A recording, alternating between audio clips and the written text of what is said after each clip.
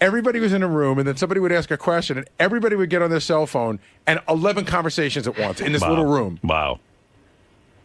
Such a production for me to be on. I think I'm on like 4 minutes or 3 minutes. Right. TV is such a short window when you're on it. You want to know something? But 50 people have to be involved. I get such agita when I have to do these things. So I hear 4 minutes and I go, oh, what do they, do they want me to cram a bunch of things in 4 minutes? And well, it's funny because when the producers were talking yesterday, somebody joked, well, it won't be that long. And somebody, because one of the people from there said, yeah, it's like 3 minutes. And the other guy was like, no, it's like 4.5. And that apparently is huge. Oh. That's a huge amount of time. It's like I'm the president. That picture of Harry Smith, he looks like a urologist. I mean, it's a weird picture, right? But he seems like a good guy. It looks like one of those things you see in the subway advertising. It's like it's a doctor's ad to whiten your teeth. He co-hosts with Julie Chen, right? Yeah. Yeah. And Julie will be there, but she doesn't want to do the interview because I goof on Les, her husband. I don't know how it was assigned, but that sounds you always about right. wonder about those backroom meetings about how this assignment will be made. Terry, someone's writing me a note that the woman running around doesn't work for CBS. She's a Sirius publicist. No, that's Hillary. Oh, is that who you saw this morning? I thought you saw because there's also a female producer. So you saw Hillary this morning. Oh, Hillary. I didn't know which women because there's a ton of people. No, I don't. You know, and I'm embarrassed. I'm sure I've met Hillary Hillary 1,000 times. Works here, yes. Have I met Hillary 1,000 times? Yeah. Sorry, Hillary. She does publicity for Sirius. I got my head up my ass, Hillary. Oh, that's Hillary for Sirius. Yeah, I thought you were talking because there's also a producer from CBS that I wasn't sure if she I didn't see her, or if you'd seen her. Is she here now? I don't know. No. I know she will be here, and I know we met with her yesterday. So the woman I saw in the halls is from Sirius. Okay, so the CBS producer isn't here, and you saw Hillary. Oh, I was going to say, boy, the CBS, they get up early to come here, and really, what are they going to do? Hillary doesn't usually do this, and she's up early. Hillary got up early. She made sure, like, all the names. You seem hyper to me. Calm down. Every minute. I don't know. I'm excited. All right, but slow down, man. All right. That's it. Now tell me. Take a breath. Hillary got up very early this morning. Yeah. She put all the names in the system. She was here to greet everybody. I think they started coming in at 4 o'clock. Wow. Oh, I see. To set up everything? So I just met someone this morning I've known for 5 years. Well, probably like 2. 2 years. She wasn't here when we started, but she does do a lot of stuff with us. Well, you met her again. She was impressive. She had a clipboard. She's good at what she does. I like that. Serious with the clipboards. And who were the two guys? They were from CBS? Yeah. Yeah. What's their deal? Yeah, you'd never seen them before. I think there's 3 guys here. One guy is a producer, and there's 2 tech guys. Oh, okay.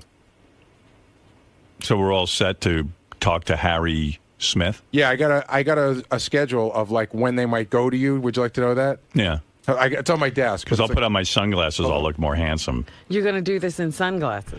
No, they're just like tinted glasses. Okay. Not sunglasses. Because that would look very strange if you're early in the morning. You look like you're a cocaine addict. Robin, I have my look, and it's all put together. You know. Yeah, I want to look like I go for looking like a cocaine addict on TV. It makes people scared of me. Why is he hiding his eyes? Right. I have 5 potential times that they might go to you, but then I found out that they might go to you at these times just to tape you to promote it later. So look good at 7:15, 7:31, 7:48, and 8:01. No, I want a heads up when they're shooting me, you know. Okay. Or maybe I don't care. I don't even want a heads up. It's just I'm picking my nose or playing with my penis. Imagine they go over to me and they don't tell me and I'm playing because you know me, I'm always rubbing my penis during the show. That's sort of, you know how Johnny Carson had tics? Yeah. Like he would play with his tie. And I play with my pencil. I play with my ween the entire show. And I would hate for them to cut over to me and see me playing with my ween. Can you see it on camera? I don't know.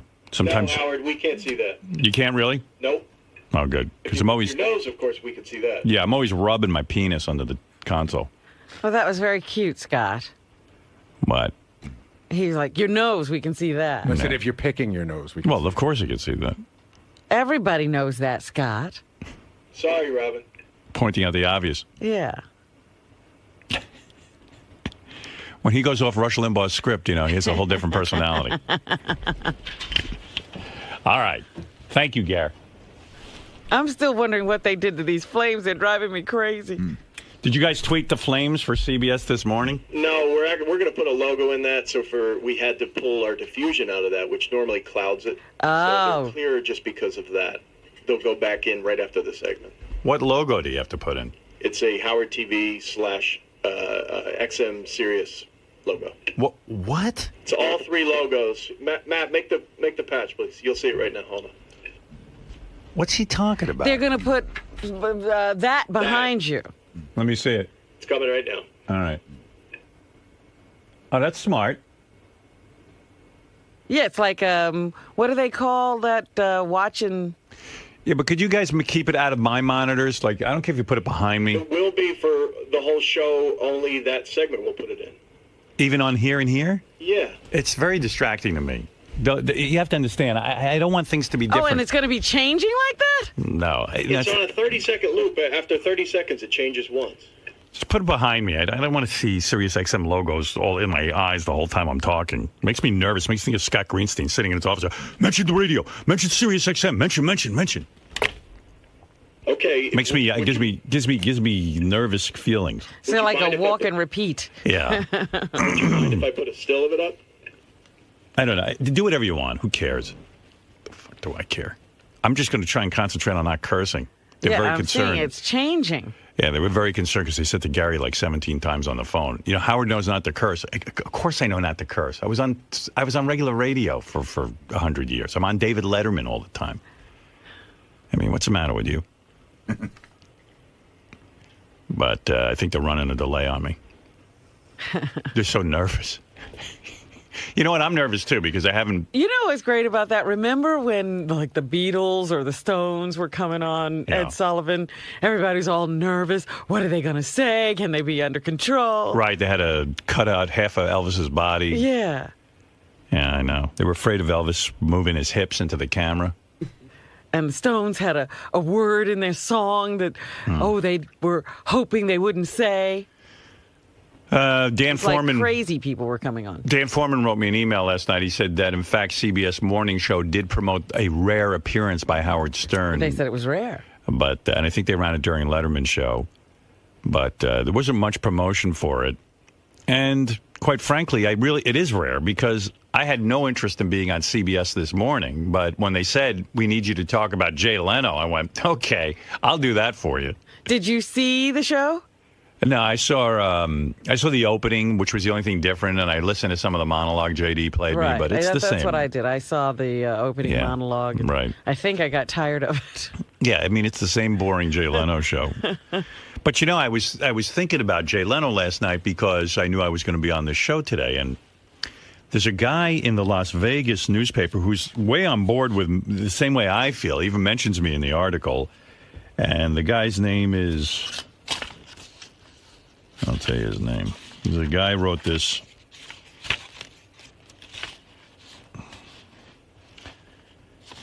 Give me a second. Okay, the guy's name is... They don't even put his name on the frickin' article. Christopher Lawrence. Yeah, but why isn't it on the article? I don't know. Because the one I sent has his name. Yeah, well, it's from the reviewjournal.com. But anyway, this guy's name is Christopher Lawrence. And he was writing about the Jay Leno fiasco, The Tonight Show, and his whole thing is that, you know, he makes a really good case for what I've been saying, to boycott Jay. Don't watch Jay, because Jay's a gangster. Jay's a bully. He's like ever been bullied at school or at work. Any guy who's ever had that happen to them knows what Jay is. He's a bully. And he points out something I forgot. He says, you know, NBC had a case of buyer's remorse. Roughly 7 months after taking over The Tonight Show, the new host wasn't living up to expectations. And you think he's writing about Conan O'Brien. It was Jay. NBC went to Letterman after they first hired Jay and gave them The Tonight Show. If you remember, the ratings weren't that good. Mm-hmm. They went to Dave and said, you know what? We think we made a mistake with Jay. Would you take over The Tonight Show? And Dave picked up his bags and left and went to CBS because he had been insulted by NBC. That's what you do. Jay has continually been insulted by NBC. Jay, after 17 years... I don't remember that happening. Yeah, you know what? And then it kind of tweaked my memory. Uh-huh. That, you know, Dave could have easily had The Tonight Show at that point, and it had been tarnished for him. It was like, no, you gave it to Jay. Like, in other words... His relationship with NBC had been tarnished. Yeah, and he just was like, you know, forget it. This isn't Johnny Carson's Tonight Show. It's Jay Leno's crummy Tonight Show. And anyway, you know, if you remember back in time even further, Jay pushed Johnny Carson out of the Tonight Show. I mentioned that when this whole thing started. I said, look, Jay's just having what happened to... What's happening to him now is what he did to Johnny. He pushed Johnny out. So anyway, you talk about being bullied at work. So after 17 years of being on The Tonight Show, NBC turns around to Jay Leno and says, get out. We're giving the show to Conan. We don't watch you anymore. Now, most guys would have been like, you've got to be kidding me. I'm number one and you're in the time slot. Goodbye. Wait till you see how this smacks you right in the head. Right. I'll show you. Jay doesn't do that. Well, I shouldn't go through this. This is what I'm going to talk about. True. You're on fire right now. This is how you should be when they're interviewing you. The point is that, and also I'll talk about how Jay's a thief on the CBS Morning Show. I mean, even like, I know I'm going to get rapped bad for this, but it's the truth. Before I went on the air, you never saw interns on any TV show or included in any radio show. This Ross the intern. We had interns. We used to bring you behind the scenes and bring people on the air that worked around the office. And, everything about Jay's show is a ripoff.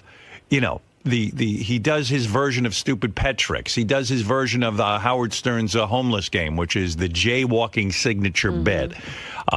They were talking about, also in this article, which I have been pointing out for weeks, this green car routine, which was so lame, was copped from another TV show. It wasn't Jay's idea. Jay's a friggin' thief.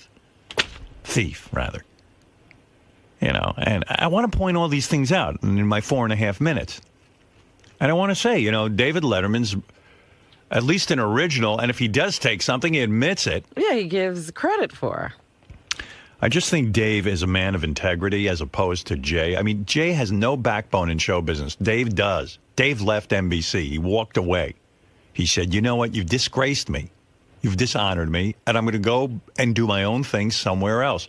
And that's what Jay should have done. That's it. I got to get in the habit of not cursing for this interview today because I'm so used to cursing now on the air when this microphone. You're afraid of on your own now that you won't be able to handle it. I am. So for the rest of the show, I am not going to curse. Well, in California, they just passed a resolution that this week is no cuss week or something. Wow. Great. So there'll be no cursing. Gary's shot out of a cannon with CBS being here. Imagine trying to help. He, too, is on. He's auditioning. You don't want to work there because it's real work. I work here. I don't know, man. That's hard work. I let you slide on a lot of stuff. Oh, come on. Did you see Gary was being all TV this morning? I walk in, all the guys are around, and Gary's wearing, a nice shirt and everything. He's got a man-tailored shirt on. And Gary goes, Wolf, listen, so you'll be going on at 8:05 and there'll be 2 live hits. So I go. He was speaking TV lingo? So I turned to all the guys and go, what did he just say? He goes, there'll be 2 live hits. And I go, 2 live hits? What's that even mean? I literally repeated what Scott DePace told me. Yeah, Scott told me that walking in, so that's what I repeated. So, you know how people in a dumb business try to make it sound complicated? Right. There was a whole article in the paper the other day about how cops have their own language. Right. Everyone comes up with their own language. Yeah. Except, if you're a cop, it's life and death. With this stupid business, it's like there's no need for it. What Gary was trying to say is they're going to cut away to you 2 times, before they do the interview. Cut away? What's that? Yeah. What kind of lingo was that? No. You're going to be on live twice is real language. Right. Who's ever heard 2 hits? Who's ever heard cutaway? Yes, you have, in asshole. This business, we now have. You're being a fucking asshole. No, Robin pointed it out. He's an asshole ass. Please, it's all that is BS language. No, we're going to cut away to you. People know just from the lingo of the common lingo. But he goes, Boss, will be 2 hits. And I'm like, I don't even know. 2 live hits. And I'm like, I don't even know what he's talking about. But Gary gets like that. Like whenever Gary puts out a memo and we're going on vacation, he goes, we'll be dark the week of March 13th. That's how everybody, people send me emails every day. Publicists, send me your dark dates. When are you dark? Because they don't know radio doesn't say that. We're dark. When we were fired from dark, NBC, we're on vacation. When we were fired from NBC, we're dark. John Hayes said to me, Robin, the show has been canceled. I was like, what are you talking about? You don't cancel things in radio. You get fired. Okay, so you've been canceled. Are we light when we're here and dark when we're gone? Don't be ridiculous. It's not an unheard of term in the business. There'll be 2 live hits this morning. Well, I heard 2 live hits. I went nuts. So and in the afternoon, we're semi-light. Then Gary shut me down. He goes, I'm not in the mood for this right now. I don't need this. No, you know what? I'm taking no hits on the hits. I was on my way to get in here by 20 after 5 this morning, and the fucking Cross Bronx Expressway was packed, and I had to drive through Harlem, and I was in no mood. Boss, we have a hard out after the 2 live hits, and then we're dark next week. That's Ganji's term, the hard out. Hard out. We're going to fade into a dissolve. It's a hard out. No, you're a hard on. What is a hard out? A hard out means like if you have the satellite till 7:55, they're going to shut it off at 7:55. You got to make that exact. Not 7:55:05. It's a hard out. Oh, it's a hard out. You have no room to play. How would there be a hard out? Like a hard out. You don't know a friggin' thing about TV. Hard out. When did you learn that? Ganji picky. That's what he's picked up in like 20 years of being with me. He's learned 2 new words. Hard out. To put together. You know when the hard out will be for you, Ganji? When I quit this job. Because it's going to be a hard out of the business and back into your dad's house. Do you know what he said to me the other day? I'll be eating my heart out. This is crazy. Ganji was our intern, and Ganji said to me, I said, what do you want from me? He says, I want you to throw my 40th birthday party. Wow. It's coming up soon. He's going to be 40. I asked Ralph the other day how old he is. He tells me he's 43. He's got to be older than that. He's lying, right? He's got to be 50. No. Hold he's on. like 6 years younger than me. He was only 6 years younger than you? I don't know. I believe he's 45 or 46. That's what I thought. I thought he was But he's lying. definitely not 43. He swore to me he wasn't lying. Okay, we got to take a break. Okay, I could do that. When are we doing my hard out and my, what is it called again? Live hit. When are we doing my live hit, Scott? We're doing the hard on. I don't know. I've got some times listed here as possible. 7:31, which we passed. 7:48, 8:01. We didn't pass 7:31. Oh, sorry. Sorry, I was thinking about the diffuser again. Gary, what time is the live hit? Hey, if you get a chance, go to Howard Mentions, page 1. Okay. So Harry Smith, I guess he goes to all the different markets and teases what's going on.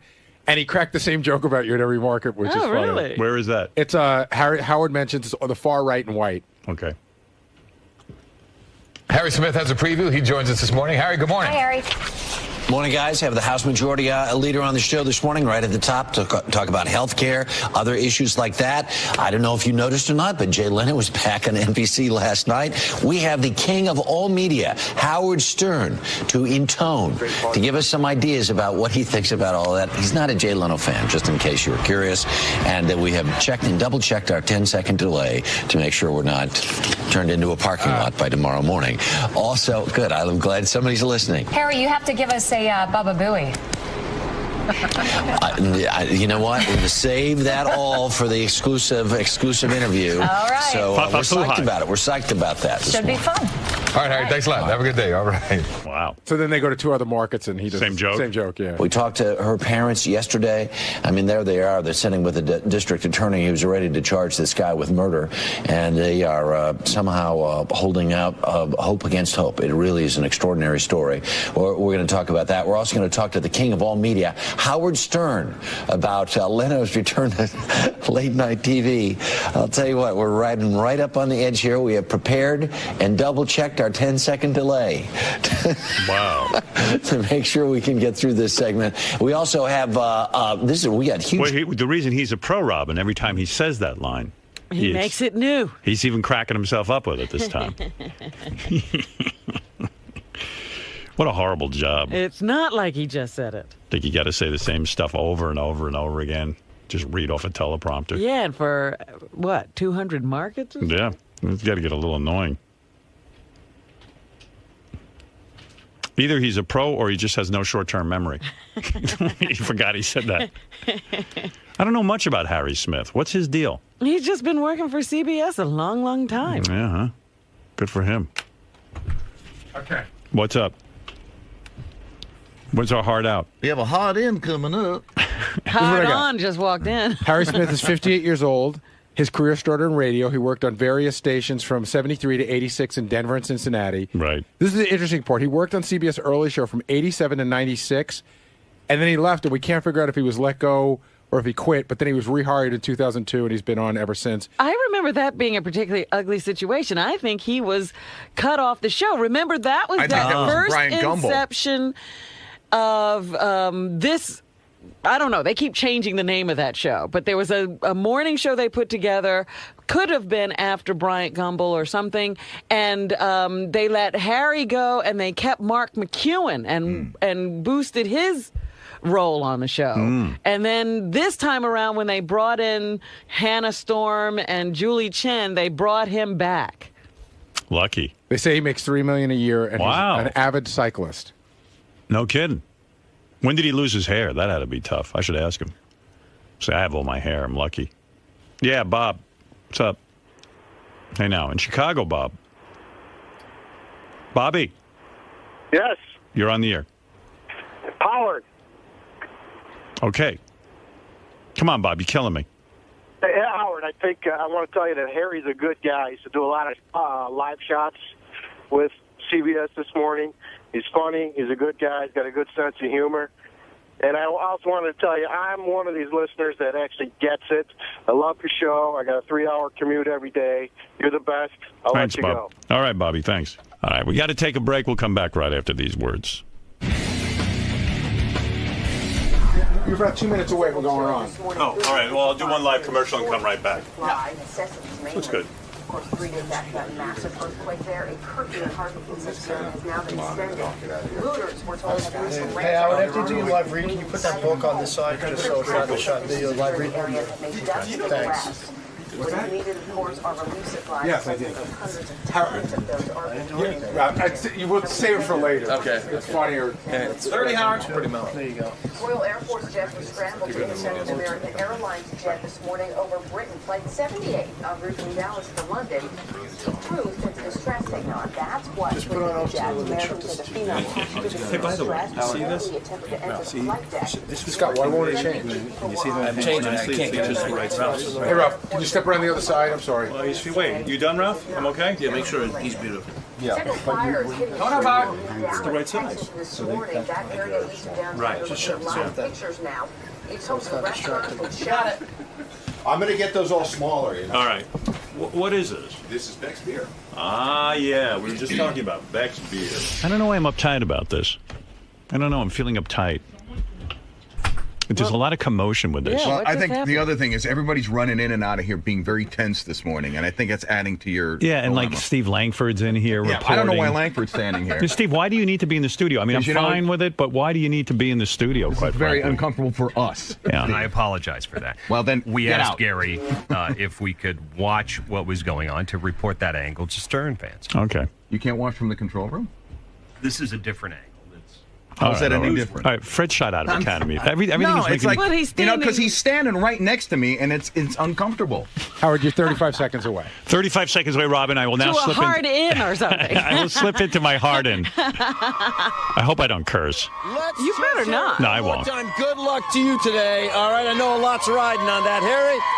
Let's get inside you. All right, Lonnie. As we discussed earlier, Jay Leno returned to the Tonight Show last night, and one longtime Leno critic has some thoughts he would love to share. So, joining us from his studio at Sirius XM Radio is the king of all media, Howard Stern. Howard, how you doing? I'm doing well, Harry. Good to see you. Actually, I don't see you. I'm looking at a picture of you. I can't hear you, man. Oh, you can't hear me. Hang on. Oh my God, this isn't even working. We could hear you when you were talking to Steve Cohen before, but we can't hear Howard Stern. Let me try now. Howard, how are you? Can you hear me now? I can hear you now. Oh, good. Okay. Yeah, Harry. First of all, you can see me. I can't see you. I'm actually looking at a painting of you that is on my screen, so that's what I see. And Harry, listen, I got to tell you something. You've never looked better. But I wanted to say, Harry, I don't do a lot of television interviews. I'm very much a man of mystery. But when your people called me up and said you want me to comment on late night television, man, did you get my juices flowing. Just the mere mention of Jay Leno's name makes me want to vomit. I don't like this guy. I don't disguise it. And probably what irritates me the most is people in show business are afraid to say how much they dislike Jay Leno, but I am not. I don't need him. What is it? Does it go back years ago? I mean, what is it? It seems very deep-seated in you. Well, first of all, let's look at the history of Jay Leno. Jay Leno pushed Johnny Carson out of The Tonight Show. That was number one. And he did it in a merciless way. And then Dave Letterman, who wanted the job. Oh, okay, he didn't get the job. Fair enough. But look at the integrity of a David Letterman. David Letterman was rejected by NBC. He was told he was being passed over for the job. Did he sit there like a dog and take that from NBC? No, he did what any man would do. He got up and he moved over to CBS and took over the show. Right. Now, Jay Leno, on the other hand, seems to be the kind of showbiz animal that will not let go. Here is a guy who worked on The Tonight Show for 17 years. He was number one in his time slot. Right. He gets fired by NBC. They put on Conan O'Brien. What would you do as a man? Wouldn't you go to another network? No, Jay If you don't make partner, you're supposed to leave and go to another firm. No, Jay is a lapdog. He goes on at 10 o'clock at night. He bombs there. And after he bombs... Wait a second, Harry. You asked me a question I'm going to tell you because I'm all worked up. All right. I'm worked up. I can tell that. Your heart's beating. I'm really fired. I'm out of the box. You mentioned Jay Leno. It's like slowly I turn. No, but seriously, Jay Leno then loses the 10 o'clock slot, and they say to him, they say to Jay, would you go back on at 11:30, and we'll put Conan on at 12. And Jay goes, yeah, well, I guess I'd do that only if Conan's okay with it. So was Conan okay with it? No, he said, no, I'm not okay with that. I don't want to leave at 11:30. And what does Jay do? Jay takes the job. No matter what. But in the end of the day, this all comes down to money. It all is about the dough. And Jay has been spectacularly successful at 11:30. And NBC wakes up and says, we need that money back. The only way we can get it back is to put him back there. Yeah, but, Jay doesn't need the money. That's, if this is all about money, Jay is a multi-millionaire many times over. Right. Just in terms of integrity, once you make that kind of money. Listen, I'm going to tell you something. I've worked for many people and been fired by them. I was fired by NBC many years ago. You know what I did? I didn't sit there like a lapdog and take it. I got up, I brushed myself off, and I went on terrestrial radio on a competing station, and I buried NBC into the ground. That's what you do. Jay should have dusted himself off, gone to another network. He certainly had the money and the offers, and he should have gone and beaten Conan and beaten Dave and beaten Jimmy Kimmel and all these guys. Is it true that you made this prediction? You told Conan that this is exactly what was going to happen? I went on Conan O'Brien's show, and I turned to him and I said, you don't really think you're getting the Tonight Show. First of all, he was Jay completely sabotaged him. By going on at 10 o'clock, they gave Jay all the best guests. They took away all of Conan O'Brien's excitement and thunder. They sabotaged him. But there's also no lead-in between 10 and 11 because their audience is gone. Absolutely. And Harry, the bottom line is this. Your name is Harry, right? Okay. Used to be. I'm just kidding. Harry, the bottom line is this. Jay is also a thief, and that's what gets my goat the most. I've always considered myself an original. I consider Dave an original, David Letterman. I think he's a pioneer. David Letterman once said in an interview, he started putting his mother on the air, and he said, I got that from Howard Stern. I admire that. What Jay does, Jay takes and lifts bits directly from my show, directly from Dave's show. Even this green car bit is a ripoff from a television show in England. They don't have an original thought on that show. Jay's signature bit, jaywalking, was lifted from my show. I've been doing this bit for years. But still spectacularly successful. I have two very quick questions for you. Right. Are you going to go back to free radio? I don't miss free radio at all. You don't miss free radio at all? I've got to tell you. Simon's place on Idol. If they gave me $100 million to take Simon Cowell's place on Idol, I would be insane not to take you. $100 million. That's 4 months' work, Harry. Even you would take that. Even Julie Chen would take that, and she's married to Les Moonves. So listen, I would of course consider it, but the job is listen. Wouldn't you judge a karaoke contest for $100 million? I would. You'd have to be nuts. Yes. In this economy, I would do it. Yeah, sure. Howard. Good to see you, man. I miss you. See you in the park all the time running with you. I know. You're an avid runner. Everybody talks about you. No, I said I'm on the bike, dude. Oh, you're a bike? Yeah. You're a bike guy. We're going the opposite direction. I hate those bike guys. Oh, you got to go? You got something big to go to? I'm going to run you off the road. You have absolutely nothing to go to. You should stick with me the rest of the morning. All right, Harry. Good luck with that show of yours. Two more superstars are here, Reba McEntire and Blake Shelton, to announce the nominees for this year's Academy. I would have stuck with me, not Reba. And they're just announcing what? I don't know. Reba, that was great. You did a great job. Thank you, Robin. I wanted to make you proud. You're on fire. Well, you got all your points out. You're like a politician. You made all your points. I had more to say. But you got the big ones out. But Jay's Harry a wouldn't thief, shut up. And Jay's a thief. Guy. He's a bum. I didn't even get to say I'm here. I was leading into, they asked me about terrestrial radio. I was going to say, I love it here at Sirius XM. Well, that's why it's great that you had the walk and repeat, because you didn't have to say it. He said it first. Right. But I would have liked to have said that. But they cut me off. I was on a roll. You never, 4 minutes, you can't say much. 4 minutes, I've got diarrhea of the mouth. I can't, if I can't finish up in 4 minutes. You know what that was like? That was like taking a massive dump. Yeah. Blech. I felt good. It was like taking the SATs. I was like vomiting. Where's that producer? I bet he's thrilled. Get back in here and tell us how he did. I need immediate feedback. Yes. What are they thinking over there? What's the feedback? They should have let me go longer. Are they coming back to him? Letterman's got to be coming in his pants from what I said. Oh, he's only wishing he was up in his room. Yeah. Watching it with one of his girls. Letterman literally wishes he was coming in his pants. Where's that producer? Are they done with me? They ran out of here. Remember, that's what he used to do. He used to say, I have something I need to watch in my room. I need to watch Howard this morning. Was that his move? Remember, he would tell the girls to tape silly shows that he needed to watch. Right. And then bring the tape to the room. I love Letterman. Now, that's an original. Where's the producer? I want immediate feedback. What? I think he's just on the phone now. He's probably getting his feedback. Oh, he's getting the feedback. You didn't curse, that's one thing. I didn't curse, right? No, you did great. No. Yeah. I felt I had to talk very fast because I wanted to get a lot of points in. Yeah, and Harry was trying to interrupt there. You were good to box him out. That Harry had to keep interrupting me. That's the 2 words. Yeah. Well, here's Howard.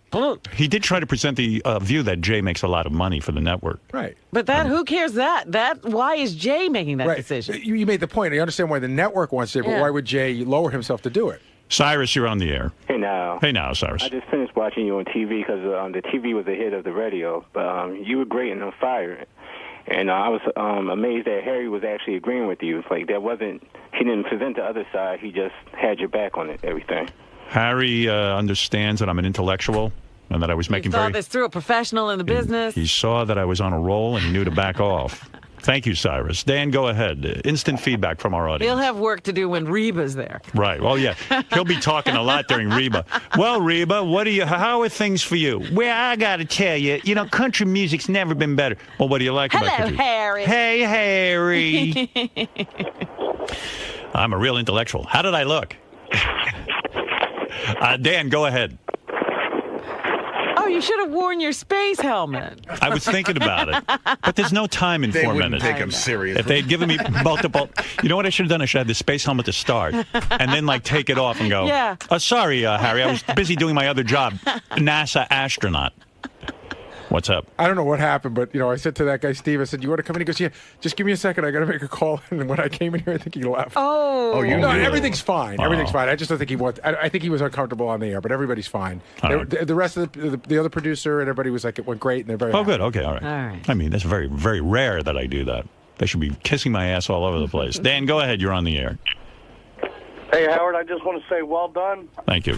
I was the guy who called yesterday and told you not to talk about Jay Leno, but I feel they didn't give you enough time at all. See, here's a guy. Television. You were complaining about me talking about Jay Leno. Now you wanted more. I got a couple of emails here, and if it's true or not, they said they cut off a significant part, the last part of the interview. They did? That's, I don't know. You'd have to get JD to I got to tell you something. That. I will never understand television and the way it's produced because, and I say this all the time. When you have a show like the CBS show, and you got a guy like me on who has something to say, and let's face it, I know I'm entertaining. They have it locked in that I'm going to talk for 4 minutes. And that they got a couple of stiffs waiting in the green room, Reba McEntire and these other people.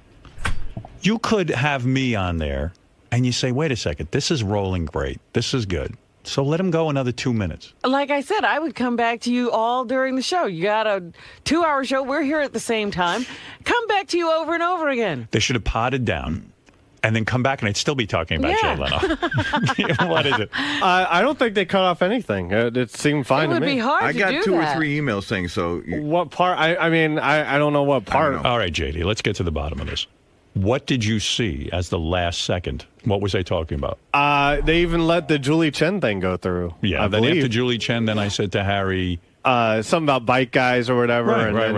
I said, I hate those bike guys. Yeah, that's it. Then they got said the whole thing. You should stick with me, and then it cut down. I was hoping they left in the Reba McEntire part, but no.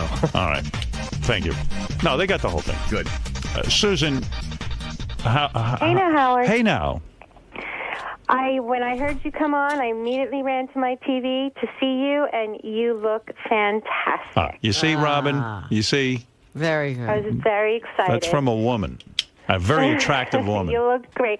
I think that if they would keep you on all day, though, they might be afraid you to pirate the show and steal the whole show from them. Well, what would be wrong with that? Day in and day out, they do the same dopey show. You have somebody good on. And they've been trying, they don't beat Good Morning America and the Today Show. Right.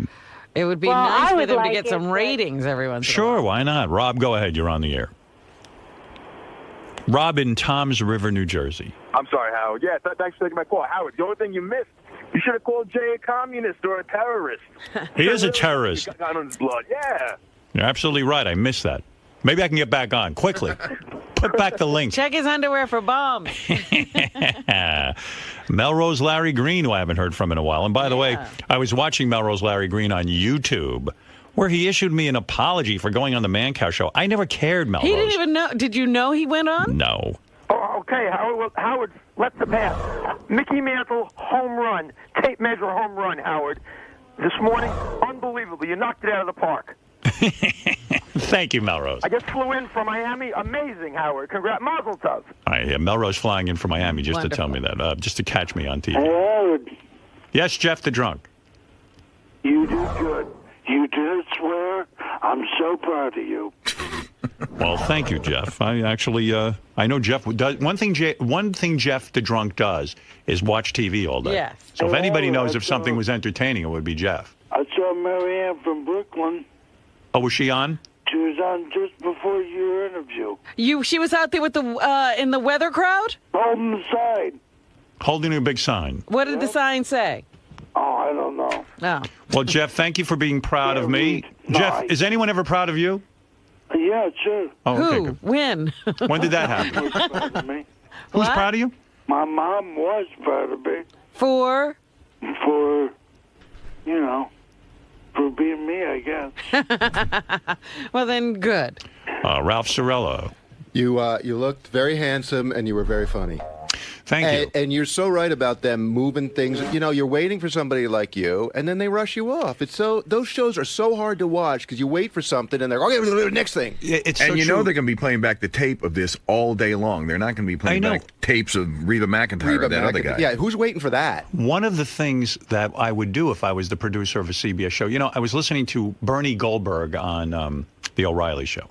And he was saying how people on the network news and things like this don't do anything original anymore.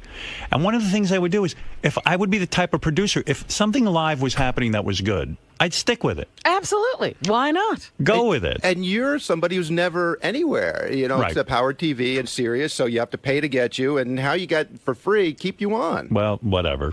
What are you going to do? Thank you, Ralph. What is it, JD? I'm going to produce CBS. Thank you. See, Ralph knows. They had to move on to announce some country music awards after. Right. They were in a rush. I'm sure. Well, they're probably on CBS, so that's everybody's very excited about that. Well, that'll be the last interview I do for a while. But if anybody wants to talk about Jay Leno, I'm available. You only do Jay Leno interviews. Yeah, I will do any interview about Jay Leno, even a free newspaper. James, go ahead. You're on the air. Howard, let me tell you something. You make me fucking piss my pants. I love the way you trash that fucking vomitous cocksucker, Jay Leno. And I want to meet you more than any person in the entire world because I think you are fucking God, and I love you. Isn't that nice? Thank you, James. Thank you, Howard. I appreciate that. That is a good man. Yes, Captain Jenks. Hey, good morning, Howard. That was a great fucking appearance. That was a lot of fun. Oh, you know what? You know what would be really cool, man? Dave owes you a big favor. What favor do you need? Dave doesn't owe me anything, Jenks. I'll be honest with you. I like Dave's attitude. I like Dave Letterman a lot. And I always appreciate the fact that he put me on national TV when I was not as well known as I am now. So I'm always on his team. He also was in my movie. So, I do feel an allegiance to him. And I happen to think he's a very talented, funny guy, an original kind of guy. Yeah, well, absolutely. But he should feel allegiance to you after what you said today, Howard. Well, he absolutely should. Listen, I went on Dave's show. The last time I went on, I said, and Dave was gracious enough to have me on for a couple of segments, and he brought up, I don't know, I guess I brought up Jay Leno. Yeah. And Jay Leno, I started to say, listen, everybody, Why don't you stick with Dave? Screw Jay Leno. Jay Leno's a jerk-off. And I think Dave appreciated it, quite frankly, and he should. I mean, I don't think a lot of people are willing to take sides. But, the truth be told about late-night television, these guys compete. They look at the ratings every day. And as cool as they try to play it, they care if they're number one. All right, so what is going to happen now? You're good at People should choose sides. Things. People should choose sides, No, Robin. I'm not talking about that. In the ratings, Letterman has been number one. Right. True? That is true. Or was he number two to Nightline? I don't even know. But he was beating the Tonight Show. Right. So what happens now that Jay is back? Well, the first show Jay is back, everyone's talking about it, so it does get a ratings boost. You know that. Maybe for the first week or two. I think that Jay has 5 million solid viewers who follow him. They seem to follow him wherever he goes. Really? And quite frankly, he could end up beating Dave. I don't know the answer to that. I don't have the crystal ball on that one. What I'm hoping for, I'll tell you this, that enough people will sit there and get sickened by this guy, that his image has been tarnished. And that, they just go, oh, Jay's kind of creepy. I'm hoping that happens. But, with the world of television, you don't see that a lot. I was originally going to suggest that you put on the astronaut outfit. I didn't have enough time because the astronaut helmet would have eaten up precious time that I can talk about Jay Leno. The other thing you could have done was to wear the 3D glasses over you. Right. Say, Harry, I'm looking at you in 3D. If they gave me 6 or 7, even 8 minutes, then I could have done the astronaut routine. Yeah. I could have put the 3D glasses on underneath the astronaut helmet. We could have had some fun. Yeah. But it's very pressured. I did see Marianne from Brooklyn. She was holding up her King of All Media sign. Yeah, she's terrific. She's a real doll. She's always Good out there for her. promoting. Riley Martin, host on Howard 101. You're on the air. Good morning, Howard. Yes. Yeah, you did good, kid. Thank you. Were you watching, Riley? Yeah, I was watching. Look here, Jay Leno, I never liked that big box-head bastard. Ever since I was at your party and he told you to get rid of Robin. Right. I ain't liked him since. Exactly. Well, thank God I didn't know Riley was watching because it would have made me too nervous. Hey, tell the people I hope that I'm back tonight in real time. The weather's loosened up. What happened last week? Oh, the weather stopped us. You weren't on? Yeah, no, they did replays, Robin. I see. The weather prevented Riley from being on? I'm shocked. Yeah, Big Jim Colosimo McClure chose some marvelous material for the 4-hour show on this past Friday. So they did good. All right, thank you, Riley. Let's go to will be live. My dog Bianca wants to talk about my appearance recently on CBS. Okay. Oh, you liked it? Bark once if you thought I looked handsome.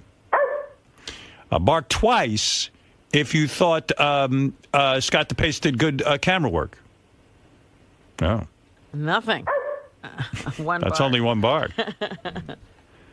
Well, thank you, Bianca.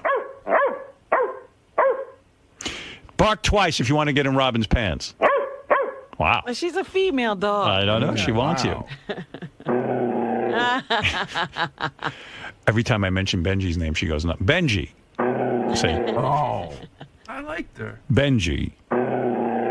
My sister's on the phone. She rarely calls in. Yes, Ellen? Hi, Hal. Hi, honey. Listen, you were fabulous. I had to really call in. You look great. I look better than ever. Yeah, you do. You were precise. You got your points out, and I've been around a lot of politicians. You are the best. You should have been governor. I should have been governor. Believe me, I'd be less of a disgrace than this guy. Oh, my God. We'd have so much less right. anxiety in the governor's office. Oh, my. What? I'm sorry, Ellen. Go ahead. No, it's a bad connection, but I'm just so proud of you, and you were wonderful. That's all I called in to say. Thank you. That's my sister Ellen, who is wonderful. Thank you. Okay, bye-bye.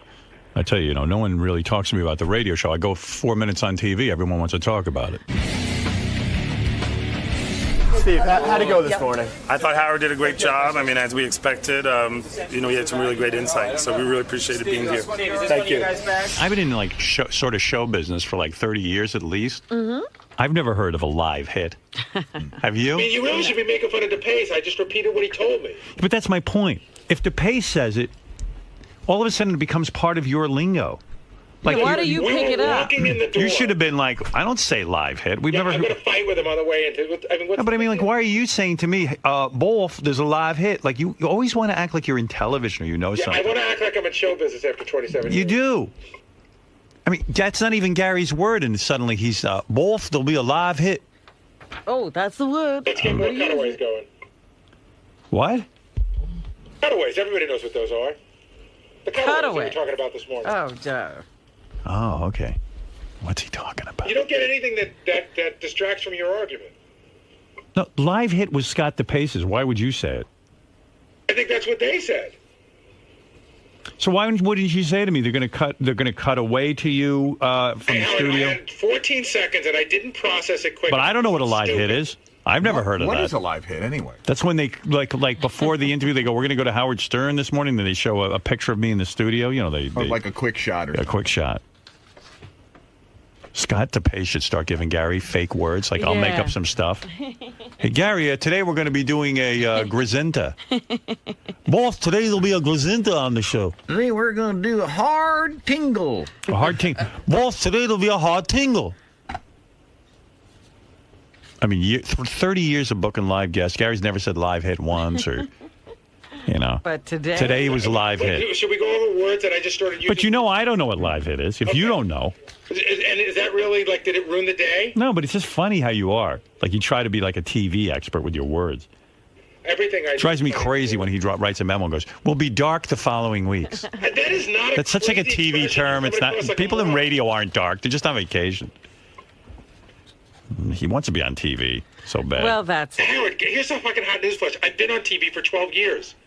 You know where? And then here. Oh, doesn't count. I'm on TV. But you never said live hit. I'm going to give Scott DePace a bunch of words to feed Gary. He'll start walking around saying them. I can't wait. Hard out. Today we're going to shoot 3 aglets. Wolf, Scott DePace told me we do some aglets today. Okay, What's an Gary. aglet? I'll just be, okay, Gary.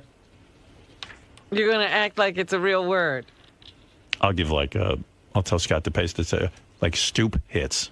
And then I'll go like, Wolf, you know what a stupid is? I go, yeah, it's you. Now, Gary loves terms like. He loves lingo. He loves the lingo. Wolf, there'll be a live hit. I love to work. And I apologize if well, get to work. I don't speak the way you Stop like. talking to me and get to work. Loves to work as he opens up another CD. I'm fucking working. What are you working on? I'm actually taking a look at. They wanted me to watch this Mr. Skin TV show for some feedback. There's going to be 3 Easy G's in there. So, Gary, you've been getting a lot of crap this morning about, what was it, 2 live hits? Yes. This morning? And, you know, what is it? Howard doesn't think that you're, worthy to say these television terms? I got in 20 minutes late today. I got stuck in traffic. I knew the CBS people were going to be here. As soon as I walked in the door, DePace goes, listen, they're going to do live hits all morning. Here's a list. So I walked in and I repeated it to Howard. He's like, what is that? What is that? So it's just, he's just fucking around. How do you think Howard did this morning? Did really good. I thought he did really, really well. I mean, listen, they asked him for a reason, and he had a great opinion. And, it's nothing new to us listening to the show, but I always like it when he's on national TV and people get to see him. I get calls from my relatives who don't listen to the show, and they go, oh, he was so interesting this morning. Joan Rivers is here. Joan probably has a lot to say about Conan O'Brien and Jay Leno. After all, if you remember your history lessons, Joan Rivers was the hottest thing in late-night television. So hot, she got bigger ratings than Johnny Carson, so Fox hired her to actually launch her own late-night show. It didn't work out so well. But this went down many years ago, so she's no stranger to what goes on in late-night television. Well, let's find out what she thinks is going to happen to Jay going back. I think they should cut Jay's nuts off. I mean, did she go back to Fox? Did she hang around after they bumped her off? No. Hello. Joan did what Jay should have done. Yes, what? What? What? Yes, but what? What? Yes, hello. Hello, darling. You look fantastic. Absolutely. I look like a fat old pig. Hey, you do not look like a fat old pig. What? You can't lose weight? Can't lose weight. Put those headphones on. That's your microphone. I can't lose weight, but at this... You're so thin. Oh, please. At this age, though. What do you weigh? Can I ask? I used to weigh 107. I was so happy. Right. And now, literally, I'm 116, and I want to kill myself. And my pants don't zip, and you just want to kill yourself. When liposuction a possibility? At this age, you take liposuction, it all just falls down. When you're completely nude, I mean, I'm sure you get nude in front of the mirror and take a look. Yeah. Do you see a paunchy belly? Do I see? Yes. What do you see? I see, like, I never had a stomach in my life. And now I have this big, stupid stomach. You have a belly? Yes. Like a pot belly? Is it tight at least? It's the worst. It's higher up. It's like those women that look like pigeons. And you don't have any shape anymore? You lost that little curve? The waist went. The waist went to what, in your 30s? But I think it may be because I'm pregnant. I want to announce it on your show. You know, I haven't had my period. I just have to do this show. Go ahead. I'm sorry. I was laughing. I stepped on it. I think I'm pregnant. Howard asked me why. Why are you so pregnant? I haven't had my period for 2,400 months. That would mean you're pregnant. When you don't get your period anymore, Joan, I'm not a gynecologist, but I believe you're right. I believe you are pregnant. I thought of that this morning. I just have to say that. Go ahead. But Joan. Well, then you know why the belly. That's right. It's your baby bump. Joan, you even see these women now. And I mean, you're a proponent of plastic surgery. You've always said, look, if you don't feel good about yourself and there's a way to change it, you change it. If you don't like the wrinkles in your face, you pull back a little bit. Right. In fact, Joan has said whether you don't like them or not, you should not have the wrinkles in your face. Right, so you don't offend other people. That's right. It's not about you. It's about people throwing up. Right.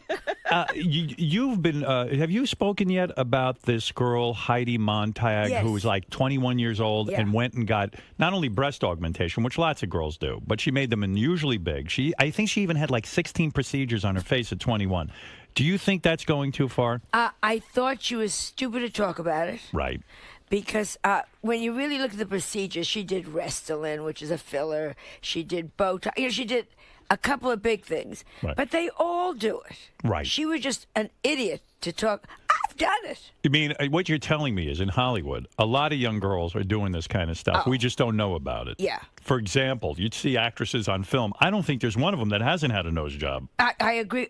I mean, you look at certain people, and I don't mean to hurt her feelings. You look at Goldie Hawn, you don't recognize her from the first movie.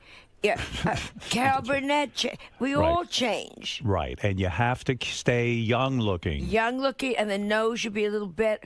I saw somebody yesterday in an old movie. I thought, who is that? Oh, that's her before the nose job.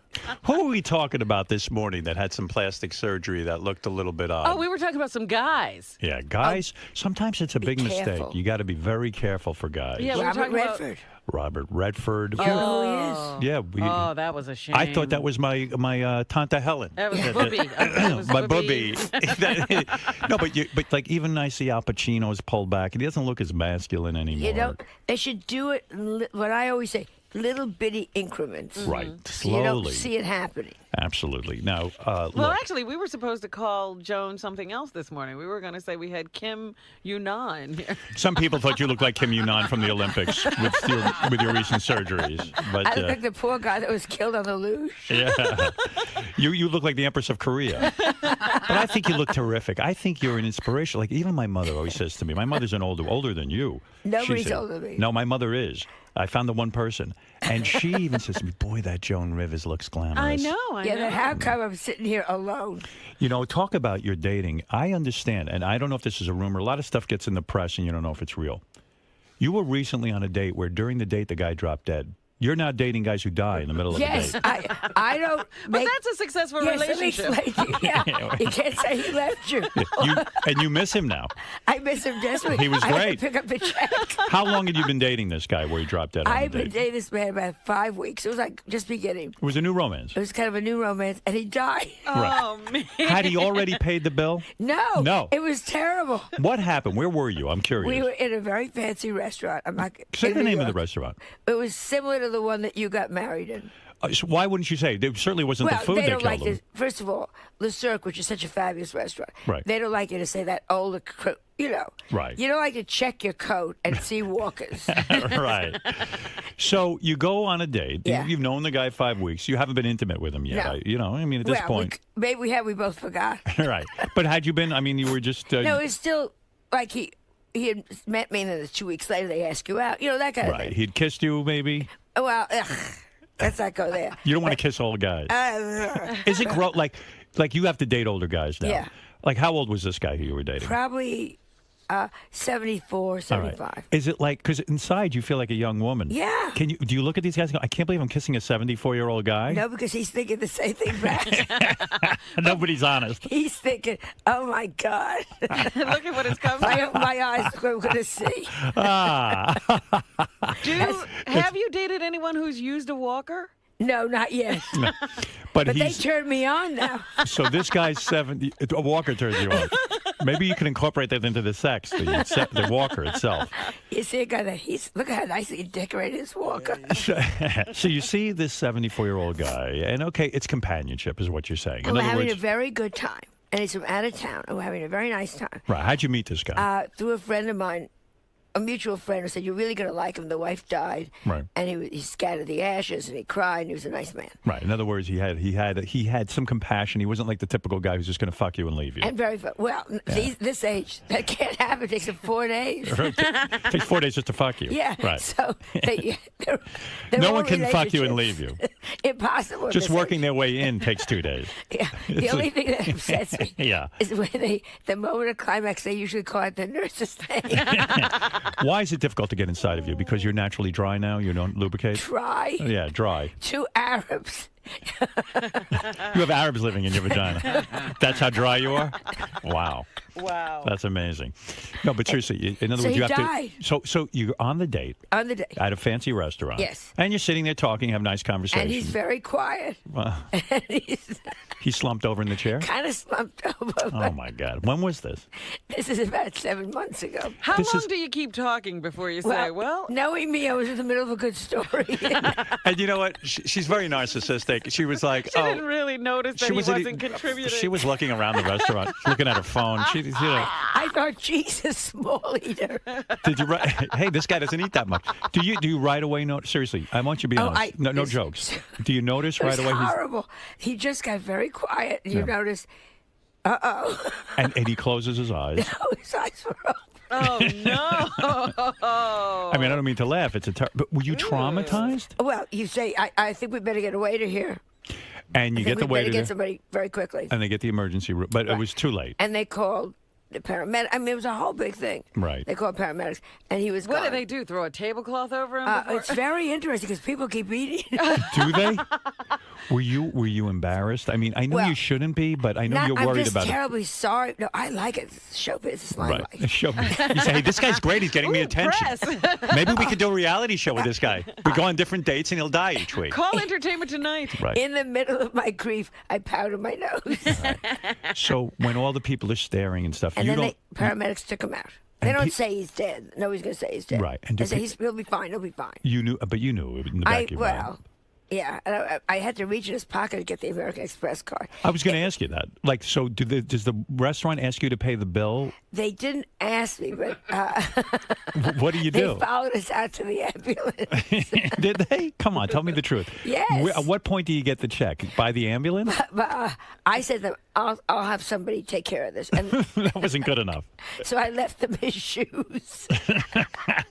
You just left the shoes at the table. His shoes and his wristwatch. Did you cry? Were you crying? Were you No, I didn't. I felt terribly sorry. I mean, I had to call up the daughters and... Yeah, I was going to say, you hardly know his family or anything. I don't know his family. Yeah. Isn't it upsetting in a way? I mean, like here, the older you get, the more death you see. Like all of a sudden you're on a date and the guy dies. Oh, and my friends are dropping like flies. I was going to say, how many friends do you have left? And the horrible thing, Howard... Yeah. There's so few of them. You have a chance to say goodbye and tell them how you hated them. Right. When you called his daughters to inform them, did they even know you were going out with him? I don't even know. Right. You called up and you go, "Hi, this is Jordan." They go, "Oh, cool. We're getting a call from Jordan." Yeah, they were probably excited. Are you kidding? Did they say that? Yeah. Oh, it's Joe Rivers. Do you say to the daughters? I said I was with your father, and we're in the. Where was it? The hospital now, P&S, Physicians and Surgeons, Columbia. And we're up in Columbia, and he's very, very ill. Right. I didn't want to be the one to say. Right, to break the news. Yeah. Yeah. You said, did you ask his daughter if they know any single guys?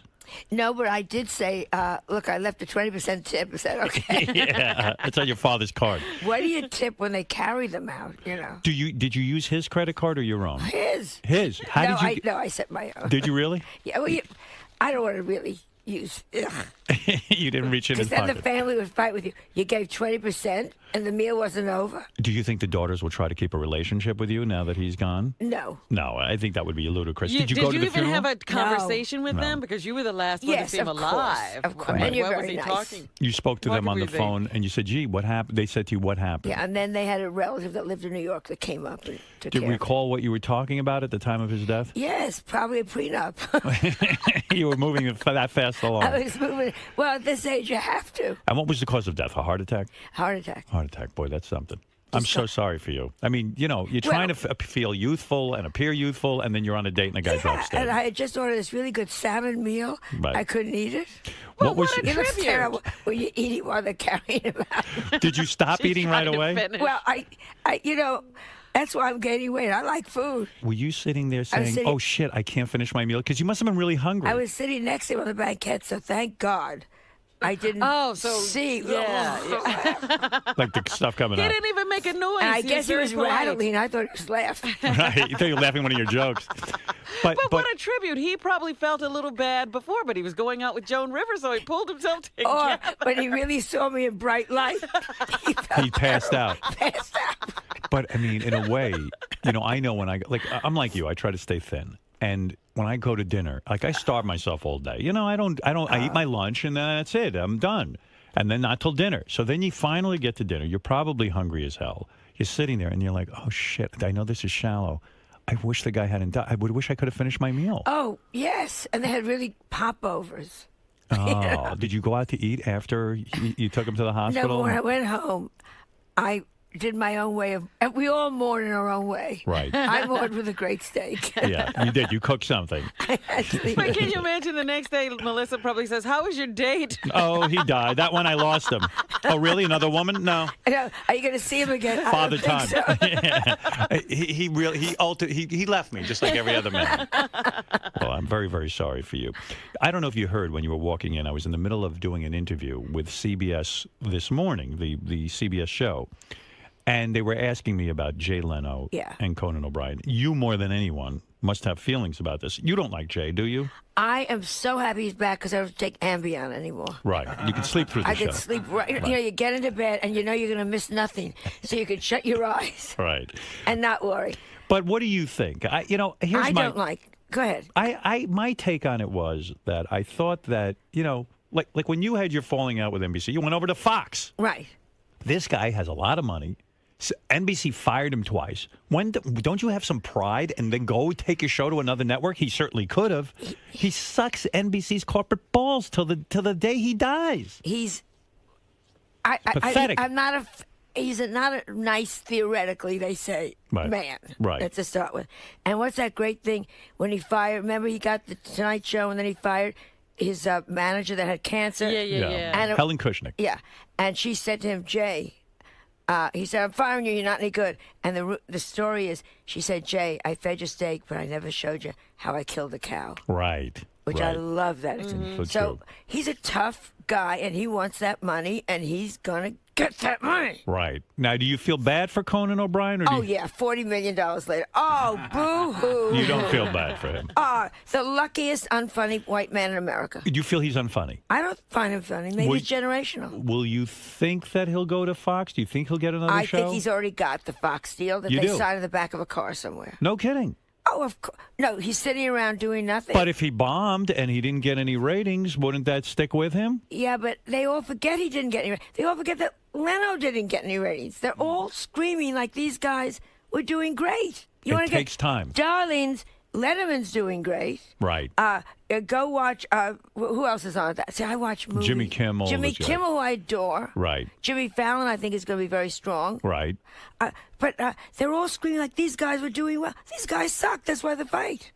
You know, in a sense, when you had your late night show with Fox, they didn't give you enough time, did they? No, they gave me 6 months. And they said to me, I met the president afterwards. He said to me, it was never the ratings.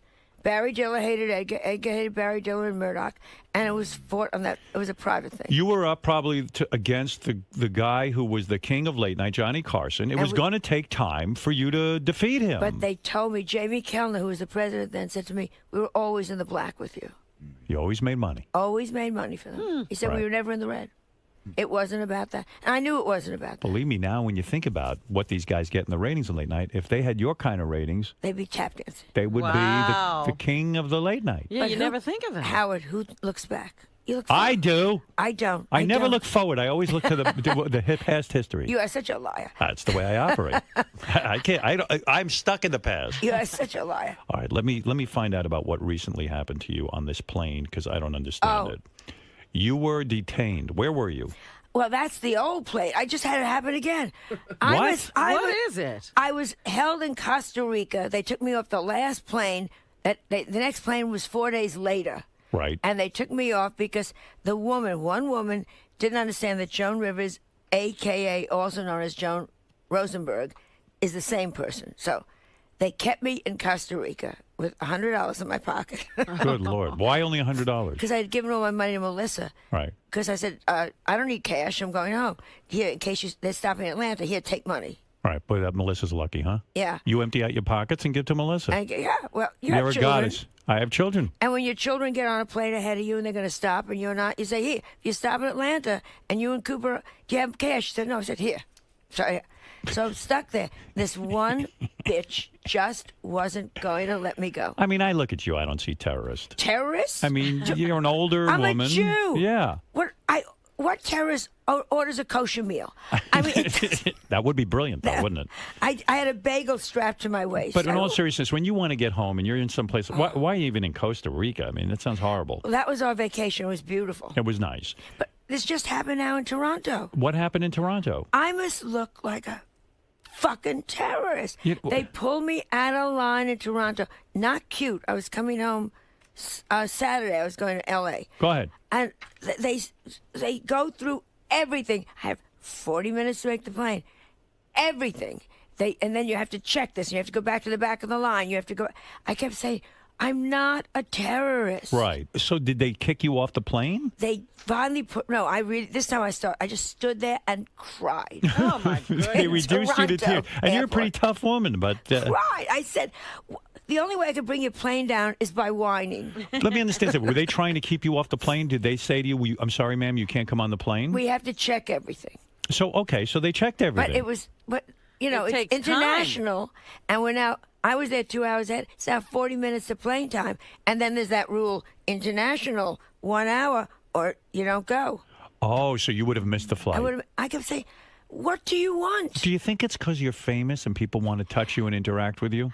I think partially that, and I think partially it's about age. Right. When they don't recognize you. Who are you going to go after? You're going to go after a lady who's there by herself. I see my mother. Like, my mother goes to a movie theater where it's a rough neighborhood, and they put her through the metal detector 7 times. Yeah, I your go, mother. My mother. Like, that's, come on. Stop it already. Yeah, I have this, I think it's my coat.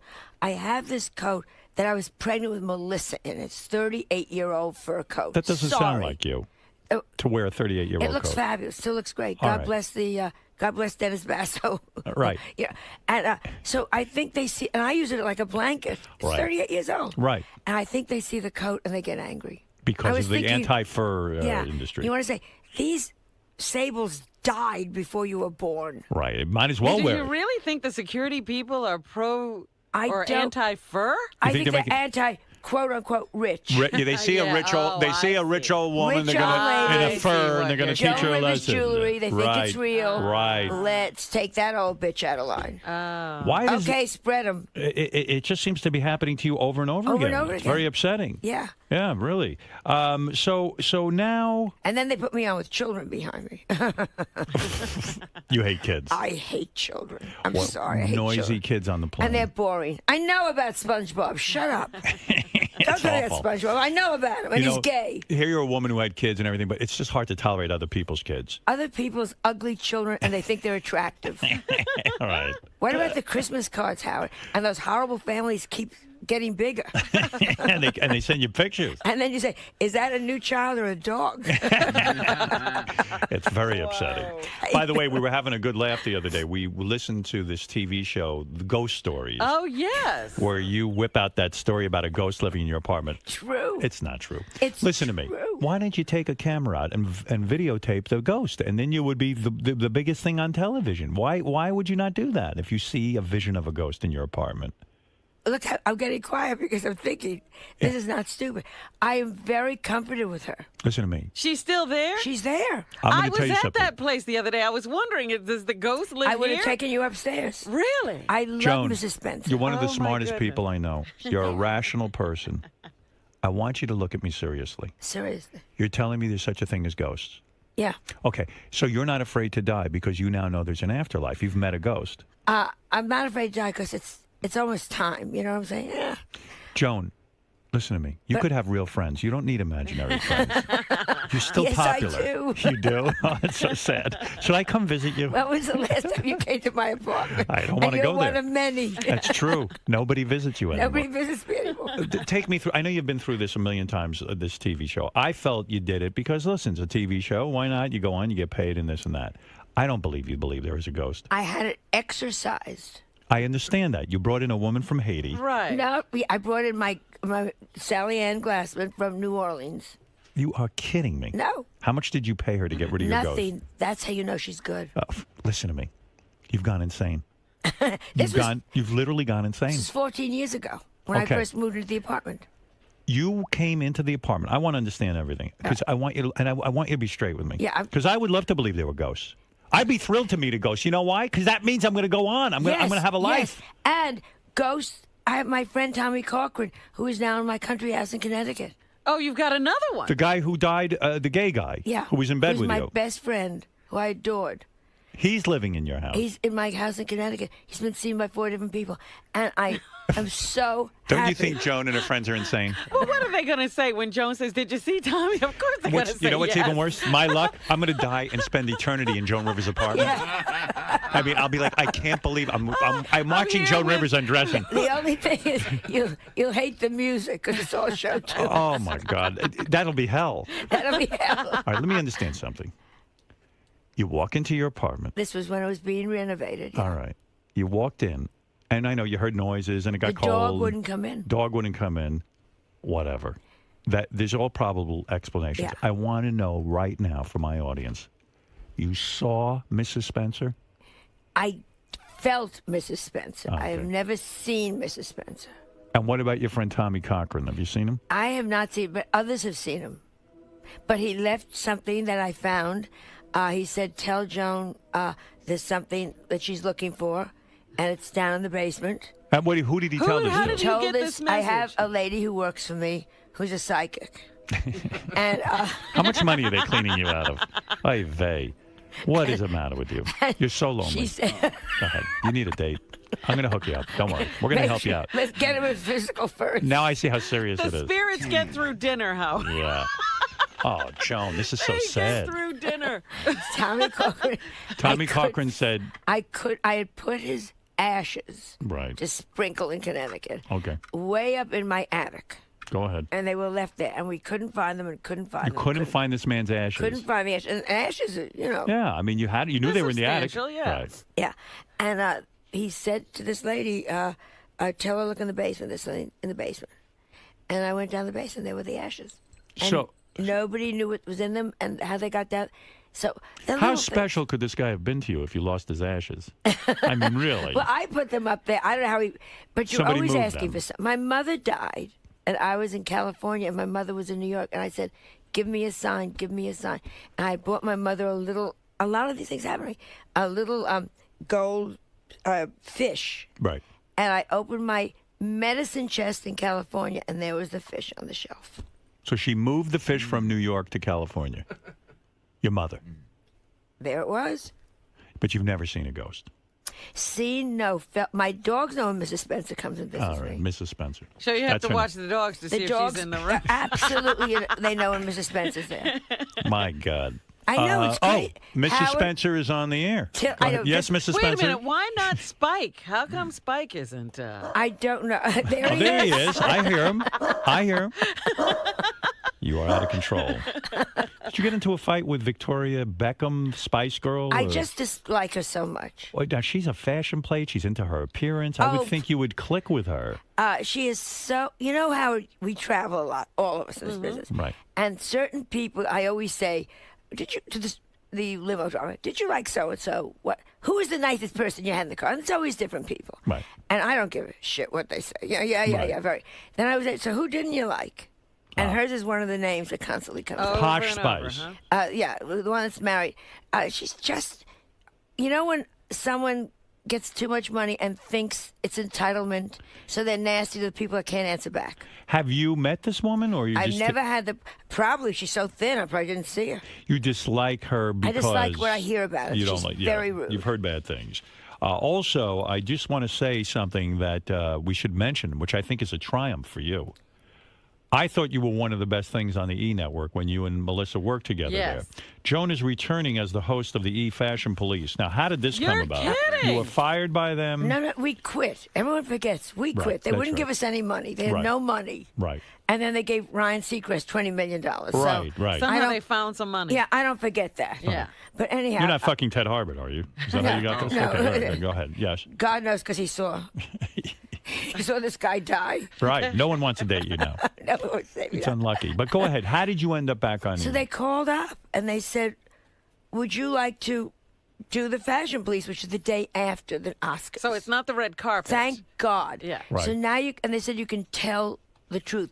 You don't just stand there and say to poor Meryl Streep, don't you look wonderful? And then you think to yourself, oh, my God. The reason your show is terrific on there, because I always watch it, is not because whether you're into fashion or not, because you told the truth. You told the truth. For example, you said Edie Falco, for example, the woman who was on The Sopranos, you said her outfit is horrible. It's what everyone was thinking. And yet she got very angry with you. You're going to create a lot of enemies, aren't you? Yeah. You create a lot of... But my job isn't...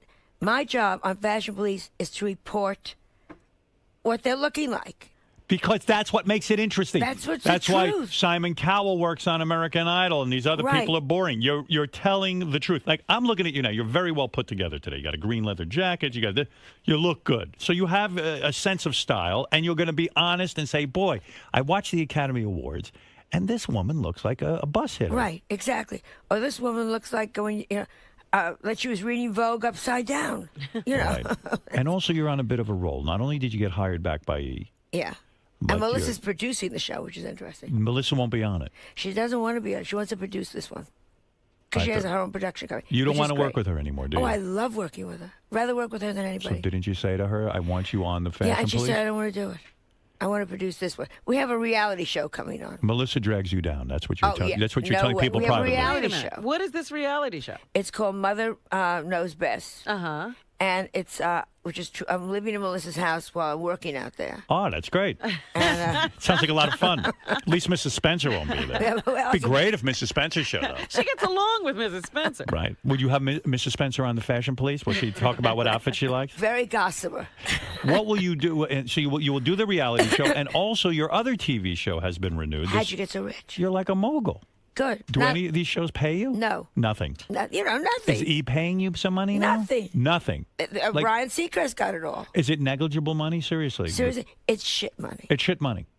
So where are you making the money? In the stand-up? The concerts. And the jewelry and this and stuff? Thank God for the jewelry. Thank God for the concerts. All right. Thank God you don't have to... Because she's got a huge overhead. Yeah, but I love the work, Howard. Right. Love the work. Well, you were asking me if he was going to retire. Why don't you talk to him about this? Don't you dare. We have to talk off privately. What do you mean? Who wants to talk privately? I'm not coming over there. Don't you ever... You sit with Mrs. Spencer. Mrs. Spencer, have a cup of tea. Don't you dare retire. Why and not? Do what? Listen to me. You love what you do. I'm not like you. I don't love what I do. It's torture for me. And I got to tell you something. I love sitting at home, hanging out. I like to play chess. I like to watch movies. I like to do these kinds of fun things. I don't need this. No, There's a big headache. Wait. You love to do those things because when you do them, they're wonderful to do. They're like dessert. And listen, if I get bored in 2 years, I'll approach someone and say, listen, I need to come back. I can't function without work. I'm going to tell you one name, Jack Parr. They can't come back. Jack Paar was moronic. Jack Paar finally got a show. He worked at it for a year or two and he left. That was too soon. I've done this for 30 years. And you're wonderful. I'm begging you. Don't do it. Deborah Norville wanted to quit. I said, you hold on to the ladder. When they cut off your hands, you link it around with your elbows. When that's gone, it's like Monty Python. Hold on with your teeth. I don't mean this disrespectfully, but I don't get bored. I don't have to talk to ghosts in my house. You understand what I'm saying? And I mean that. Now, by the way, I want to advise you. I know you're trying to sell your apartment. Don't go around telling people there's a ghost in there. That would keep me away from buying it. Yeah. Understand what I'm saying? You know who came to look at my apartment? Who? Valentino. Valentino. Talks and has the dog with him. A little stupid dog. Right. And he's, black from the suntan. Like that horrible Florida big dog. And he's going like, kitchen, bathroom. And he didn't buy your apartment? Nah. Kitchen. You got a beautiful apartment. Now, Robin was recently at your apartment. Yes, she was. What was the occasion? It was some book or something? I don't know, but some things are missing. Yeah, they are.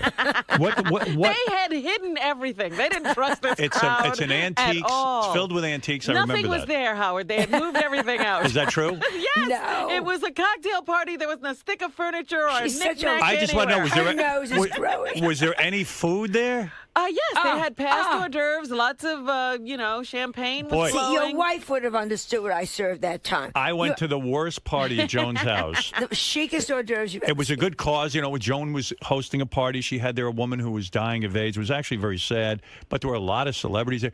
And she comes out, no food. You're drinking. They and hid the food. It was behind one of those fake doors. They had a little sandwich with the bread cut off, the ends cut off. And I'm like, what is this? Oh, this is what the goyim do. I go, I'm not goyim. Watercress sandwich, she said. Yeah. Joan thought she was going to be goyim. Speaking of Jews, I'm on a new reality show with rabbis, America's Top Moil. Look at you. And it's all happening for you. It's all good. It's all good. Yeah. All good. You're on fire. Thank God. Yeah, and you look good. So, listen. Are we having anything done? Is it time for anything? Yeah, what's next? Barbara Walters asked me that. As soon as it's time, I don't know, my plastic surgeon died.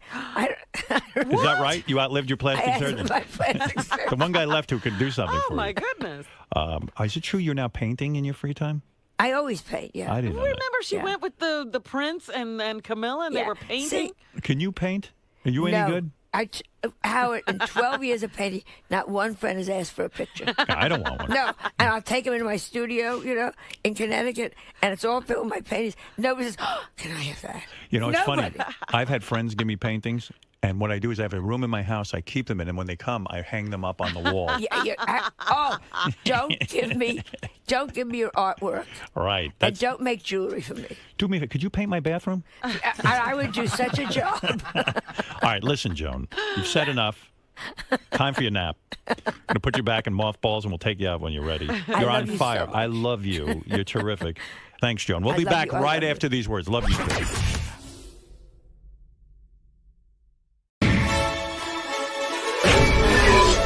This is a Howard TV original production. Here's what you have to look forward to on this episode of The Bonus Show. Scott the Engineer's new intern Pete earns a nickname. Motherfuckers! Benji opens up about his herpes. There's good news and there's bad news. Richard rocks out with his cock out. You gotta look, Gary. That's the other one. This Howard TV tries to read. What do you think of Howard TV? We want to know. And Jason gets all worked up over Lisa G. Maybe they just need to get someone younger and more aggressive on the red carpet.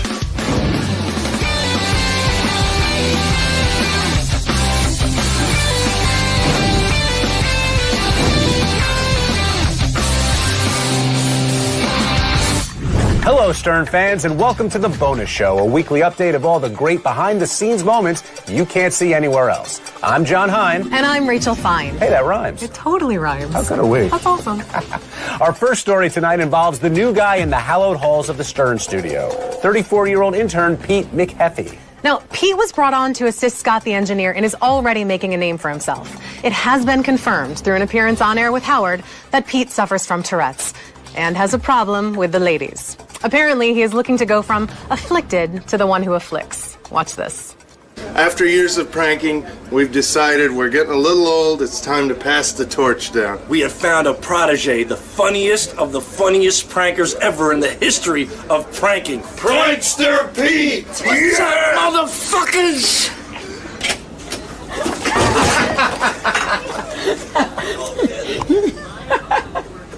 Your asshole, what are you? The fuck are you laughing at? Who told you to do that? I don't know what the fuck's going on. Who the fuck told you to do that? Fucking old dipshit. They told you to do that. And you did it. You gotta fucking pick it up, man. Grouchy, you might as well pass your bags now then, if you don't fucking pick it up. Kick his ass, Pete! He's getting beat! I ain't fucking cleaning it up, I'll tell you that right now. Ronnie, what'd you think of Pete's little prank? Dude, I was pissed. If I didn't piss, I would have pissed. If I didn't piss, I would have pissed in my pants. What the fuck's your problem, dude? You're on fucking fire today. Exactly. I mean, look at you. You can't stop. Yeah, I don't know. What's going on with you, man? And that, my friends, is how a prankster is born. Good for you, Pete. Yet another person on the staff to harass poor Ronnie. You know what? If you have Tourette's, this is the right place to be. And we can't have enough people harassing poor Ronnie. So true. And speaking of harassing poor Ronnie...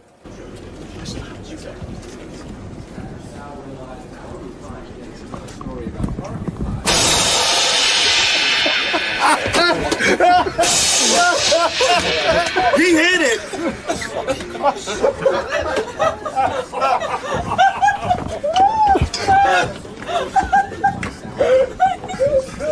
You all right, man? Fuck out of here. Get the fuck out of here. I'm sick of you motherfuckers. Fucking sick. Well, Rachel, unfortunately, our next story is no laughing matter. Rumor has it that longtime Stern staffer Benji is carrying the herpes disease. Benji wanted to set the record straight, so he invited our cameras to his doctor's office to reveal his herpes test results. Not only am I negative, from what I know, I'm one of the few men in America that are negative for both. Oh my goodness. Well, okay. Well, I mean, in a sense, isn't it like something like 80% of the adult population? Yeah, it's about 75 or so percent, over 70% of the adult population had, by the time you become an adult, you're positive. So over 70%. You can kiss a baby and give them HSV. That's why I don't kiss babies. Yeah, not kissing babies, probably a good practice across the board, Benj. Yeah. Rockers AC/DC visited the show this week, and longtime fans, Richard and Sal, attempted to pay tribute to the heavy metalers with a serenade, only to be shooed out of the studio by Howard. Here's what you missed. Gary, we're practicing for Name That Tune. Okay. We'll do a tribute. Ready? You ready? Guess Name That Tune. Just for AC/DC, ready? Yeah, Cock rock. You gotta look, Gary. You gotta watch. Ready? Go.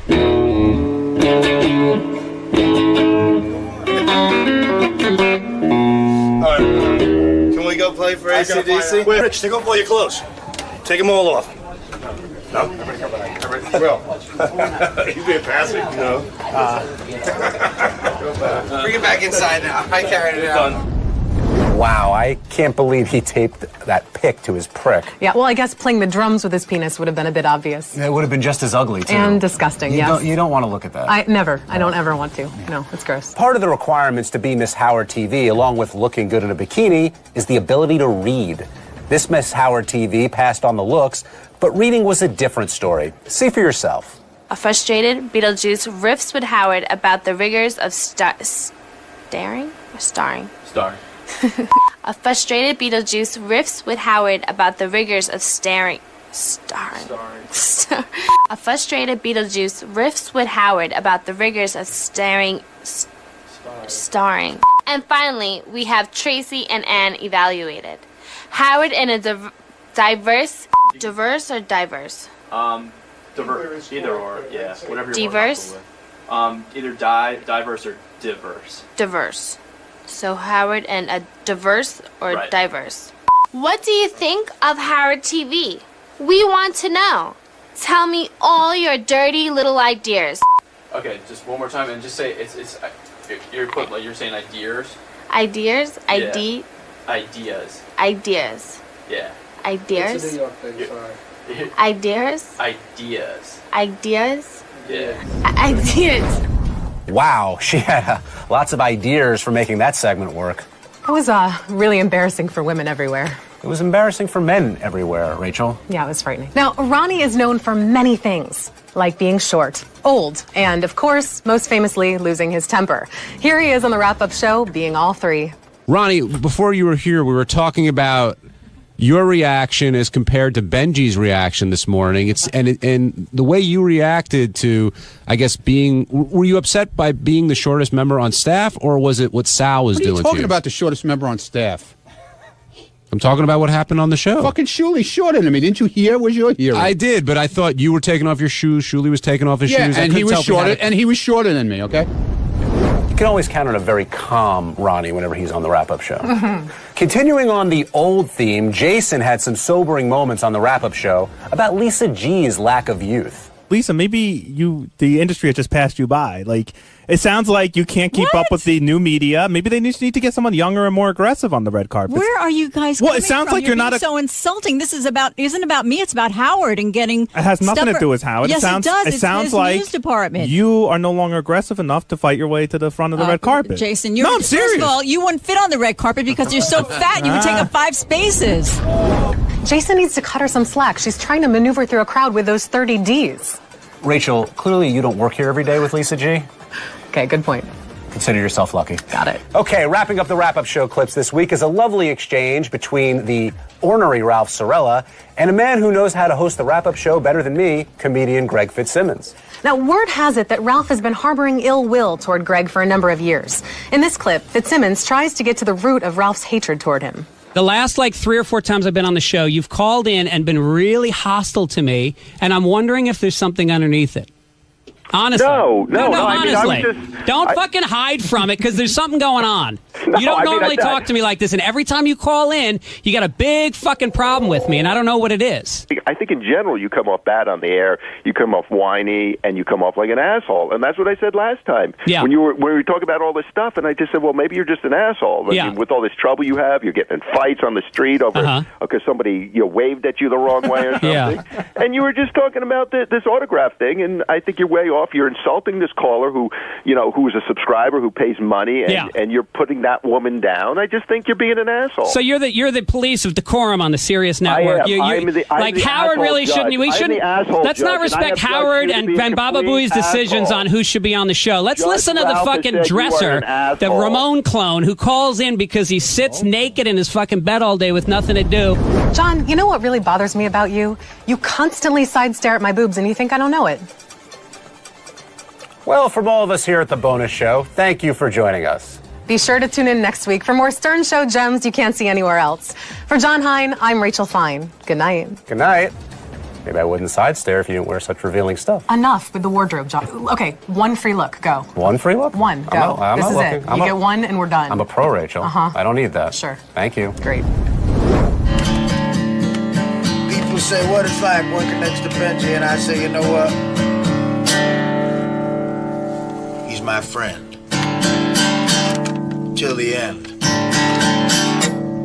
I don't care if he's late. I don't care if he can't get a date. And I don't care if next to Giuliani he wanted to masturbate. Because he's my friend. I like Benji. It's not popular around here, but I like Benji. He's my friend till the end. And I work next to him and a guy named Fred. And people say, what's it like? And I say, I love it. Because Benji looks like a fat version of John Lovitz.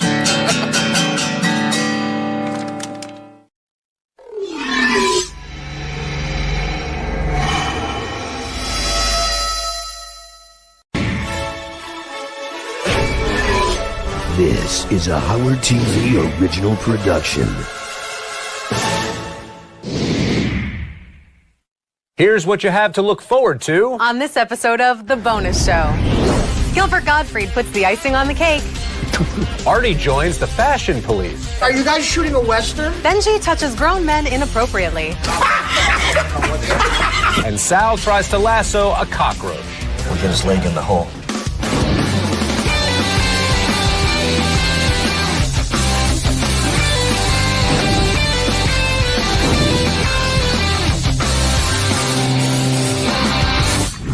Hello, Stern fans, and welcome to The Bonus Show, a weekly update of all the great behind-the-scenes moments you can't see anywhere else. I'm John Hein. And I'm Rachel Fine. Our first story involves frequent show guest Gilbert Gottfried. For those of you who saw the radio show a couple weeks ago, you will undoubtedly remember Gilbert's run-in with Lisa G. Well, we have some more footage of Gilbert's antics. Watch this. So how was your appearance today, Gilbert? It was...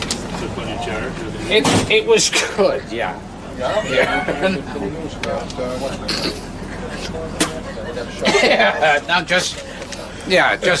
didn't want that one. I don't like the way it tastes. Wait a sec.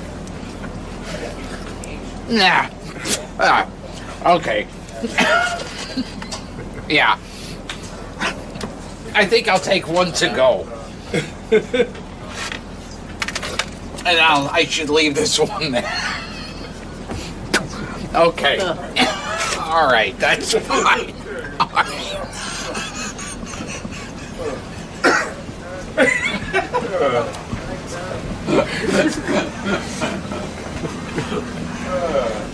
I'm lost. I'm lost. I actually am lost. That was not like part of a bit.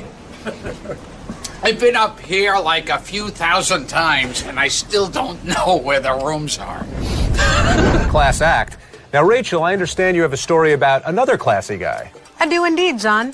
His name is Mr. Artie Lang, and in addition to being super funny, he's also apparently a fashion expert. Did the guys at Howard are you guys shooting a Western? Yes. Like, what is going on? See, this is Brokeback Mountain. This is if a you put us polo. together. Oh, it's Brokeback Mountain, all right. These guys are gay. But that's really ugly. At least mine's like fashionable. If you were wearing a shirt, if you were wearing a shirt of David Wright blowing a guy on the 69 Mets, it would be less gay. Why is this gay? Explain what is gay about it. You know what? Compared to your sneakers, that looks like something Steve McQueen would wear. This actually probably is something. What were you, in prison? Yeah, they took my laces away, so I don't hang myself. I think Artie's ready to cover some red carpet events and offer his fashion insights to celebs. That would definitely make things more interesting out there. Hey, what the fuck are you wearing? That's a horrible Artie impression. Just FYI. Sorry. As if you aren't getting enough John Hein right now. Let's show you a few highlights from his wrap-up show. Jason, you had a good time with the mashed potato bar. Oh, my God. First of all, I love mashed potatoes. And I walk in, and I'm wasting time at the cheese and cracker table. And I turn around, and I see this mashed potato thing. My heart almost stopped. I was like, this is the greatest thing ever. I know I already explained it on the air, but real quick again. You get like a giant goblet, and the guy just puts as many scoops of mashed potatoes as you want in there. You had mashed potatoes or sweet potatoes with marshmallows. I chose the mash. And then they had these ladles that were so big, but just big enough to fit inside the top of the cup, and gravy and sour cream and Cheese Whiz and bacon and scallions, and then I just mushed it all up into a soup. I could drank it. It was delicious. I heard, is this true? Somebody came up to Jason's table at the cocktail hour. They thought it was a buffet station. That's very funny. If Jason's mashed potatoes obsession didn't interest you, maybe this dig he made about the lovely Robin Quivers not having an original thought will. Robin said today she contemplated suicide also? Yes. She's always, as soon as somebody else says something, she's right there to... Well, she told us... I know, I can't wait till the Robin Cupcake comes out. Yeah. Well, Robin's always done everything after the fact. You're saying Robin's only bringing this stuff up because somebody else says it? I'm just saying, and I love Robin, but she has a... Was that your Sal disclaimer there? I do love Robin, but she does have the tendency to know everything or agree with something immediately after somebody said it. Oh, I was just about to say that. Oh, I was thinking that 20 years ago, but I never said it out loud. It's always right after somebody else says it. I would just like her to be in front of a story for once, I guess. I don't know that I agree with that completely, but the one place where that did show up a lot that was really funny, Robin stopped doing it after we pointed it out, was for like 6 months in a row on the Mike Walker game, where she had the wrong answer, and then somebody would say the right answer. She goes, "That's what I was going to say." So it's either Julia Roberts or Blake Lively, and I would like to announce that the winners are Howie and Greg. Look at us, pal. There we go, together. Together we can do anything. I don't believe the Blake Lively story where she got up and danced, because I believe that part of it, but I don't believe the part where... The gift basket? The gift basket and the apology. That was going to be my other pick. Robin has tons of original thoughts. Lay off her, all right? Girl power. All right, wrapping up the wrap-up show clips, here are the guys talking to a caller who is determined to find out Howard's cultural DNA. Hey, guys. Howard said this a few times, and it sort of annoys me. Fred is there, and to build on the Kurt Waldheim theme, he's mentioned sending his bar mitzvah tape to the grandfather in Florida, and that his other grandfather was listening very closely. To me, that sounds like two Jewish grandfathers. How exactly is Howard half Jewish? Fred, that's a good question. Well, you know what? You'd have to ask Howard because you have to take him at his word. But what rationale could he have for being half anything? If You're going to have to call back tomorrow and try and get through Will. Maybe both parents are a quarter Jewish. Oh, so it adds up. It might. You'd still be full Jewish, Benji. Now, which half of Howard is Jewish?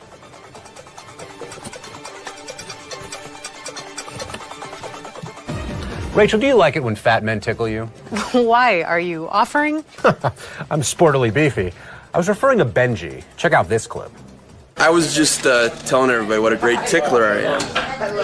I'm very ticklish myself sometimes.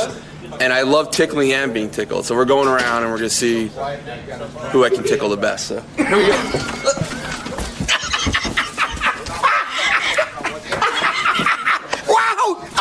Yaki! He is good at it. Oh, that was so fruity. That was the gayest thing. Who hasn't wanted to hold an enormous comedian in their hands and elicit laughter? And took a look back at some of her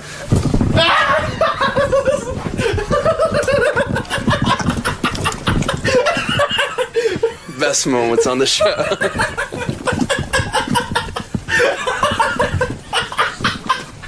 This is a big challenge. Don't even think about it. This is the biggest challenge ever. Don't even think about it. This is the biggest challenge ever. Look at it. He was laughing. He's laughing. He can't resist.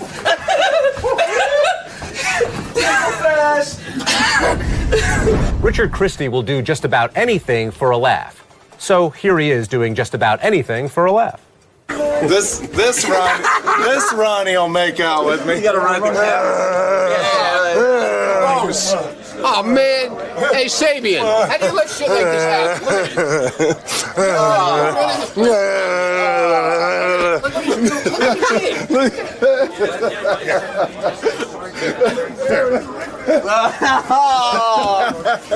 Whoa! It's your ally.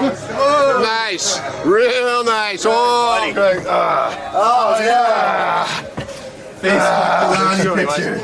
Face. This next clip is gross and mean, and I don't like it. It's because you're a chick and your disdain proves that this clip is indeed a gem. Here's what happens when you put a piece of string, Sal, and a cockroach in the same room. It's prank time. We found a roach and put it under this cup. So what JD is going to do is he's going to hold this string. I'm going to stick the roach onto the string, and then we're going to fuck with people. Ooh, it's nasty. Ugh. Okay. Oh, you! His leg came off. Okay. See, it's moving too fast. Oh wait, I know what to do. We got to flip him on his back. Yeah. Okay. There you go. Okay. Good. Stop moving. Okay, so here we go. You know what I mean? And there's tuxedos, and there's food, and there's flowers, and there's people. And that's making them crazy too, I'm sure. Did you meet them? There you go. Have you met them?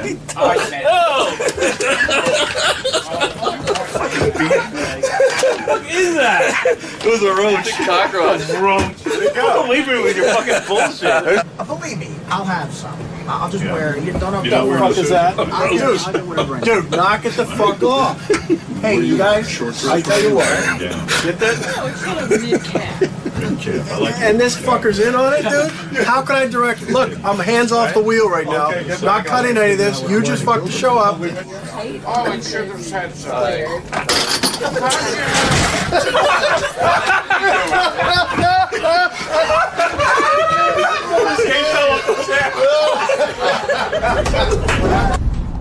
I'm calling PETA. Will they get rid of Sal? Maybe. That'd be great. And for all of us here at The Bonus Show, thanks for watching. For Rachel Fine, I'm John Hein, and we'll see you next week.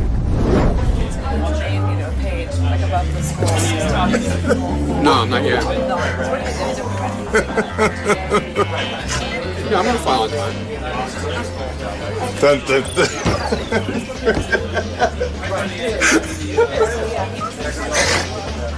Ronnie loves it. Let's take a couple of calls for Richard. Christy.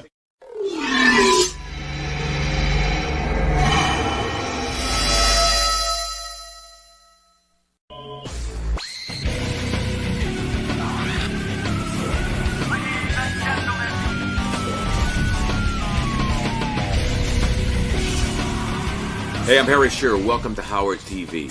Why am I here? Why is anybody here? I got a product to flog, and Howard's got the key to the marketplace.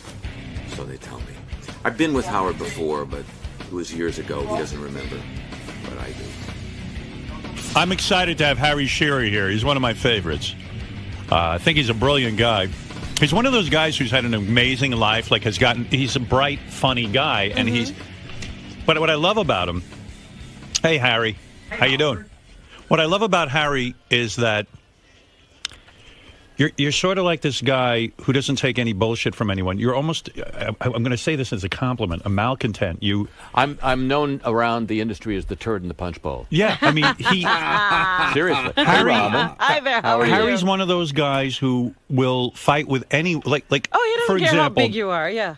Like on The Simpsons. Yeah. You do 6 of the voices. Am I still on The Simpsons? You are still on The Simpsons. Man. But that's good. I got to answer my calls. But the thing is with The Simpsons, it's almost like you're angry with The Simpsons. At the same point that he does, I would say, about 6 voices on The Simpsons. Try 16, babe. 16? Wow. Yeah, and I babed you when I said that. Thank you. Yeah. You do 16 voices on The Simpsons. At least. See, that's the only thing I've learned from Bob Dylan is give a different answer every time I'm asked that question. Right. But, I mean, it's an amazing amount of voices. And it's not like you do the same voice. It's you have complete unique voices. I don't watch The Simpsons. I'm probably the only guy on the planet doesn't. You don't either. You've never seen an episode. Well, I've heard it's on. Right. You really don't watch it. I don't watch it right now. But I don't watch any television. What's amazing about you is that despite the fact you do 16 voices, and somebody said to me that you get now, I forget what the price was, $400,000 an episode. Whatever I get. That you're a multimillionaire from The Simpsons. I got enough money to buy out Mr. Skin. Yeah, and you nevertheless criticize The Simpsons. You say the last 3 years of scripts are horrible. Well, and even the people from The Simpsons are like, hey, fuck you. We pay you a lot of money. You're on the show. Yeah. Go complain about everything in the world. Nobody else is noticing, Harry. Shut up. Right. They're angry. But you won't shut up. You will say, I'm not satisfied. Listen, you want the actual fact of what happened there? Yes. How much of this can I tell you? We had a really rancorous negotiation. Right. Now, you at the time when you first signed with The Simpsons, I guess you were part of the Tracy... No. I came in to do The Simpsons. Had nothing to do with the Tracy Ullman Show. Did you audition for The Simpsons? No. Are you way. Kidding me? People know you. I mean, Matt knew me from my radio show. Right. So they brought you in to do a bunch of the voices. They twisted my arm. They kept calling and saying, we need you, we need you, we need you. And you didn't care if you did a cartoon or not. You had no idea you would be this successful. I thought it was Fox. Do you remember Fox? It was nothing. It was a coat hanger you needed to receive the UHF station. So when you first signed for this new cartoon for Fox... You know, they said to you, we'll pay you, I don't know, what you originally earned an episode. What are you looking at? Notes of what you earned here. Harry earned $30,000 an episode on The Simpsons from 1989 to 1998. That's not true. I don't think. It wasn't even that much. I think it wasn't even that much. Right. When we started, God, no. Because you were like, whatever it is, I'll do these guys a favor. Yeah. But I guess you signed a contract and stuff. And, 7 years. And the show became huge. Yeah, immediately. It was the #1 show on Fox before American Idol. And it's still strong in the marketing and everything. Yeah. And you finally said, wait a second, I need to participate in this. I'm doing 16 voices. I'm looking at the guys from Friends. Right. You know, and I'm looking at Paul Reiser. Do you remember Paul Reiser got $1 million an episode for year 7 of Mad About You? That's right. And, of course, that was the last season of Mad About You. That's right. Yeah. He bankrupted them. That's right. Well, whatever he did, it was just, enough. And you said, okay, I know we're a cartoon, but I'm part of the success of this. Yeah. And rightly so. I mean, the voice is a key thing. Well, what are the voices you do? Is that insulting to ask you to do something? No. It's insulting to ask me to do it. Is it? No. Who's a character that you do? Well, I do C. Montgomery Burns. Right. I do, what's his name? Smithers. Smithers. What's his name? It's early in the morning. Yeah. I do Principal Skinner. I do Reverend Lovejoy. I do Kent Brockman. Yes. And Eduardo, school bus driver. Oh, okay. Oh, that's just a little.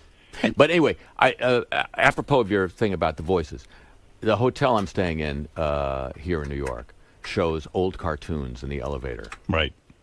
And I was watching a Tom and Jerry going up to my floor the other day, and I realized Tom and Jerry, I don't know anything about Tom and Jerry. Right. If I told you Tom and Jerry, tell me about Tom and Jerry. Well, the mouse chases the cat. That's all you know. That's it. You know why? Why? They don't talk. Right. They got no voices. That's right. Beautifully drawn, funny cartoons. Right. No voices. End of story. Pay me the money. They don't have. It's right. It's simple though. If you made a cartoon, you wouldn't have any voices. That's right.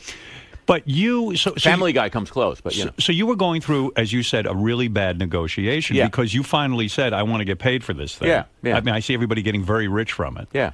And so did you rally the whole cast? Did you tried? And they wouldn't go along with you? None of them. Oh my! That's why I'm the turd in the punch bowl. Is that true? Yeah. No one else. Everyone was like, "Hey, we're satisfied. We're just doing a dopey cartoon voice. Hey, we'll just shave the wool off our backs. We're fine." Right. Nice sheep. Yeah. So you were just like, so you were the turd in the punch bowl, as you put it, and you started to complain.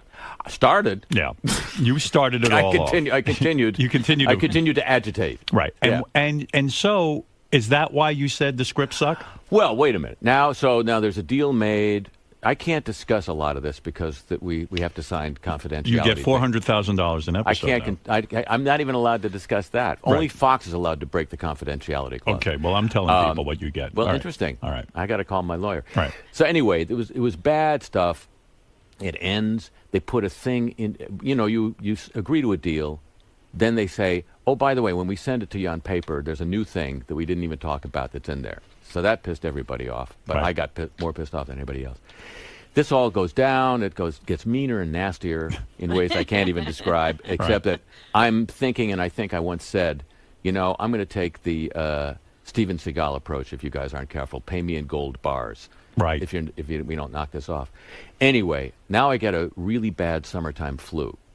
So I'm angry and I'm sick. And this guy from a fan site who I'd done an email interview with a couple years earlier writes me a new email, says, "Hey, season 4 is coming out. Can you just send me a couple more answers?" Okay, I'm in bed. I got my laptop. I'm really sick and angry. He says, "Do you ever watch season 4? And I just say, "No, I don't," because it makes me sad. And then I go on. Now, this is a semi-private, I think, conversation, which ends up in the Rupert Murdoch-owned New York Post. Gee, he owns Fox, too. I wonder what's going on there. Aye. And that's what happens. I'm made to write a humiliating apology. Oh, God. To the cast and crew of the show. Oh, no. Serious. So you don't party or hang out with anybody else from The Simpsons? You don't care. Party with The Simpsons, yeah, right. You guys don't get together and have a whole big no. party. We don't get into the hot tub and hang. When you record this show, The Simpsons, do you all sit in a room together and record together? Classically, we do, yeah. Yeah, so that's kind of fun. Are they nice people, at least? I mean, they're okay. You're not that choked up with the whole thing. It's just a great money-making opportunity. I haven't sent a lot of cards. Yeah, right. So you amaze me because you've had an amazing life, and I say the only reason that you can be this turd in the punch bowl is because you have so much talent. Because you get in fights with everyone that you ever work for. I'm thinking back to Saturday Night Live. Well, not everyone. That's 2. That's only 2. Yeah. All right, but Saturday Night Live, classic example. You get hired to be one of the main players on Saturday Night Live. Yeah. Right. Yeah. And you hate it. They treat you horribly. Yeah. Terrible. I don't hate it until they treat me horribly. Then I hate it. Then you go into the movie Spinal Tap. Yes. The movie's a huge success. Everyone loves you. Right. The thing's hysterical. Yeah. Everyone realizes, wow, Harry's the funniest. And then you go on as a guest on Saturday Night Live. Yes. And you have a great time. You go, you know what? Saturday Night Live isn't so bad. I must have been crazy. This is fun. Well, they changed a few things in the meantime. Right. But they treated you great when you were a guest. Yeah. So you agree to then become, again, a cast member on Saturday Night Live. You go back within days. I hate it again. You hate it again. It's horrible. Yeah. You hate it because, as a guest, they were treating you fantastically. I didn't think, oh, they treat me nice because I'm a guest. I didn't, you didn't put that together. I'm a smart guy. That's how stupid I was. Why was Saturday Night Live so horrible in your life? 4 words: Lorne Michaels, Dick Ebersol. Those 2 guys. Yeah. Lorne Michaels. Yeah. No respect for him? Me? Yeah. You know, I have respect for one thing that he did. Figured out a way to have a show on network television with no competition on either of the other networks. Right. Why is there no competition for Saturday Night Live? I think it has to do with, like, stations make more money showing old crap on their own than they could with a network show. I mean, but NBC has made a huge profit with Saturday Night Live. But, you know, they had control of the time. It was the old Weekend Tonight Show. Right. It was the old reruns of Johnny. That's right. And so they had the time already. You can't get the time back from a CBS station if you held a gun to their head. And I would think it would be the perfect place for, I'll call you a genius like you. You can write. You're funny. I tried to sell characters. I tried to sell an 11:30 Sunday night show one time. Good luck with that. Good luck with that. What happened when you went on Saturday Night Live? Who was the first season you went on? Who were the fellow cast members? Everybody in the original cast, but Belushi and Aykroyd. So it was Billy, Gilda, Garrett Morris, Lorraine Newman, and me. Amazing time. Yeah. I mean, what an exciting, creative time, and yet it was horrible. What a lot of coke. Was there a lot of coke? Did you do it? I didn't. You didn't do drugs ever? I didn't say that. Oh, but you didn't do any coke there. Coke just never did anything for me, fortunately. So Chevy Chase had left the show. Chevy left after year one. Right, and Bill Murray now was part of it. And John and Danny had just left. Did you become good friends with all those guys? Or were you, again, the turd in the punch bowl? Well, I was the new guy, and they had, been through the mill for 4 years, so... They were all close. And, the moment when I realized, uh-oh, I'm in the shitter here, was when I went to a Knicks game with Billy. Oh, sorry, I didn't mean to do that. And I went to a Knicks game with Billy, and I said, this is weird. I got this job as being part of the company, and I don't feel like I'm really part of it. And he said... Yeah, well, it's interesting because Lauren told us he hired you as a writer. Oh. And we've just been looking at you for the first 3 weeks saying, why is this guy writing all these sketches for himself? Wow. So it was just set up. Like, So that's when you first got mad at Lorne Michaels because he set you up? The goddamn bitch set me up. He did. Did he hire you as a writer? No, he hired you to be a performer. But why wouldn't he tell them that? Because he was working the angles? Working the angles. Didn't want to upset the rest of the cast? Let me just, I'll tell you the very first thing he said to me, even before I started the show, and this put me on my guard. We're meeting in the Winter Garden Theater. He's producing Gilda Live, and he's hired me already, so I'm having my first meeting with him. And he says to me,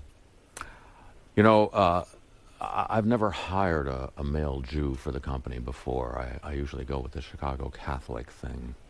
Good Lord. Christ, man. I wanted out of there right then. You just wanted, let me out of this. Yeah. I'm gone. What the heck is That's that the biggest asshole type statement I've ever heard. How about that? Yeah. That's what you are to him, the Jew. Yeah. The other Jew. The other Jew, right. By the way. Yeah. Yeah. Wowee. Yeah. Jeez. Speaking of which, I saw the Blu-ray of Schindler's List. Way too many ass hairs. Oh, really? Way too You many. freeze frame and you saw Every single one. Don't you think Mr. Skin should put nude scenes from Schindler's List? The website. Now, listen, your parents. All the nudity. Your in every parents went through film. the Holocaust. They lost their escaped. family. Yes, they that's escaped, right. but their Yeah. whole families were That's wiped right. out. You're That's the right. Jewiest Jew on the planet. That gives Well, yeah. you have a Star of David on today on your back. That's right. Don't you think, Mr. Skin, since it's a nude website with legitimate films that feature nudity, it should have the nudes from Schindler's List? It opens the door to him being a hypocrite if he doesn't. Exactly. That's what you're saying, right? I hope you advise him of that. Well, I'll give him a buzz after the show. I mean, you had so many family in the Holocaust that literally those ass hairs could be your grandparents in that film. Isn't that true? Correct, sir. All right. That's correct. So without casting any aspersions. No aspersions. aspersions. So you have an amazing life. I'm very lucky. Wait a second. Seriously. You were a child actor. Yeah. You were. Well, I don't know how What old was you he were. in? Listen to this. Harry Shearer, and I'll get to the new album. Harry's here for a reason, but I'll Yeah, get to it. not Don't to worry. go I through won't. all this. To go through all this, you need to get a plug. He has a new album out called Greed and Fear, it's Okay. available on iTunes, and I'll tell you what that's all about. But when you were a kid growing up, Yes. I don't know how your parents got into this. In fact, I kind of think like maybe your childhood was sad. Your father and mother survived the Holocaust, Yeah. and all their family was wiped Yeah, out. yeah. And I would imagine they put a lot of fear into you and a lot of sort of horror stories into you. I'm projecting here, but I imagine. You are a little bit. I mean, let's put it this way. I never wanted to go see the Shoah when it showed in theaters because I figured that's for the civilians. But when your parents would talk about their lives, didn't you get very sad and take in their sadness? No. That's only you, Howard. No, I'll tell you why. Because as Europeans, they didn't talk about it a lot. They kept it all shut off. It was a little secret place that they had. So that was another kind of the thing. But was your father a sad man? Wasn't he? What did he do in the old country? He was trained as an opera singer. An opera singer, a famous opera singer. Yeah. And he came to this country, and ran a gas station. He ran a gas station. Yeah. Wasn't he always filled with bitterness that if the Holocaust hadn't happened, he would have been this opera singer? Well, he died when I was 12, so I didn't have a chance to talk to him in a lot of depth about it. But I didn't get that from him. I got that he felt, lucky to be alive and lucky to have found my mom. They met each other when they were cooling their heels in Havana, waiting for for 3 years for their visas to be changed so they could come back to the States. So I think I didn't get bitterness from him. Did your mom remarry? I got bitterness from me. Yeah, much later. Did you hate your stepfather? Yeah. You did? You did? Sure. Yeah, sure. because you hate everybody. I don't hate everybody. He had no chance. It's a real honor if Harry Probably Shearer was a likes nice you. guy. Well, Yeah. it should be special. It's in other words, if you go to work for someone, even as big a break as we would all think Saturday Night Live would have been for you with Lorne Michaels, if you see bullshit going down, you will call people out on that. It's tough for me to put up with a lot of bullshit, yeah. But let's get back to your lucky life. Okay. Who introduced you to being a child actor? Was this important to your father? My piano teacher. Your piano teacher. And your parents must have been excited by this. Your father was a showbiz guy. Well, he'd been around sort of the serious side of music, but they just knew that I was like crazy for this stuff, You were in movies with Abbott and Costello. A movie. What movie was it? Abbott and Costello Go to Mars. Abbott and Costello. I mean, to work with Abbott and Costello. How old were you? I was 7. And what did you play? I played a boy. You played boy. I played boy. Not to be confused with Boy from Tarzan. That's but correct. Abbott and Costello's boy. Go to Mars boy. And when you worked with Abbott and Costello, did you have a lot of FaceTime with them? I did one scene. Abbott was not there, so I worked with Costello. Right. It's the first scene in the movie to save everybody the trouble. Yeah. So you just watch that first scene. You've done the job. Who can forget that first scene? That first scene, which sets it all up. You'd stay. What was the setup? How did Abbott and Costello end up in a rocket ship going to Mars? And ending up in New Orleans, of all places. Right. Is that where the rocket ship landed? I think so. And they thought they were in Mars. Yeah. Good movie. Yeah. I like it. Why don't they ever remake those? Because who would be Abbott? Who would be Costello? Costello is like flying a plane with me. Costello's the fat guy, the right? Fat guy. Yeah, right. Go ahead. Costello's the fat guy. This is so sad. Explain to people what's going on. 100 years from now, Costello was the guy with the suit. Anyway, and he's flying a plane. We're talking about rocket ships, and I have one line, except I keep saying it over and over again, so it's a different reading every time I say it. But how does a rocket ship? What makes a rocket ship go? Do you ever watch that movie to see yourself as a little boy? I don't watch any of my stuff. You don't? You wouldn't just be curious to see what you were like as a little boy? No, I know what I was like as a little boy. It's not fun to watch. No, I mean, here's the thing. I never really. I'm one of the, I guess, the rare grown-ups that doesn't look back and think, God, my childhood. I had a fine childhood. So but nobody pushed you into it. No. But How did you get in? I always, my piano teacher became a children's agent. Oh. I helped to force her out of piano teaching. And you were never molested by your piano teacher or your? No, my Spanish teacher tried, but couldn't get anything off couldn't you. Get. You never put out. Base. Couldn't get to first base with me. Is that right? Yeah. What an honor. No teacher ever wanted me. So you do this child acting. The other movie that you were in, I should say. The Robe. Well, you were with Jack Benny.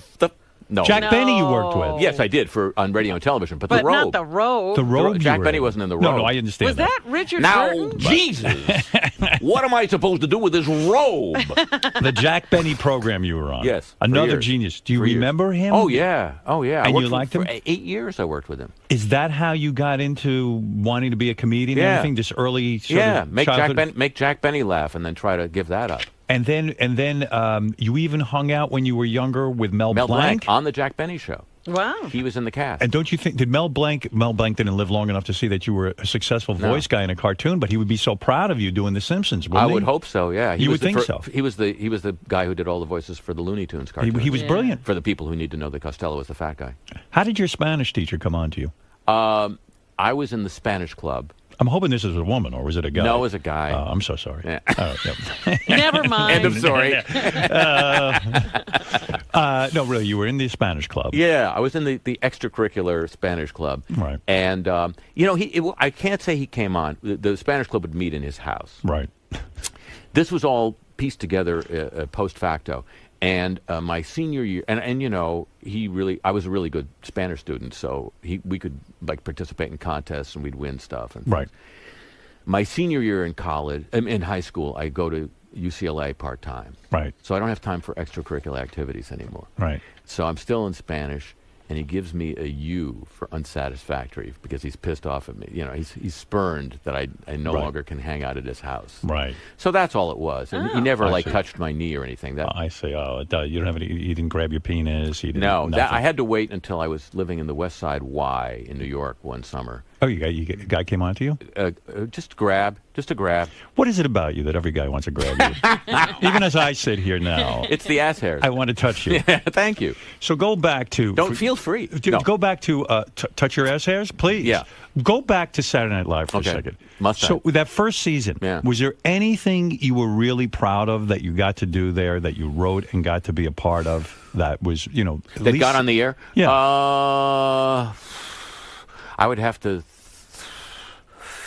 probably a couple things. Yeah. Oh, yeah, I'll tell you one. Okay. I'll tell you one. It was the show that Rodney Dangerfield hosted. And at the time, I'm sure you remember, the South African government was selling these gold coins called Krugerrands. Yes. And I got really pissed off at that whole campaign, at that whole idea. And I did one which was supposed to be... we're on Sirius, I can say this. Which was supposed to be... revealing of what the real South African government was, and the coin was called the Niggerrand. Right. I remember that. Thank you. Yeah, right. And I remember Rodney coming up to me 10 seconds before I'm about to go on the air live with this bit to say, "You're not going to do that on the air, are you, kid?" And you did it. I did it. And people understood it. They just they got a few angry letters. You couldn't do that. I'm amazed that I can say it on Sirius now, but I mean... You couldn't do that now on Saturday Night Live. Anywhere. Isn't that weird? Yeah. Well, and you know who I blame? Mark Furman. Oh, yeah, right. Mark Furman. That's right. Made it the N-word. The OJ trial, yeah. He ruined the N-word for white comedians. He did indeed. So you... He ruined Michael Richards' career. That's right. He did. Yeah. I always picture you as best friends with Steve Martin and... oh, I wish. Yeah, that would make your day. That would make my day. Do you have close Hollywood showbiz friends? Christopher Guest, Michael McKeon, the guys the guys from Spinal Tap. Yeah. Right. Them you're still in touch with. Oh, yeah. We get together a lot, play music together, So you go out, did Saturday Night Live fire you? Or no. You left? No. The end of that year was the end of Lorne's 5-year deal. Okay. He left. Gene Domanian comes in. I go to Jean, I say, look, she'd been around, and I told her how unhappy I was. I say, look, I have, I'm not going to be looking over your shoulder saying, oh, how great Lorne was, how bad Gene is. Just do me a favor. I'll come back, but bring some people in who know what they're doing, because you're not going to be given the slack that Lorne was his first year, and you're going to get killed. Bring Chris in. Bring somebody in that, bring good people in. She said to me these words, I don't think I want people who know what they're doing. What a strategy. Yeah. I want people who don't know what they're doing. Yeah. Let's fuck up. How about that? Wow. And she got it. So you left. I left because of that, yeah. Right. Until you go off, and then you go, you're of course always creative. You make Spinal Tap. Yeah. That's huge. They invite you back as a guest. It was great. You had all the Spinal Tap guys there with you. The thing was creative. And you get sucked in again. Yeah. They say, who says it to you? Dick Gene Ebersol. Or Dick Ebersol. Yeah. Oh, then he's running things. Yeah. And we know how great he is. He was just busy bad-mouthing Conan as soon as... Comedy Genius. Yeah, bad-mouthing Conan. That's right. Yeah. And so... Well, he was trying to help Conan. He was trying to give him comedy advice. Of course, if he had only been given the opportunity. Listen to Dick. If only Conan would listen to Dick Ebersol, everything would have been better. Yeah. How funny was the Winter Olympics? That's Dick. Isn't it amazing that Dick knows? I mean, Conan had been working for years and years and years without Dick's help. Yeah. So when Dick Ebersol hired you, you said, hey, okay, it's not Lorne Michaels. Hey, they treated us so good. Yeah. It's got to be different. It's got to be great. Yeah. You show up for work. Who's part of that cast? Christopher, Billy Crystal, Jim Belushi, Marty Short. That was a good Pamela year. Stevenson, Julia Louis-Dreyfus. Fabulous cast. Yeah. Well, a couple exceptions. But... Well, okay. I don't have to. Tell us who the exceptions are. Oh, you figure it out. Who were the exceptions? Be honest. Come on. You've never been afraid. Yeah. Who was bad on that show? Billy was an interesting You think Billy Crystal was bad on it? Never trust anybody in show business whose 8x10 glossy poses. They put their hands up by their face? Yeah. All right. So you didn't get along with Billy Crystal? No. No. Well, I had his footprints on my back, let me say that. Did you fight with him? Yeah. Why? Because he's a fairly ruthless guy. Is he? Yeah. See, I don't know. That's what I mean about that you do that sweet pose. Right. You're covering something. It seems like there's a lot of people in showbiz. Like I hear Ellen DeGeneres. No, all jokes aside, is not a nice person off the air, but she's lovely on the air. Lovely, and nice. Only see her on the air. Yeah. Well, I don't know. I don't know. I didn't know that about Billy Crystal. What would he do to you? Would he sabotage you? Well, it was just, Billy took the competition very seriously. And in fairness, there were way too many, it was too large a cast. Mm-hmm. Right. So it was really rough to get airtime. And Billy, there was one sketch in particular where everybody had really said, this is such a tasteless piece of shit. I don't want to do it. It was written for me. I said that. Chris said it. It went through the whole thing. Billy said, I'll do it. More airtime. Yeah, exactly. Yeah. Do you remember what it was? What was it? It was about, I do remember. It was a rabbi who was a counselor. A guy went to his rabbi for counseling and about his problems with his wife. And the only thing the rabbi ever said was, well, kill her. It was just a stupid sketch, Like, I'll do that. I'll do that. Yeah, right. Yeah, right. Billy Whatever. Billy the Jew would do that. Let's do a clown Holocaust movie. Why not? Let's follow it up. Make a whole character out of it. So you are in that cast. Mm-hmm. And what goes wrong this time? Why was it bad the second time? We did the first show. We did men's synchronized swimming, and Dick never stopped saying, "Do you know how much that cost?" And I would say, "Well, I didn't produce it. Don't blame me." Right. They only have shown it like 4 million times and amortized it, 4 weeks into it. Yeah, I mean, sometimes things cost money to look good. You have to make them look good. The water, way. We had to water a pool, a whole pool, fill a pool with water. How much did that thing cost? I don't know. Right. Water isn't free, Howard. You know that. And then he said, we know that you're the political guy. We're really going to look to you for the political stuff. And I think 3 weeks out of 7, I was standing around in Ronald Reagan makeup for the whole show, never getting on the air. And the makeup is, like a little heavy. It's humiliating. A bit humiliating. You're wrong. That was my main feeling coming into the ground floor of that building every week was fucking humiliation. Really? Uh-huh. Me too. I mean, I worked at NBC. Yeah. And I've never been more humiliated in my life. I never felt more degraded, more like human scum. Yeah. Marty used to say, I don't know, I walk into that building, I don't feel funny. What is it about that building? It made everyone humorless. Yeah. And it's, as a kid, I always yearned growing up in L.A. I thought that building was like the heart of what was wonderful about broadcasting, and I get into it, and it's like... Me too. And from the day I walked in, I said, they're just wiping the spirit out of me. Mm-hmm. Whatever it is that makes me happy is gone. Yeah.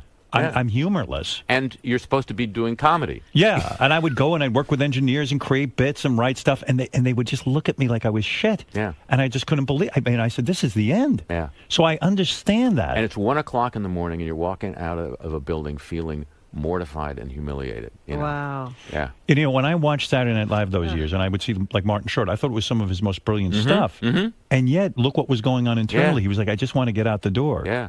Yeah. And who knows, he might have stayed with the show longer if he'd had a better feeling. I think all of us would have. Is the problem that the building is just too corporate, that it just doesn't feel like a fun house? I don't know. I mean, when I first went there, I read a book about your show of shows, which was a 90-minute live comedy show on Saturday night from Studio 8H. Sound familiar? Yeah. Yes. With Sid Caesar and Carl Reiner and all these great people. And I read the book to see, okay, I remember very distantly it being funny and thinking, all right, I'll, and it was different. It was different. They wrote the stuff on Monday, and then they just committed to doing the show for the rest of the week. Let's make the best show of this script we can. Right. As opposed to this fantasy of, let's stay up like we're in a college dorm and not write until Wednesday, and then we won't ever under pressure, we're really going to... Yeah. Like a formula. Yeah. Yeah, and I just think it was the wrong way to do it, and nobody ever came in and said, let's do this a professional way. So people would burn out. Yeah. And also maybe it was a different kind of pressure. I think when they did the show of shows, it wasn't the same ratings pressure. I guess when you're on Saturday Night Live... There's no ratings pressure on Saturday Night Live. The competition is old movies on Channel 2. That's true. The only pressure is to make sure that Budweiser gets a plug. So you left after a year there? Half a year. Half a year. January 13th. Was Billy Crystal so upset when you left? Yeah, I think he cried. Were you one of those I think guys? He did this. Were you again the turd in the punch bowl? Like, was he like one of those guys who just said, "Oh, I'm so glad Harry's out of here. He's a negative energy. We don't want him around." They airbrushed me out of the cast photo on the 8th floor. That's all I know. No kidding. Yeah. After a half a year, you leave. You went into Dick Ebersol's office and said, "I can't take it." We had a meeting at 1:44 in the morning, and Dick said, "This isn't. I don't think this is working out." And I said, "You're so right. Just pay me what you owe me, and I'll be delighted to leave." And they did. Yeah. And the great thing was that they had made this beautiful, really elaborate, first they'd ever done a kind of 3D animated opening, and they couldn't afford to take me out of the opening. You were in for the rest of the season. For the whole season, my face is on the opening. What amazes me about you, I look at the career of like Jay Leno. Jay Leno holds on to that show. He holds on to that relationship with NBC, no matter how they humiliate him. Yeah. You talk about humiliation. You can't be any more humiliated that after 17 years they fire you. Yeah. They put on Conan. They fire you from the 10 o'clock show, and he still sucks their corporate dick like it's like the greatest thing in his life. Yeah. Well, it is. Yeah, it's the greatest thing in his life. Yeah.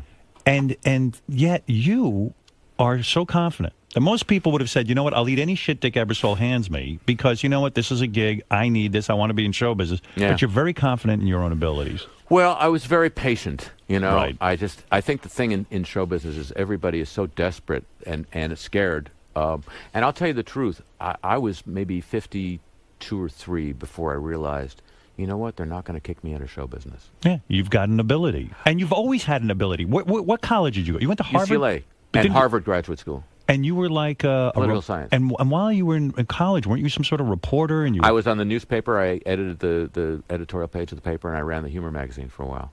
Yeah. Yeah, I mean, you've never had a problem getting work. But even for me, 53 before you realize they're not going to kick me out of show business. There's that thing in the back of everybody's mind. Right. Yeah, but there's listen going to be to the this. knock on the door. And Thank that's you. it. But here's Yeah. why Harry's talented. After graduating from college, Harry covered the Watts riots as a freelance writer for Newsweek. Not many guys get out of college and write for Newsweek. Yeah. He also taught English throughout the Compton School District. And even there, you didn't get along with people, did you?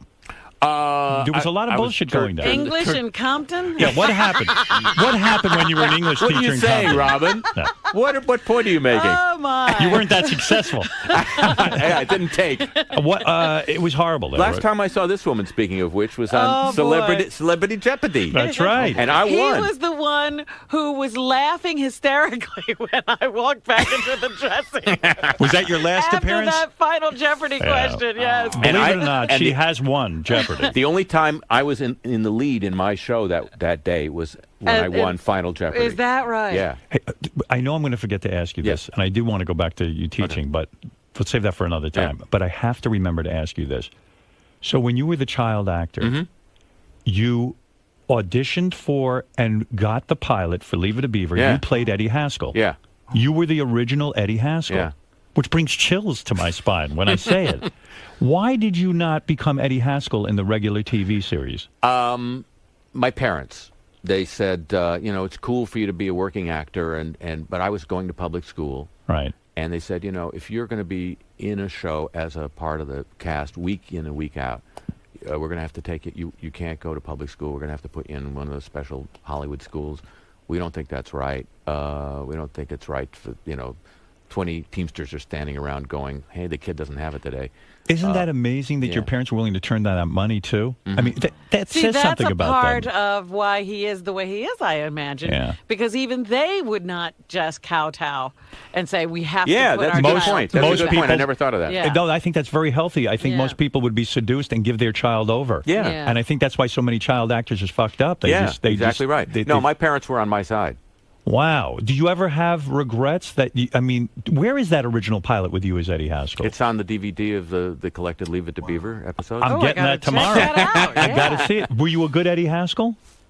They offered you the part. They offered me the part. The only time I've ever seen it, I was on with Dave one time, and he showed like a little clip of that, and I saw it out of the corner of my eye. Did it flip you out? It did. It did. I mean, you had a whole take on Eddie Well, I Haskell. had- How old were you at that time? I must have been about 10. The only thing I could think of was that was pre-orthodonture me. Wow. My teeth were out to here. A funny looking Eddie Haskell. Yeah, the tusks. And so, I mean, I don't know. In some way, I imagine I'd be like, oh wow, I could have been Eddie Haskell. I could have had, I could have. But look what happened to him. Yeah, it would have been horrible. He's a sheriff somewhere. Yeah, but it would have been horrible. Killed in really. Vietnam, working at a 7-Eleven, whatever. Those it might have even killed who you are today. Yes. Have you ever met the guy who plays Eddie Haskell? No. That would be fascinating. Does I've he never realize, met anybody from that show. Does he realize he was second choice? I don't know. I can't look into his mind, Howard. And what was the episode about when you were in Leave It to Beaver? Do you even remember it? Boy, I would be totally but the rest fixated of the on it. cast was exactly the same. I think it was the same people. The only show that I really remember the plot of was I was on a Jack Benny show, and it was CBS was late to go to color television. Right. Because they thought it wouldn't happen. Well, no. The system that was adopted was invented by NBC. So they go, fuck you. Okay, put on your own color shows. Right. You sell color sets. It was like that. That was what it is. So now they finally decide, okay, this color thing is happening. It's sticking. Right. It's sticking. So they force everybody to go to color. So it was the first Jack Benny show in color. So the writers write an episode that's got a lot of color in it. Jack takes the Beverly Hills Beavers to the circus. Right. Okay, so the lights are incredibly hot. We're at the circus, and of course, when the show goes into syndication, everything, because so many of the shows are in black and white, they just transfer everything in black and white. So they go to all that trouble, and the show ends up, now you're looking at black and white balloons for the rest of eternity.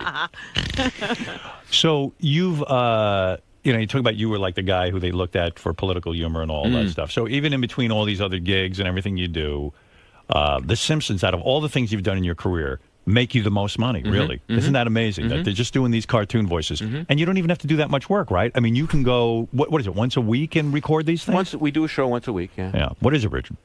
Oh, I just want to say, first off, I'm a massive fan. Oh, thanks. I almost cried when he did the Simpsons voices. That's like, because I grew up on Simpsons underwear, don't you? Yeah. Do you really? Yeah. I get a piece of that.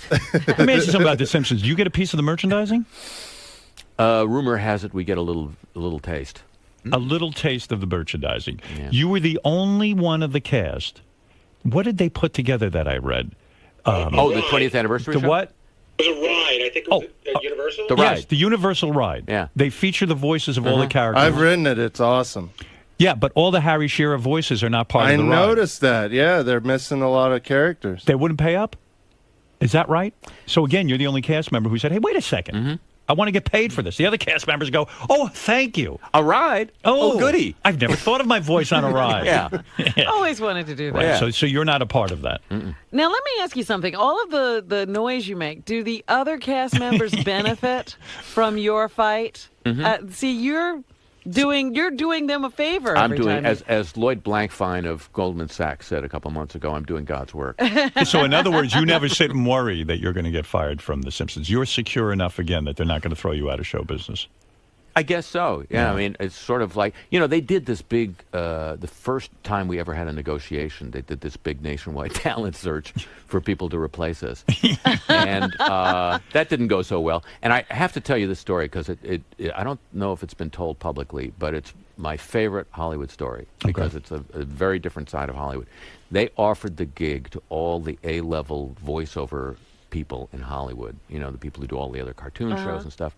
And to a man and a woman, they all said, that's their gig. Wow. So that's when rare. When does that ever happen? When does that ever happen? Wow. Yeah. So those people deserve a huge tip of the hat. And Richard, it wouldn't be the same cartoon if they used different voices. No, I've seen the cartoon in German and like Spanish when I was in Europe, and it's not the same thing. Well, this is what the Serbs understand. I was in Belgrade, and they don't dub it. They have our voices and the subtitles. Yeah, you got to have your voice. Serbs know. They know the real thing. The Serbs can tell. But the show, Matt Groening's other show, Futurama, supposedly they're using other voices when they bring it back to Comedy Central. Really? Because, Billy West was part of the voices for Futurama, and I think they're replacing him and the other voice actors because they wanted too much money. How did you end up in this interview anyway? I can't even get rid of it. I was doing really well on my own. You were doing great. I wanted to ask a quick question about Spinal Tap. Tell me more about Serbia. Right, go ahead. Quick question about Spinal Tap. Yeah, I mean, really. I'm sorry. I'm a big Derek Smalls fan. Yeah. All right, go ahead. I always heard, was Spinal Tap based on any specific band? Because I heard, did you guys tour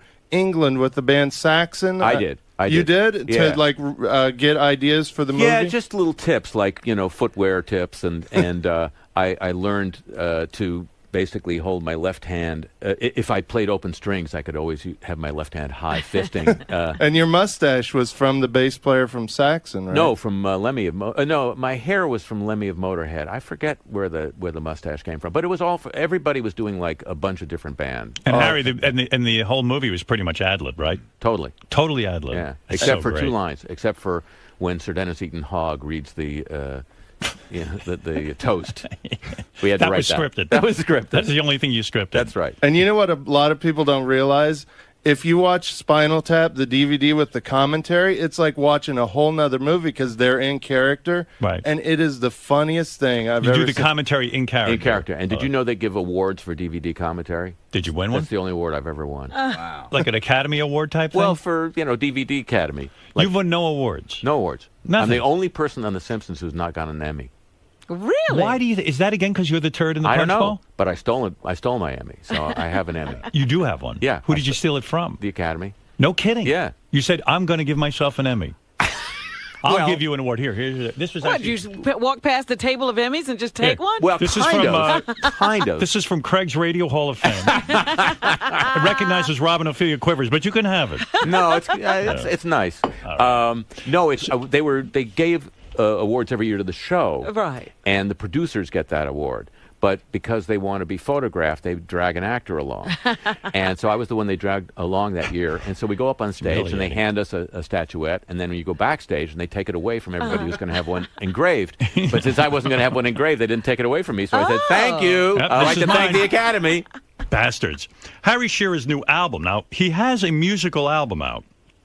And these are song parodies, right? Well, they're songs, because they're not parodies. They're original songs. Oh, the original songs you wrote? Yes. And they're all about one theme. Yeah, the economy. The economy's stupid. These are all political songs about the economy. Well, they're about some are political, some are sort of just. For example, there's one that my wife sings called "Bonus Baby," which is just about the point of view of a woman whose guy is this banker or hedge fund manager with this tremendous bonus and all the things he's done with it, and he's not giving it back, and fuck you all, This is what Saturday Night Live is missing out by not having you on. That's right. And wonderful players. Some of the best musicians in both L.A. and New Orleans. Skunk Baxter and Steve Lukather both play guitar on it. And you went in his studio and you sing and you record. Yeah. Do you actually play instruments? I play bass. You do for real? Yeah. You can actually play it. Did you learn it for Spinal Tap, or you actually knew what you were doing? Had been playing for about 8 or 9 years before, and then for Mighty Wind I picked up the double bass, and now I play that every day. No kidding. Yeah, I love it. And so you went into his studio, recorded an album, and now I guess you sell albums. This is my third. Yeah, but this is all. But you've never done one where it was just political tunes. Yeah. It is? Songs of the Bushmen, which came out in the last year of the Bush administration, was all about people who worked for Bush. Got a Grammy nomination. How'd that do? It got a Grammy nomination. It did okay. That's pretty good. Yeah. And there's a song on that which called "Who Is You" about John Yoo, the torture guy. Right. Yeah. So. And now this album. This album, which has also my favorite. A couple of my favorites are sort of a Pet Shop Boys style song called "Mr. Goldman and Mr. Sax," and sung just like that. Well, sung just like that, and a song kind of in Beach Boys style called "Little GM" about the failure of General Motors, which has the punchline, "You were too big not to fail." You will never run for office, will you? Are you kidding? Are you inspired? Turn into fucking Al Franken when I grow up? That's what I'm asking you. No. Why do you feel about Al Franken? You worked with him, right? Yeah. And is he a good guy, or are you not buying this? Funniest man in Franken and Davis. Oh, there you go. You're not a fan, I take it, right? I just said what I think. Is he an ass too, or? I just told you what I think. But politically, do you agree with him? You know, politically, I find it hard to agree with anybody these days. I find if watching this spectacle that's going on, it's okay. It's the battle between the pussies and the bullies. Yeah, you see them all as the same. Well, the Democrats are pussies and the Republicans are bullies. Who do you root for? Who's a bigger ass, Billy Crystal or Al Franken, in your mind? Billy Crystal. Billy Crystal. He takes that prize. Mm-hmm. I wonder if Billy will hear about this and call you. I don't think so. I don't think so. Call you, does he? Have you ever run into Billy since the Saturday Night Live days? No. We don't travel in the same circles. He's a Clipper fan. Oh, I see. It's hard to believe you don't travel in the same circles. I know, isn't it?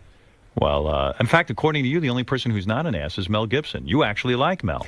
Well, he was on an episode of The Simpsons, and I sat next to him at a read-through. And he never called you a filthy Jew or anything. He called like me that. a lovely Jew. He called you a lovely Jew. A lovely Jew. Well, isn't that nice? Yeah. He smelled you and knew you were a Jew, right? Yeah, away? that's right. I've always liked you Jews. No, he was just perfect. Right. But on the other hand, he wasn't drunk.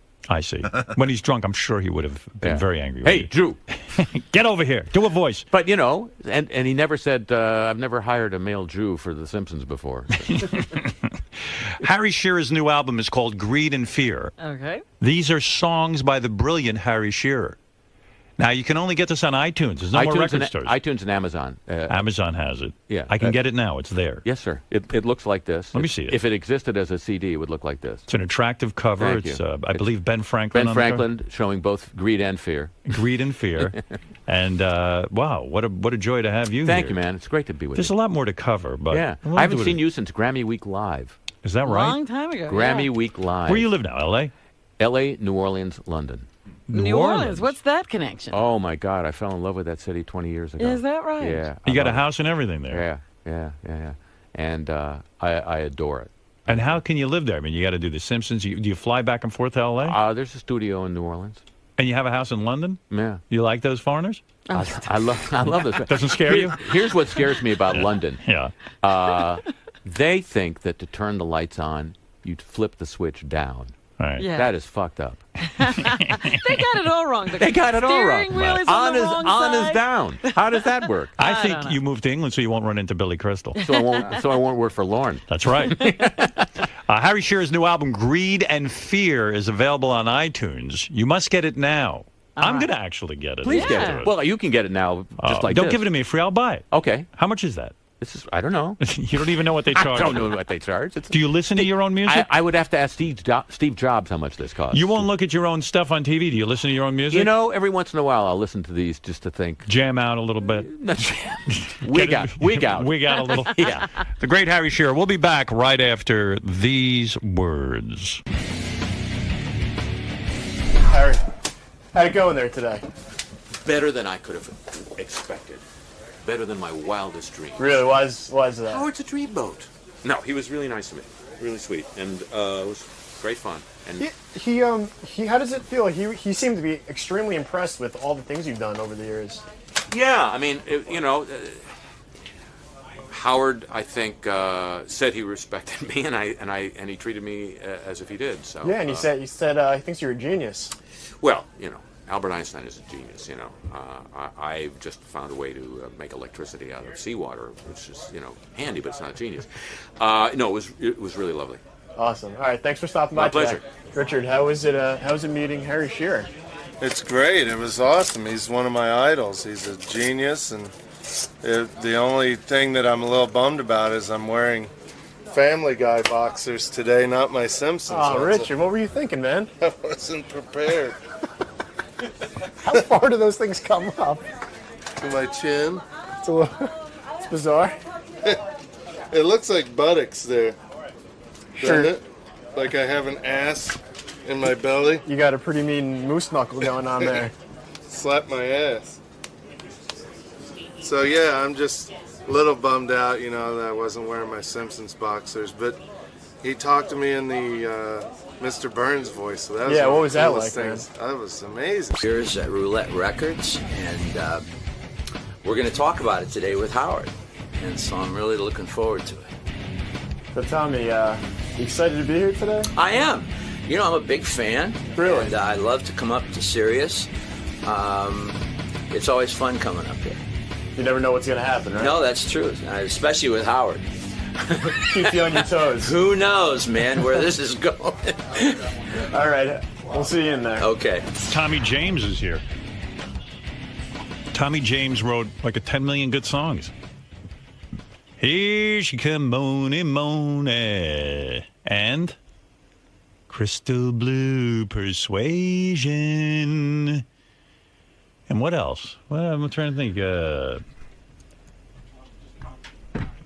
I think we're alone now. Is that I think one? we're alone. Hey, there's the man. How you doing? What's happening? It's great to see you. Good to see you. All right. Look at this guy. See?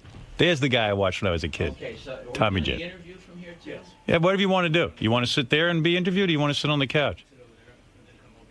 I just figured it'd save you the hassle. Yeah, well, you may be right on that. Yeah, sit over there. Sit over there like a... Where would you like me to sit? Right there. Right here, okay. Get settled. All right. Yeah, settle in. This is not a very professional show, so you can... Now, where's the microphone on Tommy? Let's see, guitar. I thought you were going to... No. It's Mike A, maybe? I don't know. Scott was supposed to label it for me. I guess he ran out of time. So where's my... Oh, I see. I'm right there. Okay. There you are. We can hear you. I got you. All right, thanks. A lot of work going on in there. I just want to... See, Tommy, you kept the long hair, man. You're not I'm a seller. trying. You kept it. Doing my best, believe me. You kept the long hair. I was watching you, man. I mean, you wrote a million good songs. Thank you. Did you write all those songs, or did you? No, not all of them. We started basically with Moni. Yeah, I remember Moni was because you walked out of a building and then you saw M-O-N-Y, That's Mutual right. of Omaha. Mutual of New York. Mutual of New York, right. Yeah, Omaha. I don't know. I just want to see. So anyway, let me understand the whole trajectory here, Right. the whole story, okay? You're some young guy. Where'd you grow up? Grew up in Niles, Michigan, little town, southern Michigan, and that's where I recorded Hanky Panky with my high school buds. Had a cover band, the Shondells. Right. And the record actually was recorded in a radio studio, WNIL. This is really an all-American story. But Hanky Panky you wrote. No, Jeff Barry and Ellie Greenwich wrote it. Oh, so it was a cover song. It was a cover. I heard another band play it. I couldn't remember all the words. I just knew we had to do that song. And I had just signed a little regional label deal with Snap Records. So when you record with your little local band, Tommy Right. James and the Shondells, Right. and you record a version of Hanky Panky. Right. You take Hanky Panky, you're going around with this thing, and, you know, nobody's even interested And in it it. bombs miserably. Bombs in miserably. 64. But some dude picked it up in Pittsburgh, Yes, right? 2 years later. And I had graduated from high school in 65. And what were you doing when you graduated? Were you still trying to make it in music, or yeah, had you given up? Yeah, I took my band on the road, and we played, Chicago and up through the Midwest. And the club we were doing went belly up in the middle of my 2 weeks up in Janesville, Wisconsin. True story. So I had to go back home, and if I hadn't gone back home at that moment in early 66, I wouldn't have got the call from Pittsburgh that Hanky Panky was sitting at #1. Wow. What was it, a local DJ picked up Hanky Panky? Yeah, local disc jockey and a club owner, and played it at his clubs. What and made the guy find a 2-year-old record and say, I'm going to put this on the radio? Because guys never take chances Well, on Pittsburgh music. had a really interesting sort of underground oldies market back then. Right. And so they were always looking for these obscure kind of R&B records, underground kind of things. And so Hanky Panky sounded interesting, and he played it at his club. And the reaction... God bless this guy, right? Absolutely. I mean, like, what was this cat's name? His name was Bob Mack. Bob Mack, he was a radio guy. He was a DJ and a club owner. And he was conscientious enough that he listened to all this music that was laying around. Absolutely. And so we sold... Did you, blow him when this happened? I mean, I know you're straight, but I mean, like, what do you do for a guy, for the rest of your life? Are you in touch with him? Yeah. As a matter of fact, I just talked to him a couple of weeks ago. Yeah, I mean, I don't know. I mean, what do you do for a guy like that? Well, what happened was we sold 80,000 bootlegged records. They bootlegged the record and sold them in 10 days. And we're sitting at #1. They tracked me down. I go to Pittsburgh. I couldn't put the original band together, so I grabbed sort of... Because you were already broken up. That's the right. original Shondells. That's right. Because you guys were a high school band. That's right. So you said, I don't know where the fuck those guys are. I'm getting right on the radio with this guy in Pittsburgh. I'll put together a band. I've got something going on. That's true. And I grabbed sort of the first bar band I could find. Right. And took them to New York. Now, this is the interesting part, because when I got to New York, we were going to sell the master. Right. And... so we get a yes from Columbia. We get a yes from, remember, Kama Sutra Records. Yeah. And everyone wants to sign Atlantic, you now. yeah. And the last place they took the record to was Roulette. Right, Roulette Records. Roulette Records. Morris Levy is the guy who owns it. Exactly. Right. And pretty notorious place, but we didn't really care about any of that. So one by one, the next day, all the record companies call up and say, we got to pass. Wow. Because what you're alluding to is Morris Levy called every company. He's dead now, Morris Levy, Yes. right? Morris Levy, Because you claim... it's safe to talk about him now. Right. Yeah. You claim Morris Levy was a mobster. And he ran Roulette Records. Yeah. In fact, they say that the movie Goodfellas, was it, that had, what was the character's name? Well, it was Sopranos, actually, that Morris Levy was Hesh. Hesh. They called him Moish, and it was Hesh Rabkin was Morris Levy. So this Morris Levy, you didn't know at the time. You were a naive kid. You just sold 80,000 records in Pittsburgh. You bring this track to New York. Mm-hmm. All the record companies are interested. The next day, after you meet with Morris Levy, all the record companies say there's no way we're touching this record, and Morris Levy's the only one who's willing to sign you. Jerry Wexler at Atlantic finally leveled with us and said, listen, Morris Levy called up and said, this is my record. And that was the end of that, and they backed down, every one of them. Do you want to just... do you think you're eternally angry? And no one would blame you for being. You know, I'm not, because the funny part about all this is because if we had been with one of the corporate labels, we'd have been handed to a producer, got lost in the numbers, and that would have probably been the last time anybody. Do you really think that? Do you really think that Morris Levy was the reason that perhaps you excelled because he left you alone or something? Yeah. I got to tell you, in all honesty, look, I've searched myself many times. I've been carrying this around for a long time. Right. And the truth is, we did 110 million records at Roulette. Yeah. And they left us alone and allowed us to morph into whatever we could become because they needed us. They needed a hit. But you yourself have figured, with an accountant, that you've probably missed out on $40 million for 30 to 40. $30 to $40 million in record sales because Morris Levy took every dime you had. And songwriting mechanicals. And yet you don't seem so angry with Morris Levy. Well, you wonder why him and not some other. Because Tommy had the misfortune or fortune, according to Tommy, of the record ending up on Morris Levy's desk. And when Morris decided he wanted to disband, he told everyone else to fuck off or he's going to kill him probably, right? Basically, yeah. Yeah. Didn't he once tell you he was going to kill you? Well, we had a couple of really scary... You got to understand what Roulette was. Most of the fans did not know. A few of the guys inside the industry knew. Most people did not know that Roulette was a front for the Genovese crime family in New York. You said you even went to meetings where most of the Genovese crime family was in the meeting. I was brought in and introduced to people, and I'm in hell. What would happen is we'd meet somebody. It's a true story. We'd meet somebody in Morris's office, and 2 weeks later we'd see him doing the perp walk out of a Jersey warehouse. This is a record company. Say, isn't that the guy we just met at Morris? So you'd be at Morris's for a big Roulette record meeting, and then next week you see the guy on TV doing the perp walk. So one by one we learned who everybody was. We'd see him on TV. Did you ever get into trouble in the sense that the FBI or somebody started watching you, thinking you were involved in the mob? Well, it was close. Because towards the end, I'm skipping way ahead, but towards the end, in the 80s, Morris offered me a label. And I'm like, yeah. So what we found out, of course, was that the FBI was monitoring him at that moment. So undoubtedly, if I had taken the label, we may not be talking here today. Yeah, it would have been a great label because let's say you've discovered some great bands, they wouldn't get paid, you wouldn't get paid, and then you'd be in jail. Why would you drag another musician into that hell? I know. Yeah, well, I did one time. We did. Did you? With Alive and Kick and Tighter.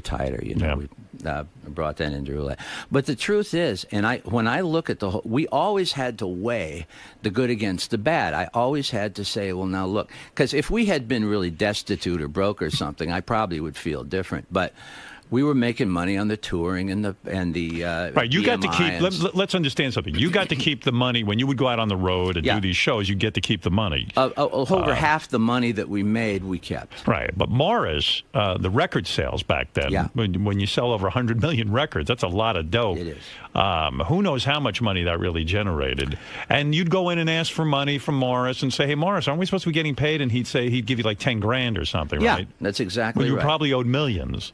Well, that's true. Right. And so, did he threaten to kill you when you said, "Listen, Morris, I think maybe I'm owed millions"? Not that was my accountant. He never actually pointed the finger at me. Right.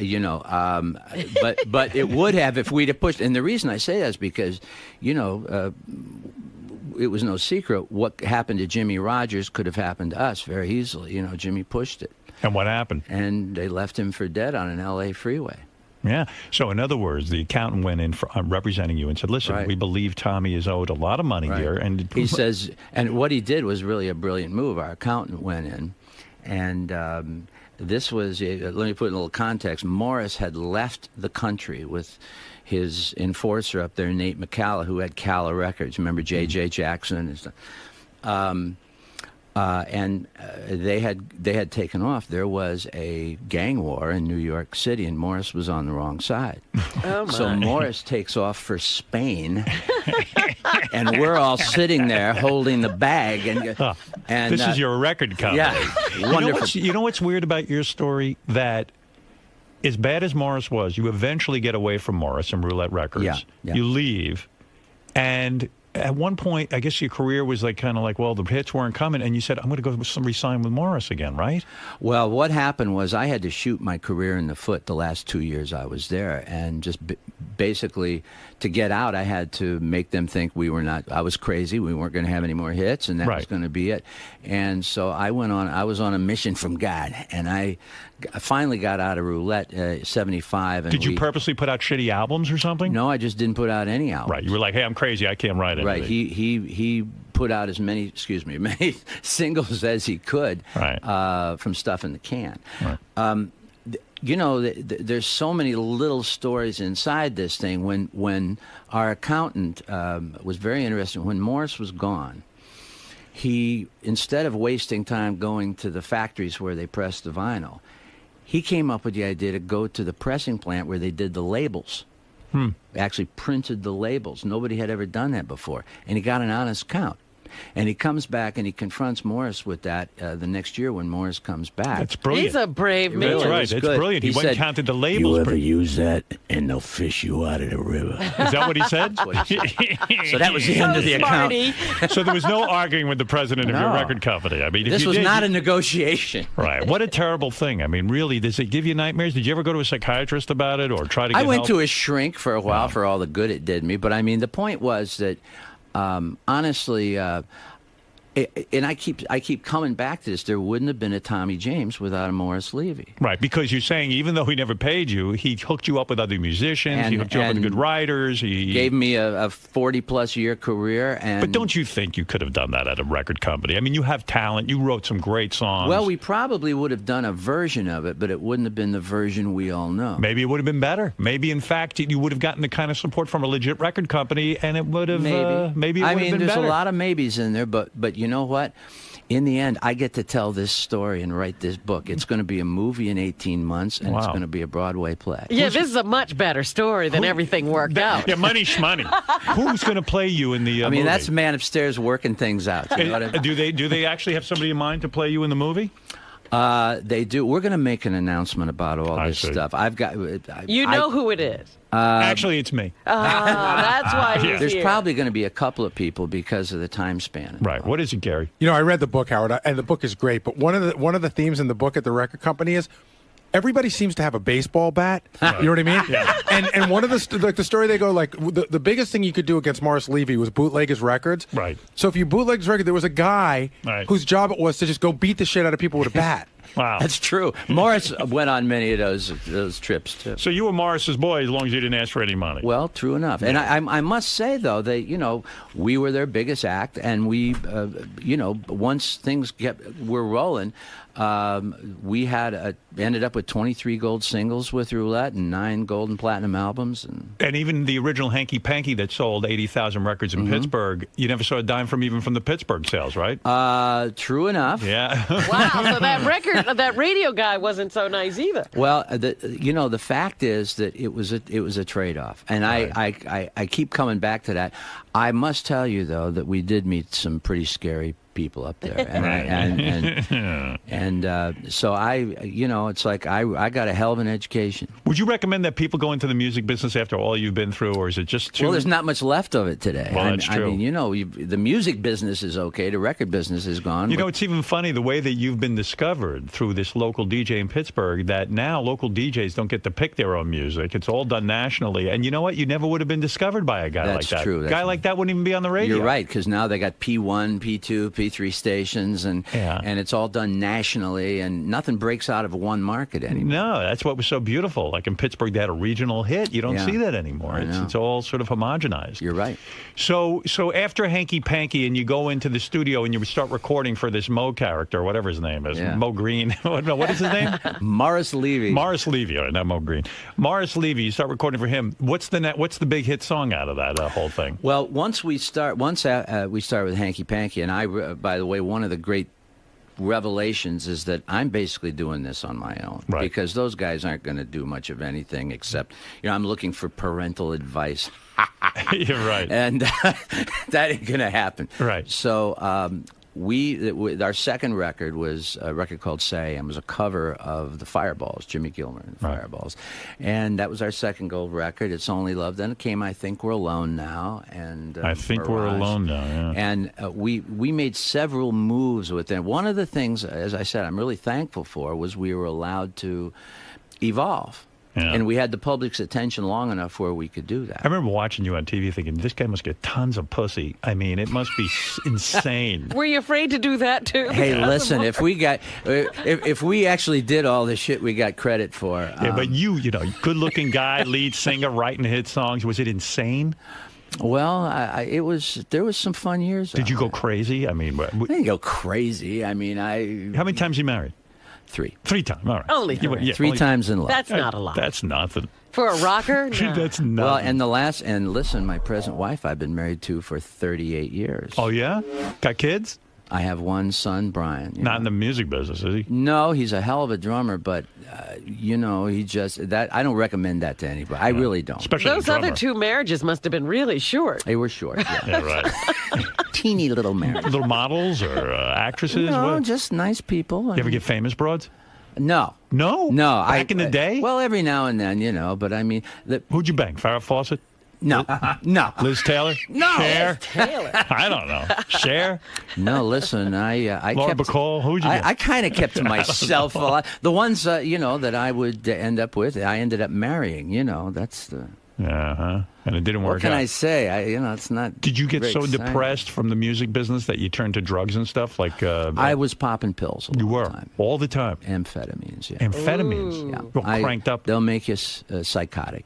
Do you think it was because you were so crazed from the money issue? Well, it's hard to say. Look, I also later went out to the Betty Ford Center in '86 and that must have been fun. Valium and booze and everything. Yeah, my nightlife is nothing now. You know what I mean? So did you get off everything at the Betty Ford? I did. Yeah, it was my idea of a big night now was watching a fly crawl up a curtain and taking bets when he's going to get to the stripe. Do you miss the amphetamines or you No, God, no. You don't miss it anymore. No. That's it. I'm so glad to be clear. You seem so clear. You can laugh about it now, but it really is scary when you go to a guy for money and you say, "Listen, I made a lot of money," and he says, "I'm going to kill you." I mean, that can really ruin your day. Yeah, it sure can, and it can emasculate you. It's like, oh man, what do I do? The thing you got to understand is that when you're dealing with these guys, and roulette was used as everything from a social club to illegal bank accounts, and so they were a functioning record company, but they also had this very dark, scary side that you always had to deal with and was always part of your reality. I mean, and we were walking on eggshells, and it's not like things up there were a negotiation. Right. We were, there's only certain subjects you can talk about because everything is a power trip. Right. You can't engage in talking about baseball because if he disagrees with you on some player, what are you going to do? Disagree with him? Right. You have to mind your P's and Q's. It's like being every moment. Yeah, it's That's like being crazy. it's like being in the movie Goodfellas, for Christ's sake. I mean, it really is. It's true. It's and that scene, where Pesci's doing You mean I'm funny? Exactly. Right. Somebody, because you're dealing with basically a lot of psychopathic behavior. You say you got addicted to amphetamines because it was the pressure of having to write new hit songs. I can't imagine that pressure. Well, it's hard to say. I'm alcoholic. I am, and I'm a recovering alcoholic. Have been since 1986, and who's to say? I mean, I got high because I liked getting high. I mean, that's just. Did you hit rock bottom? You got a DUI or something like that? You got arrested, didn't you? I did. Oh, yes. Yeah. Yes, I did get arrested. Was that what did it? That's what sent you to rehab? Yes. Right. And you said, I've had enough. I can't be doing this stuff. Tommy James can't be doing this. And then it worked. And you went to Betty Ford and everything happened. Were there other famous people there with you? Or did you feel like, oh, man, what am I doing No, here? actually, I really dove into it. I was really ready to stop all that stuff. Yeah, hey, good for Nobody you. had to talk me into it. No, that's really good. Yeah, you were arrested for disturbing the peace. You were drunk and firing guns into a swimming pool. See, it can happen to the best of us. And you don't remember even doing it. Very little. My world was wiggling real good. You probably could understand this guy, like the guy who accidentally shot the who was the guy, the basketball Jason player? Williams? Yeah, he accidentally shot the limo driver or something. He claims, and I mean, because the guy who accidentally flew the plane into the eye. Yeah, right. I mean, you do. I meant the Sears building. You do a lot of weird stuff. What did you like to drink when you were drinking?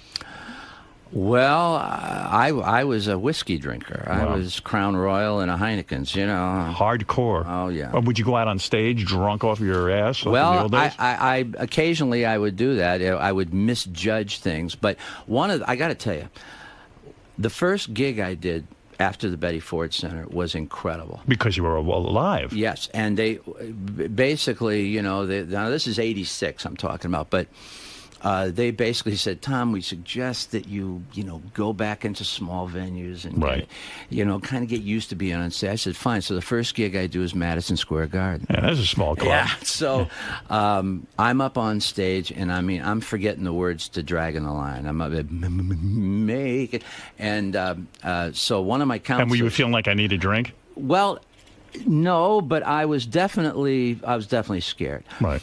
So I make it through, and by the third song, I'm having a ball. Wow! Because I for so long I'd been acting.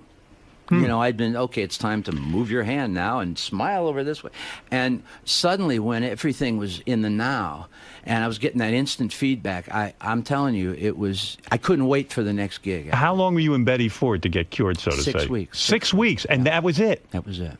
That's all what the hell they do? Give you electroshock or something? I mean, what'd they do? Tie your nuts into I was ready to get sober. You got to understand, I needed somebody to hold my hand for 6 weeks.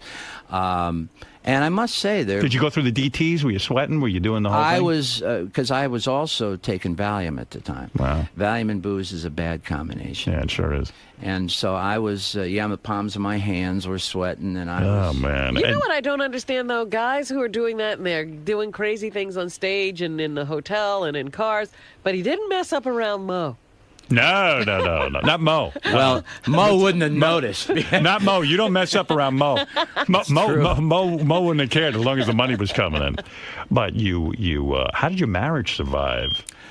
I mean, I had a good woman. That's really she all put up with all your bullshit. She was amazing. Her were you name cheating is Linda. And stuff? Were you cheating when you were? No, you were never fucking around. But you were just a drunk. I was too loaded to do that. Right, you didn't care about that. No. You cared about drinking. No good to anybody. Right. I was really there. Were you sober when you turned down Woodstock? Relatively. Yeah, you were. Yes.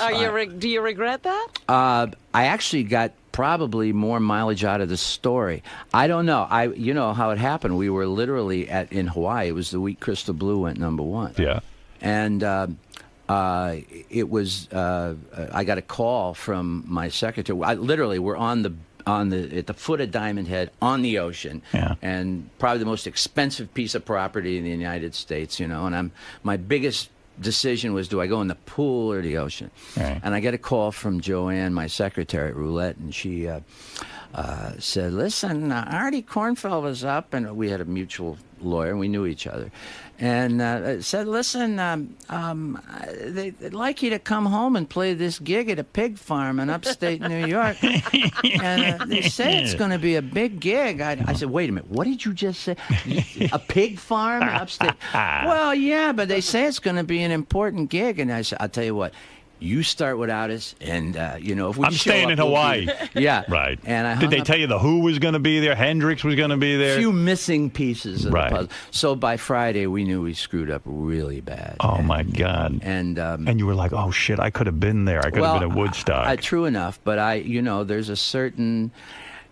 telling the story has been pretty good. It's a story of my life. I don't do the thing. I tell the story. But isn't Woodstock a game changer for a lot of people in the sense that, wow, that recognition, that sort of stamp of, puts you on the map. And we were there one of the few pop acts to get asked. Right. And I must say, too, and I mean this sincerely, we were out on the road with... by the way, I just wanted to say that our movie and the play is going to be produced by, just real quick, by Barry Rosen and Mary Gleason, and we're looking at about 18 months. Wow. Okay, but I should say, Tommy James' book, Me, the Mob, and the Music, One Hell of a Ride with Tommy James and the Shondells is in stores now. Yes. Let me ask something. What is his financial position now? Is he an incredibly wealthy man? Tommy, are you an incredibly wealthy man? Did you mean me or Morris Levy? No, you. I did all right. No. I did all right. I'm not incredibly wealthy. But you don't have to work, do you? I don't have to, but I like to play for the fans. I enjoy. We do about 20 to 30 dates a year. Yeah, but you didn't get a day job. Is that what we're saying?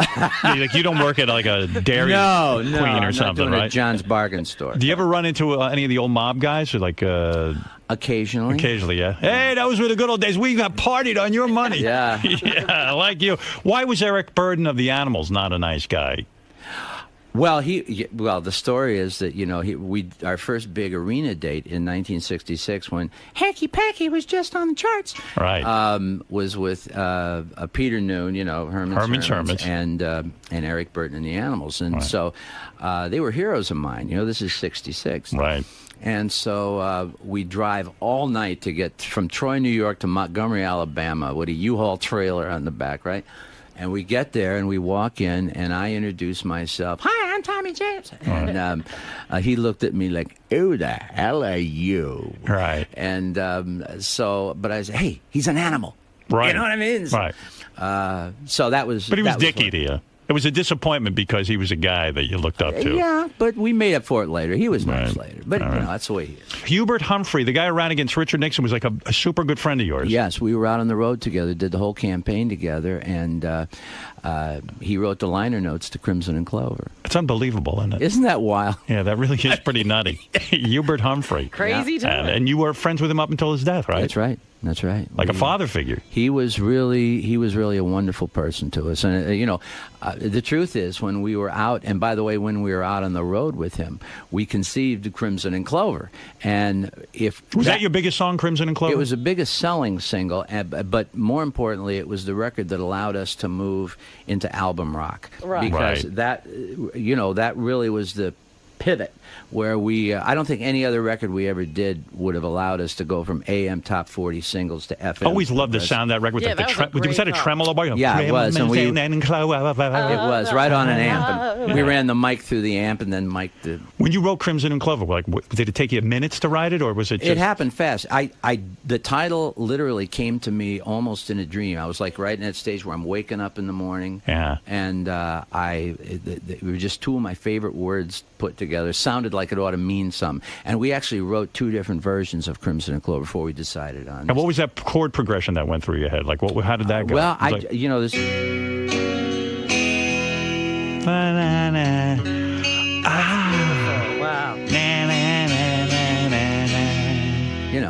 Wow. What a great fucking song. It was a 3-chord progression backwards. So Crimson and Clover didn't even mean anything. It was just something you liked the sound of. It was two of my favorite words, and it just sounded profound, and I did the best I could. But how do you know Hubert Humphrey? I mean, you never even get into how you met him. We had done a couple of rallies for Robert Kennedy in New York, and we got put on a list. And after Robert Kennedy was killed, I just went into a funk. That's back when we thought people could actually do something. And, it was a good feeling. Right. And so all of a sudden, we get a call. Roulette gets a call from Hubert Humphrey's office. And surprised Morris never met Hubert Humphrey. That's true. He was very impressed with all that. Yeah, right. So, you kept him away from Hubert. A little bit. Hey, Hubert, come here. He's my artist. So we went out on the road with him. We met him. Now, we saw all the kids getting beat up at the convention. We go, oh, my God, what have we got ourselves into? Because we were supposed to meet him the next week in Virginia. And so, anyway, we got on the road, and thankfully it wasn't like that. And we ended up, with the whole campaign, he asked me to be president's advisor on youth affairs. And I said, believe me, the youth are having affairs, and I'm the boy to look into. But it is kind of funny because most rock bands wouldn't associate themselves with Hubert Humphrey because it'd be kind of square, you know? Yeah. Well, but you I didn't care. suppose that's true, but I just felt it was the right thing to do. Yeah, good for you. That's really cool that you did that. And he was good to us and did commercials for us. And I should they keep something from us.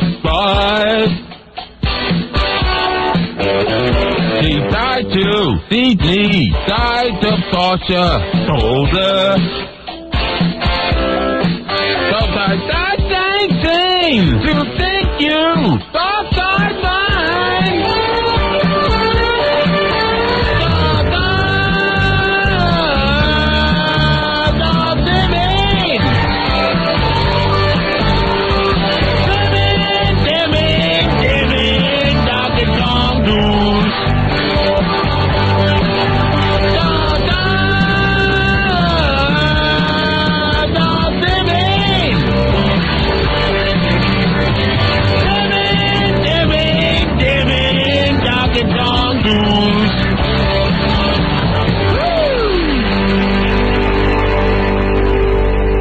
How you doing? This is Richard Lewis, the Prince of Pain. You're listening to the best of Stern.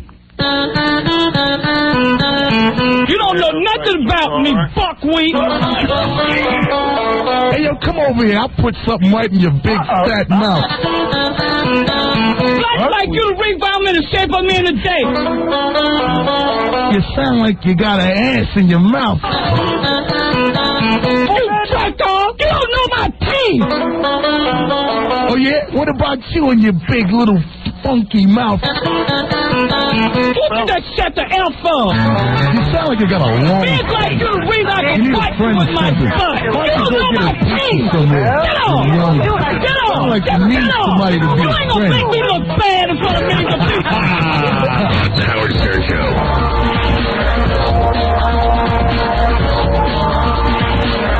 Are we going to look at Fred's tape? You want to look at Fred's tape? Yes, I would love to look at Fred's tape. It's sad. Fred, I understand, is very upset about this tape. Yeah, all right. I'll play the tape for you. All right. Well, let me come back. I'll do that. Then we got to do the news. I want to tell you the story of Fred walking into the office this morning and seeing on Gary's list secret tape and how he, like, blew up. I got to tell you something. And I'm going to say something, and I swear to God I mean this. I love Fred. I do. I don't know that he knows that. I don't know that he'll ever know that, but I do love Fred. Fred is a good buddy to me. And Fred and I have been through the mill. Mostly he's put me through the mill. But Fred is a good guy. Deep down inside, Fred is one of the nicest, sweetest human beings on the planet. Shirt off his back. And I couldn't have been more happy for this guy when he got married to one of our listeners. Well, that's the truth. It is true. It is true. She was a listener of the show. Do not deny that. She called in for a dial-a-date. She met Fred, and Fred liked her. Listen, Fred's not a guy who isn't a put-downs. He really isn't. He didn't hold it against her that she was a groupie of mine. Nope.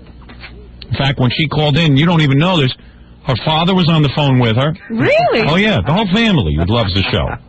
Her father was on the line with her, listening, monitoring, because he wasn't too thrilled with his daughter going out with Fred, right? Matter of fact, he hung up. Right. In disgust. In disgust. Right. He tried to disconnect the phone. Oh, and we had to call her back. I remember No, I think that. she tried to call the station back. Yes, because it's very hard for a father to think of his daughter being fouled by Fred. Hey, let's be honest. Right. You can't blame the guy. He's listened to the show, and everyone knows what Fred's reputation is on and off the air.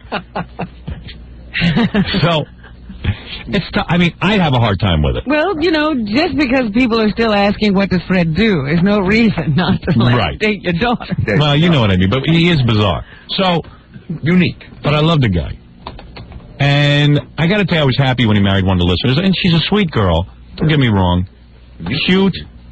Used to be sweet.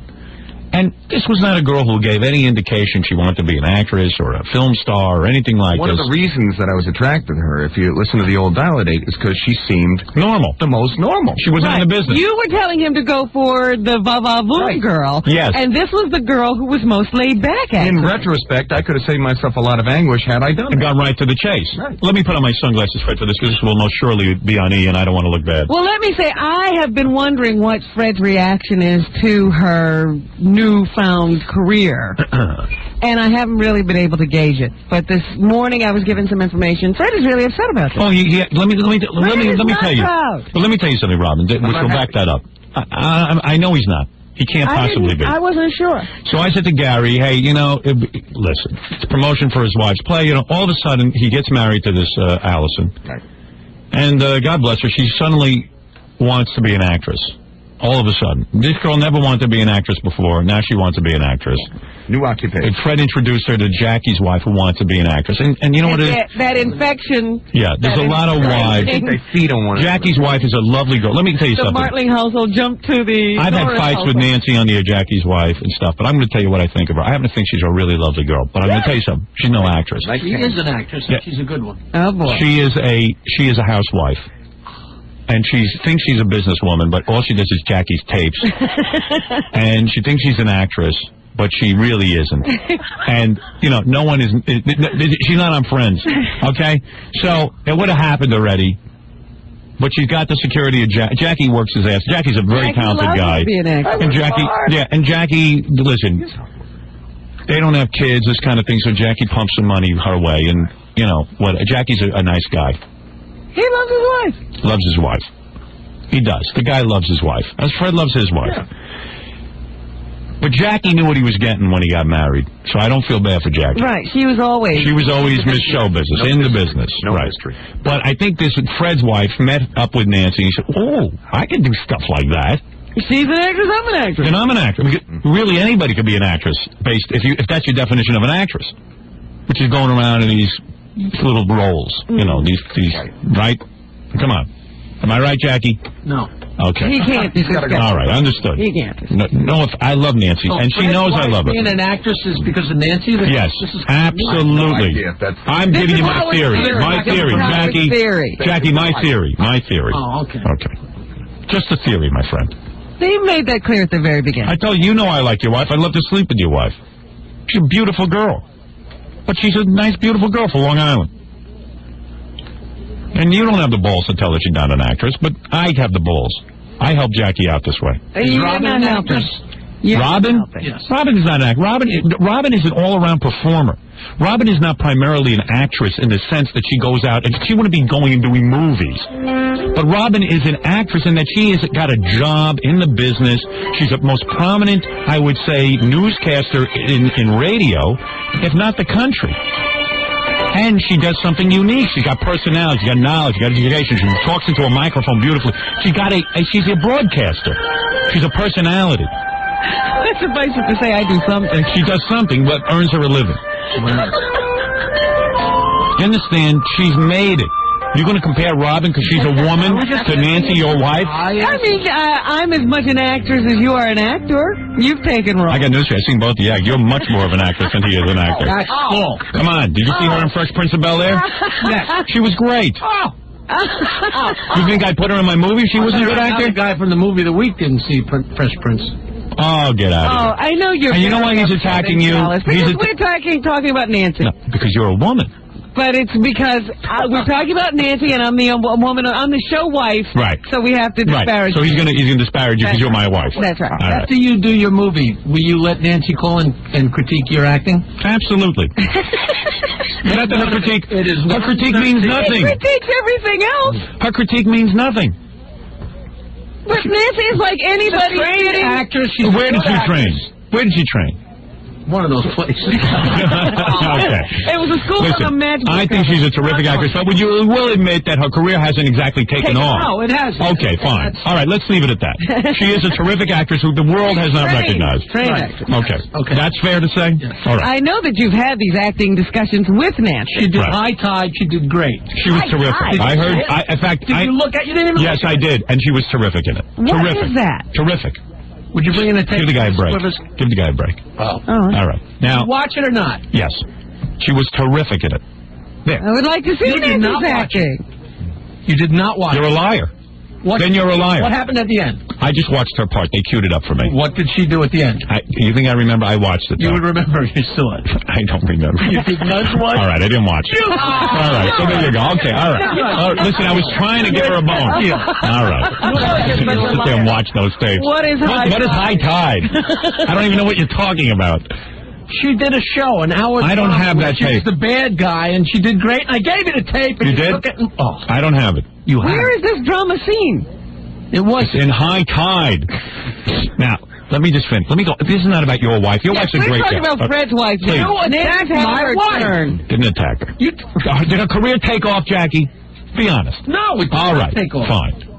You can't be an actor unless you got something active. There are lots of actors and actresses that are not working. Fair enough. I agree. I'm not here to attack your wife. Most actors are out of work. I'm here to attack Fred's wife, not your wife. That's what I thought. All right. I'll attack your wife on Monday. Oh. She will look forward to it. I know. She loves it. Who else is talking about it? All right. So here's the point. Oh, boy. Here's the point. So he married into that situation. Fred married into a situation where he had a really... He was marrying a regular girl. A regular girl. I know exactly what's... Now, all of a sudden, she decides she's going to quit her job. She's going to do it. She's now an actress. But you have to wonder, because this bug overtook her like it was malaria. Right. And as a result of her wanting to be an actress... Fever, actually. In fact, I noticed that Jackie's wife is jealous because Allison... Fred's wife is actually doing better. She actually has a professional job. She's stripping. Your wife's dying that she can't get in one of these plays. Why? I wish his wife was stripping. Right. Instead of mine. Now, we'll get her a role in one of these plays, too. Great. All right? But, it's funny because I remember seeing Allison during this period before she got into this play. Yeah. And all of her conversation now revolved around... acting. Yeah, acting. She had the acting bug. So one of these smart promoters of Tony and Tina's wedding said, hey, Fred's wife wants to act. I got a role for her. She stands there on stage in a nun's uniform, and an Italian guy, hits on her and makes out with her. Right. All right. She goes on this. And... It takes a lot of training to do that, by the way. Right. It really was, you know what it was? It wasn't even acting. And it was making out with a guy. Major characters who have lots of lines and carry this play along, and then there are these peripheral roles that anybody could do. They're extras. Yeah. And lo and behold, not only does his wife, and I've shown this on the E! Show, I'm sure most of the audience has seen it, who gets E! Yeah. Lo and behold, his wife not only gets this role, but she jumps into it with a verve and she's into it. With a vengeance. With a vengeance. And... not having seen the play before, she makes out with this guy for how long? Gary, get in here. We timed how long? Do we have that probably about 2 minutes. Can you do that one first? All right, I'm going to play the clip. This is, I went out and I taped, don't look at the screen yet, because this is very upsetting what's going to be going on here in a minute. Now, okay, here we are. Now, this is a tape of the girl who took over his wife's role as the nun. All right. Time exactly how long... Fred, you had a timer? Yeah, Fred, you're going to use this in your divorce. I definitely, I'm looking for... Watch this guy. This is the new girl. This is the new girl in the role that Fred's wife had. Watch how long this is the exact... Fred, I didn't change this tape. I just want you to watch it. Could you move a little bit, Jackie? Go ahead. There she is. She kisses the guy. She fights him off. The nun fights him off. Look like she's into it. All right. That looks pretty chaste. All right. And now watch. It's over. That's the end of the role. How long? 7 seconds. Doug, how long was that? That's 7 seconds. 7 seconds. All right. That's what I said. All right. Now this is Fred's wife doing the kiss? No, do we have Fred's wife doing the kiss? I think it's all right. Here is Fred's wife doing the kiss. Now time how long she sits there and makes out with this guy. Go ahead. Watch. Wait for initial contact. There's his wife. Right there in the corner, Robin. Yeah, I see it. All right, they're making out. Wait. All right, here we go. Look at this. Lip contact. Look at it. Well, it's going on. I mean, there's fondling going on. This is the scene. Well, you didn't see this in the other scene. No. Look what's going on here. There is an excitement. Look what's going on here. She's having a good time. She is doing a whole long, involved scene. This scene, by the way, is rolling, ladies and gentlemen at home. We are now still going on. Still going on. They haven't even gotten to the lip lock. He's groping her, fondling her ass. Now she's getting into it. Look at this. Look at this. Now look at what's going on. That's when I get... And look at Fred. Poor Fred. Fred is sitting in the audience. In pain. Yeah. He's putting on a good face. Don't get me wrong. I was getting sick to my stomach. But she's still doing it. Right. It's right in front of Fred. It's a joke, and no one's even watching this. Yeah, the play's going on elsewhere. Right. Hands on his ass. Right. Whoa. It's still going on.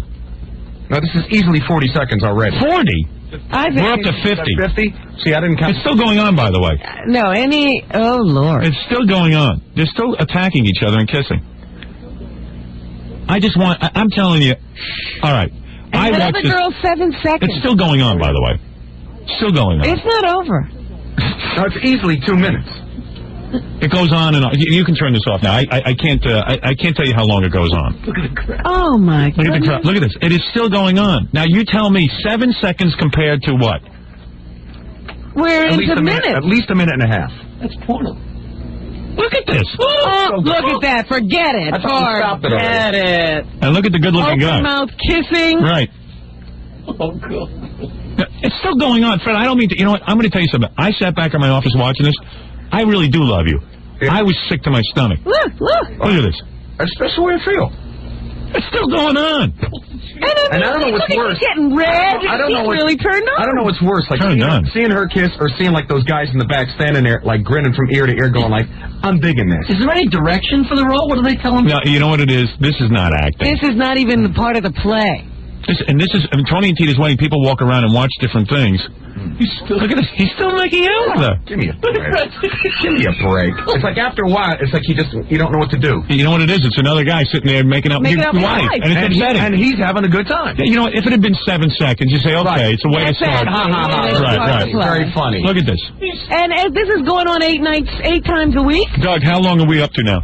2.5 minutes. 2.5 minutes. Now, the other scene... Now it's over. Now it's over. Fine. She looks like she's been raped. Look at her. Yeah. Now she's wiping her mouth and staring at her husband. Yeah. Oh, man. Oh, God. It's like, you know what she looks like? I don't know if you've ever seen that movie, Last Exit to Brooklyn. Yeah. After the whore gets raped. That's what she looks like. And then she kisses you. I'm real thrilled. How'd he taste? And then she breaks off with you in 5 seconds. Yeah. There you go. Done with you. It's like, hey, Romeo. Had it, seen it, done it. All right, anyway, so I watched this tape back in my office. I watched it alone. Yeah. And I got crazy from it. I don't like what's going on. So then I said, let me see. They gave her a new role. New role. Right. Now. She did so well in the last one. She rips off her clothes on a bar. And guys, naked, they're squeezing her ass. They're touching her? Yeah, wait. Did you see it yet, Fred? I have seen. Have you been there? I've been there once and I was drunk. He got drunk? I literally got loaded. I couldn't handle it. And you told me you weren't going to drink anymore. I wasn't done. But you had to. I don't blame you. I had to. It was like, the first time I saw it, I was going like... He's really upset. This is not a bit. This is what I didn't When she was on the bar, I was going like, oh, this is kind of cute. This ain't as bad as I thought it was going to be. Did you talk to her about this? I mean, seriously, this new role? What it was is like, it happened over the vacation. They did a big, a role switch. Did she tell you about it? Yeah, she told me about it. She said, oh, I'm going to be playing Maddie. And I'm going like, oh, really? Oh, and Maddie is the one who rips her clothes off. And that's the role that John's girlfriend had. Girlfriend. Right. I saw the play twice, and I don't remember this. Well, I'm going to show it to you. Well, because the focus originally was on, my wife's basically making out with strangers. And you know what it is? Listen, and you'll see even this new role is not acting. Taking your clothes off and having your ass squeezed. This is, she's a minor character in the play. The play is about a wedding, right? Right. And really, it's the immediate members of the family and the bride and the groom. Now, as long as she's been in this play, don't you think if she had an acting ability, they would give her a speaking role? One of those roles. Right. Well, I wish they would, because I'm really getting sick of it. Are you? I truly Did you say anything to her? I told her I'm not happy about it, but what are you supposed to do? Are you supposed to make her quit? No. Because if you make her quit, she'll hate you. Then she's going to hate me and she's going to resent me, and that's not going to go anywhere. But in the meantime, now she's doing it. You're hating her and resenting her. You're up to here with it, right? I am. Because every night she's up. I've got more tolerance than she does when it comes to things like that. Oh, my God. It's like, I don't know. You haven't had a wife since August. And she's never home because she works opposite hours. Yeah. She sees more action in the play than she does at home. Well, it looks like I never see her. That's why she doesn't when she's not doing that crap. Did you see that makeout scene? Yeah. I mean, that's unbelievable. But she's not doing that crap. She's working out. You can't tell me after that much kissing and rubbing, you're not excited. Oh, please. Let me tell you something. I have gone... I'm excited. I'm excited to kill some... Between you and me, don't tell my wife this. When these girls get on my lap here, I got a full arousal. Are you crazy? Anybody rubs up against me, I'm fully aroused. I like it. If I had a role where I could sit and make out for 2.5, 3 minutes a night... It's licensed to steal sex. I could have said even in a movie, you do it once or twice or 3 times and then the scene's over and then, this is every night. But not only that, Howard, You can see that she doesn't have to do it that long. Right. You saw the other person Fred. doing the role. So you know what's funny? 7 It's like, seconds. you know what's funny? It's like, because my wife found out I got after the whole upset. thing that they videotape it, and she says, now, I know that they videotaped the nun, and you're going to see a real difference between the nun that I played and the nun. But see, what they did is they peeled back the role. They didn't make her as important. Oh, she doesn't get the pitch as long. Oh, right. You know, I don't know. It sounds like the biggest bunch of crap. Hooey is what that is. I think you ought to tell her to leave that damn play. That's enough. She had enough experience in that play. Yeah, why doesn't she move on to something else now? She did this for the experience and to get the credit.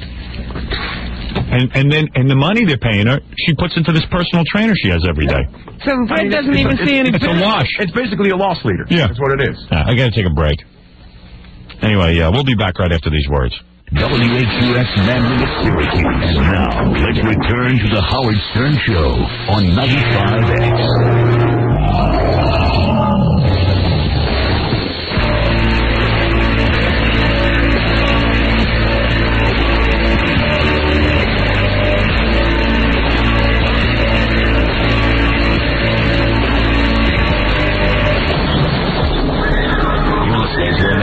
Satisfy two women at once. The best known in show business, Howard Stern.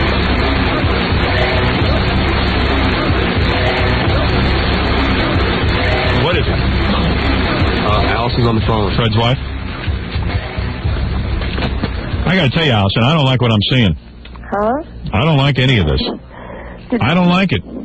I don't like what I'm seeing. How come this new girl is on for 7 seconds? She gave the guy a peck on the lips, and then she ran away. Well, if I gave you an explanation, you wouldn't take it anyway, so it's different. He's getting fed up, and I tell you, I saw the tape. I got upset, especially this new role of yours. Yeah? Well, I mean, I haven't seen that yet. You know what it is? She wants it. I'm going to show it to you now. Roll the tape. Fred, you've seen this but drunk, right? I've seen it and drunk, but I've seen enough to know. I tell you, your body looks great. That your husband has to get drunk in order to watch you do your job. Here she is being dragged up onto a bar. She looks great. Don't get me wrong. Beautiful girl. She's shaking and wiggling her ass. Look at this. Shaking a groove thing. But this is not acting. No offense. I can't even see her face. No, and she's shaking her ass, and look what she's doing. She's pulling off her dress. Look at this, Fred. Her pants are coming down. I really have a hard time watching it. Look at this. Guys, she might as well be at Scores. I keep saying it. You get more movie there. Big guy just stuffed that right down in her. Oh my goodness. In her butt.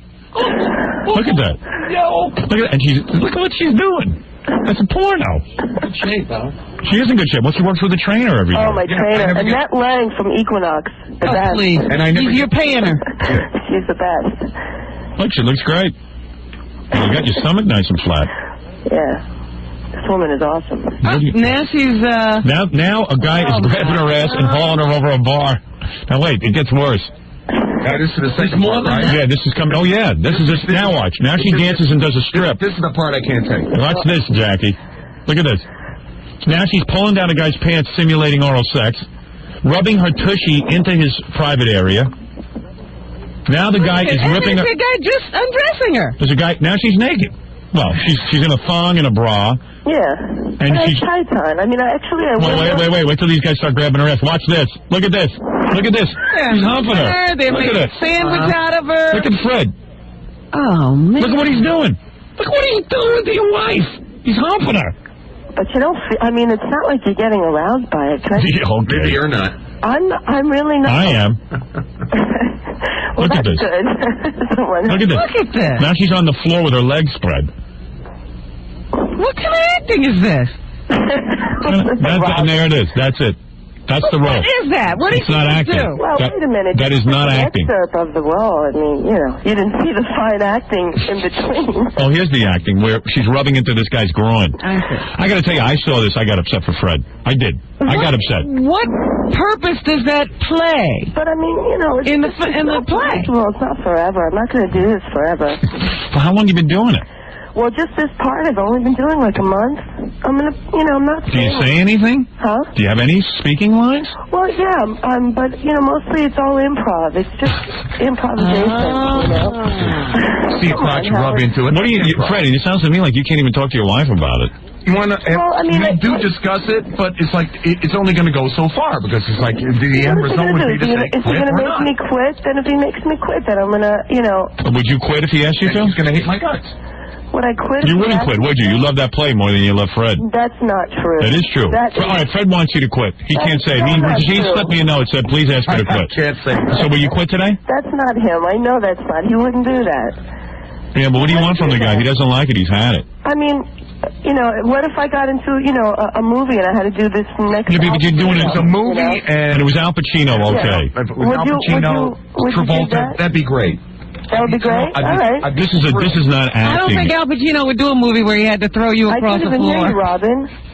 Can you hear Robin? Robin's like not. No, I know why. Can't hear at all. All right, now you can. Yeah, but I'm just saying, I don't think Al Pacino would be in this kind of movie. Well, you had to start somewhere, right? No, keep doing it. Oh, it's not acting. It certainly hasn't improved your acting chops, Eddie. It's just ripping off your clothes and having guys squeeze your ass. Seriously. I think this is preparing you for scores. I don't think it's preparing you for Broadway. It gives her a reason to get in shape and stuff, you know, but... Well, you know, it's good for the time being. All right, well, do what you want. It's a stepping stone, you know? Fritzy, you don't care, huh? I do care. He does care. I definitely care. The guy had to get loaded to watch you do your play. She knows how I feel because she said to me, she says afterwards, she goes, you got loaded tonight. It's like, and she's hanging out with all these guys I'm not rubbing her up every night. Yeah, and she's got all these new friends who rub her ass. It's a joke. I'm not hanging out with all these guys. I mean, it's a stepping stone out of marriage. That's what it's a stepping stone. No, that's not true. It's not true. Are you thinking about divorce, Fred? Am I thinking about it? I don't know if I would divorce because it would cost me money. Oh boy, gee, thanks. What do I come with a price tag now? Are you so upset that you're thinking of cheating? Want to know something? I wouldn't cheat. I wouldn't cheat. I wouldn't cheat. That's why she can do this. Yeah, because there's no danger for her. My wife was doing this. She is not in danger of losing anything. That gives me a guilt-free ticket. I'm in Amy Lynn's apartment the next day. I'm not cheating. I mean, I don't... No, because everybody's watching? But let's put it this way. If you saw me doing that with some other girl in a play, you'd flip. I know. Every night. I know. And it's not even acting. She's come to shows where I played, you know, I played a gig or something like that, and people just come up and ask me for an autograph. Yeah. He's right there beating them up. She's so right. It's not even funny. So, I mean, I don't know. I mean, if a girl comes up and asks for your autograph? If a girl comes up and asks me for an autograph, she acts like, oh, well, she was coming on to you. Oh, and it's like, give me a break. So do a few of these broads, and then she'll stop. And maybe go home and make a life for you two. Maybe when it comes down to lock, stock, and barrel, Fred. We did a show 2 years ago, and the girl had to kiss him on stage. I couldn't deal with it. So good. Right. All right. Yeah, do what you want. I don't see this as acting. If you had a couple of lines or something, I maybe see it as acting. Even the point that it doesn't carry it along the play, Howard, why even bother to do it? I'll tell you one thing. I wouldn't let my kids go to this play. I never saw such nonsense. There's lots of kids. Yeah, I want my kids seeing you running around in a thong getting your ass squeezed. I seriously was shocked. Because I'm saying this is supposed to be like a PG kind of play. No, that's no PG play. I'm going like, give me a... Now when a girl's running around with a breast sticking out of and her ass sticking out like that. And a thong. I don't want my kids seeing that. Yeah, but I have tights on underneath. I mean, I wear less at the beach, you know. Yeah, well, you don't have some guy grabbing your ass and rubbing his crotch into you. Everyone else is clothed and they're not rubbing themselves up against you either. And under the guise of acting. Right, I mean, and anyone could do this. A bra right there. Any stripper could do this part. I mean, I don't see how this is acting. I mean, look, you're right. Any stripper could do this part, but, you know, they have to... You're using your name because you're associated with my show. Well, that's good. You know, you were smart when you planned it out and called that dial-a-date and got yourself into acting. That for me. Oh, boy, you know... Marry someone from our show and then get into an acting position. You know, I mean, what do you think I'd plot? And then you take all the money and then you pay this personal trainer. I mean, what good is it to Fred? Well, she looks good anyway. I look good. I mean, at least I'm not... Yeah, you look good. So Fred could get a lot of good-looking girls. Touch, you never sees it. Yeah. Oh, come on. When a guy gets married, he wants more than a girl who looks good. He wants someone who'll do some stuff like cook and crap. I do cook. Yeah? I'm a great cook. I'm a fabulous cook. When I put my mind to it. She's such a sweet girl, but she's just changed. Right. Oh, come on. I haven't changed. You're a sweet girl. I like you, but you're not an actress. I'll tell you that. Oh, I knew you were going to say that. You're not an actress. That's why I'm taking my clothes off. I knew you were going to say that. Well, let me see you act. I've never seen you act once. Put me in your movie. I'll act. I'm not putting you. That's why I want amateur hour. Take the risk. I'm the one who's got to take the risk on everybody. Well, no, you don't. But, I mean... Yeah, I could use a couple of... I know actors from non-actors. I'm a great actress. You don't know. All right. Well, no one knows, evidently. A couple of people have seen it. All right, Allison. Good luck. All right. I got truly upset when I saw it. I'll be honest I hope with you. this leads to something. I do too. You guys. Yeah, I hope this leads to something more than a stripping job. Oh, yeah, well, you know. All right, Allison. Getting a big agent. There it is, Allison. I mean, to hurt your husband like this, there ought to be some good payoff. Allison Furman, a popular name these days after Mark Furman. There you go. That's it. Who was at Knightley and Tony and Tina's wedding, the Happy Humping Grounds of Broadway. Go out there and feel her ass. Right. If you want to go to the show and feel her ass. Twice on Saturday, twice on Sunday. Anybody touches her ass, you know, wouldn't it be bad if you married her and she was into this kind of crap? Like Jackie was. If you went into it expecting it. Can I just say one thing? I was, you know. I mean, when he married, I was working in the business. No, you weren't. Yes, I was. All right, thank you. Howard, why can't you just listen to what I said for me? Why are you so hoarse? Is that from all the working out? She's busy. She's working and dancing. Yeah. Yeah. It's from all the working out. It is. She's losing her voice. Well, look, I mean, that guy throws her around pretty good there. That's a strenuous role. It is. It's a very strenuous role. Yeah. All right. Well, you look good. Thank you. Thanks. Listen, she gets hoarse. It's chilly when she's nude. To be honest with you. All right. Very good, Allison. Thank you. Bye, guys. Good luck. Bye. Thank you. Bye. Look at that guy. Finish it up. Jackie loves this. He loves this. Well, his wife does the same stupid job. She gets in the lingerie and shakes her tail feathers. See how good if they offered this role to Jackie's wife, she'd orgasm. She's already done it. All I know is one time he saw his wife just kiss a guy. I freaked out. And he I freaked admitted out. that. Right. And he freaked out. Well, at least this is bad, Fred. I came in. Seriously, it's bad. I agree. This is embarrassing. I don't know. It's humiliating. Embarrassing is too kind a word. Look at her. Running around. The weird part is she's enjoying it. Yeah. She don't have a bad ass. Oh, she's got a great ass. That's the part that stinks. Yeah, Fred had to marry her to get that ass. I had to marry her to get that ass. Look at these guys. She's building that some acting. She's like a rubber doll there. You know, and what's worse is, like, I know that face that guy has on. That's the same face you see on the other guys that scores. Right. That same stupid container look. Let's hire her for the next party. I'd like to. And they just throw her around. I mean, look at that. I think they throw her on the floor like she's a piece of trash. Mm-hmm. And that ain't much of a bra. She could come out of that. No, I'm sure she has. I thought it'd be bad if she did it once. What? It'd be bad if she did it once. She does it 8 times a week. But, you know, it's just not even acting. That's my point. If they give her a couple of lines, fine. Let her do it. I can understand that's acting. This isn't acting. This is like running around naked, letting guys grope you. You know what it is? It's a really cool way to, like, have other guys touching and stuff. Yeah. It's creative. On her? You know what it is? My goodness. I think she really thinks that this is like a legitimate play, and she's really acting. I mean, but that's all rationalization. She has acting ability, but and she's kidding herself with this. So what's the point in doing this? My point is, you know what? She'd be better off being in an acting class every day. That's right. Than doing this. I wish. Yeah, think about it. Because this is not acting. There are a million ways to act if you want to act. You don't have to do this. Right. I mean, if she really wanted to be an actress, jumping up on a bar and shaking your ass is not... You couldn't take her to California. Get her apart. Did she go to an acting school? She did. And now she's busy with this. Because she's finished. She's already an actress. She learned everything. She doesn't have time to take any more acting courses. She's stripping and working out. Look at that. That's acting, all right. I've seen many girls act that way. And quite frankly, there's another issue here that really pisses me off, is that the producers are making money off her because I talk about it on the air. Absolutely. Well, yeah. I'm thrilled with that, too. Let them advertise. This is the last I talk about it. Look at what's going on here. That's some acting. Look at what she's doing with her lips.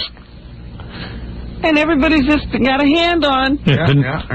Every guy's like fondling it. Look at it. Look what he's doing with her ass. I forget. Turn this tape off. Really, seriously, I don't want to torture my man. That's great. I got to take a break. Let's do the news and get out of here. I'm disgusted.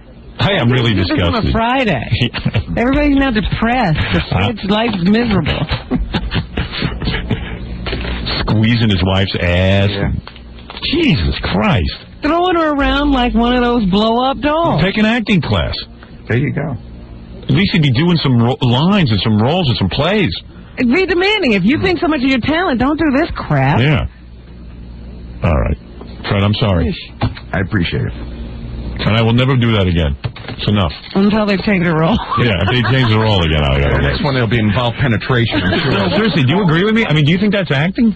In all seriousness, Jack. It's weird. I'm sure she's doing it because she thinks that It is. will get her another role, and I hope it does. I wish it did.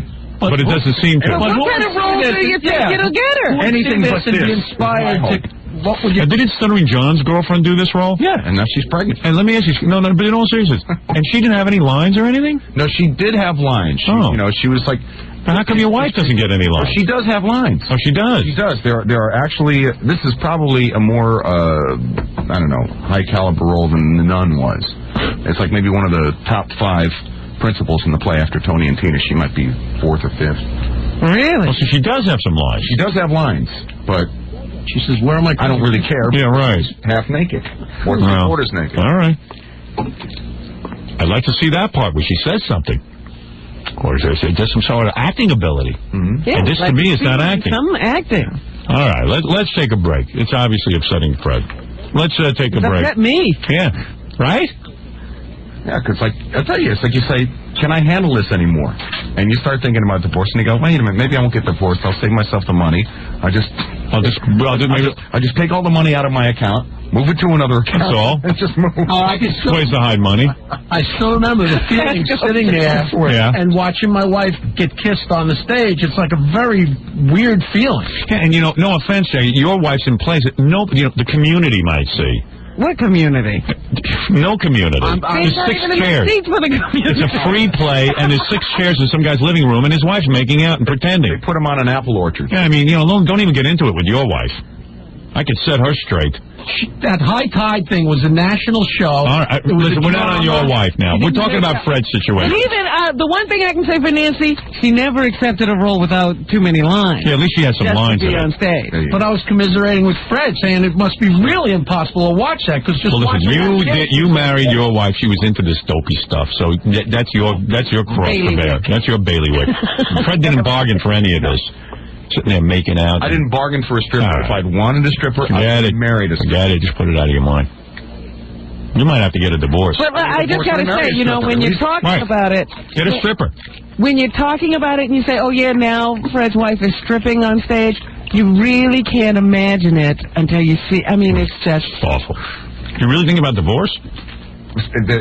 It crosses your mind? I'd be lying if I said it didn't cross my mind. Really? Yeah. Wow. Wow, Fred.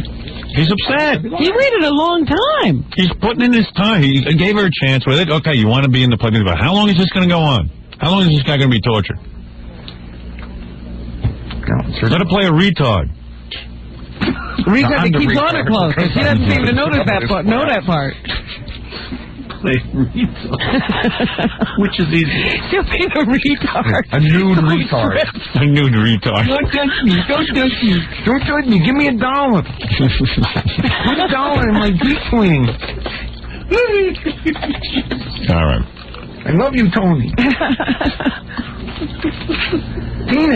No, because you know, to see Fred suffering like this is just really... You ought to go to one of them counselors.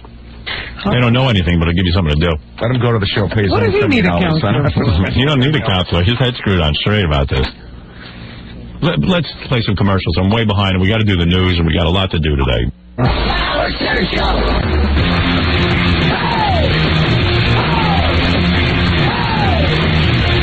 Put on your blindfold. I want to do mystery guess right now. This is fun. I accidentally found out who the mystery guest was, so I'm eliminating myself. Therefore, I still don't understand that.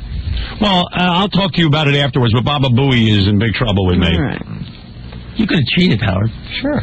No, he didn't. He doesn't want to do Is everybody blindfolded? Yeah. So I can get this going, because mystery guest has... limited time? Well, he's been here a while, so... He's very busy? Well, he or she. I'm not saying which. All right, mystery guest is now walking down the hall. Mystery guest theme music. Our mystery guest could even be disguising his voice. You wouldn't even know it. He could be a man. He could be a woman.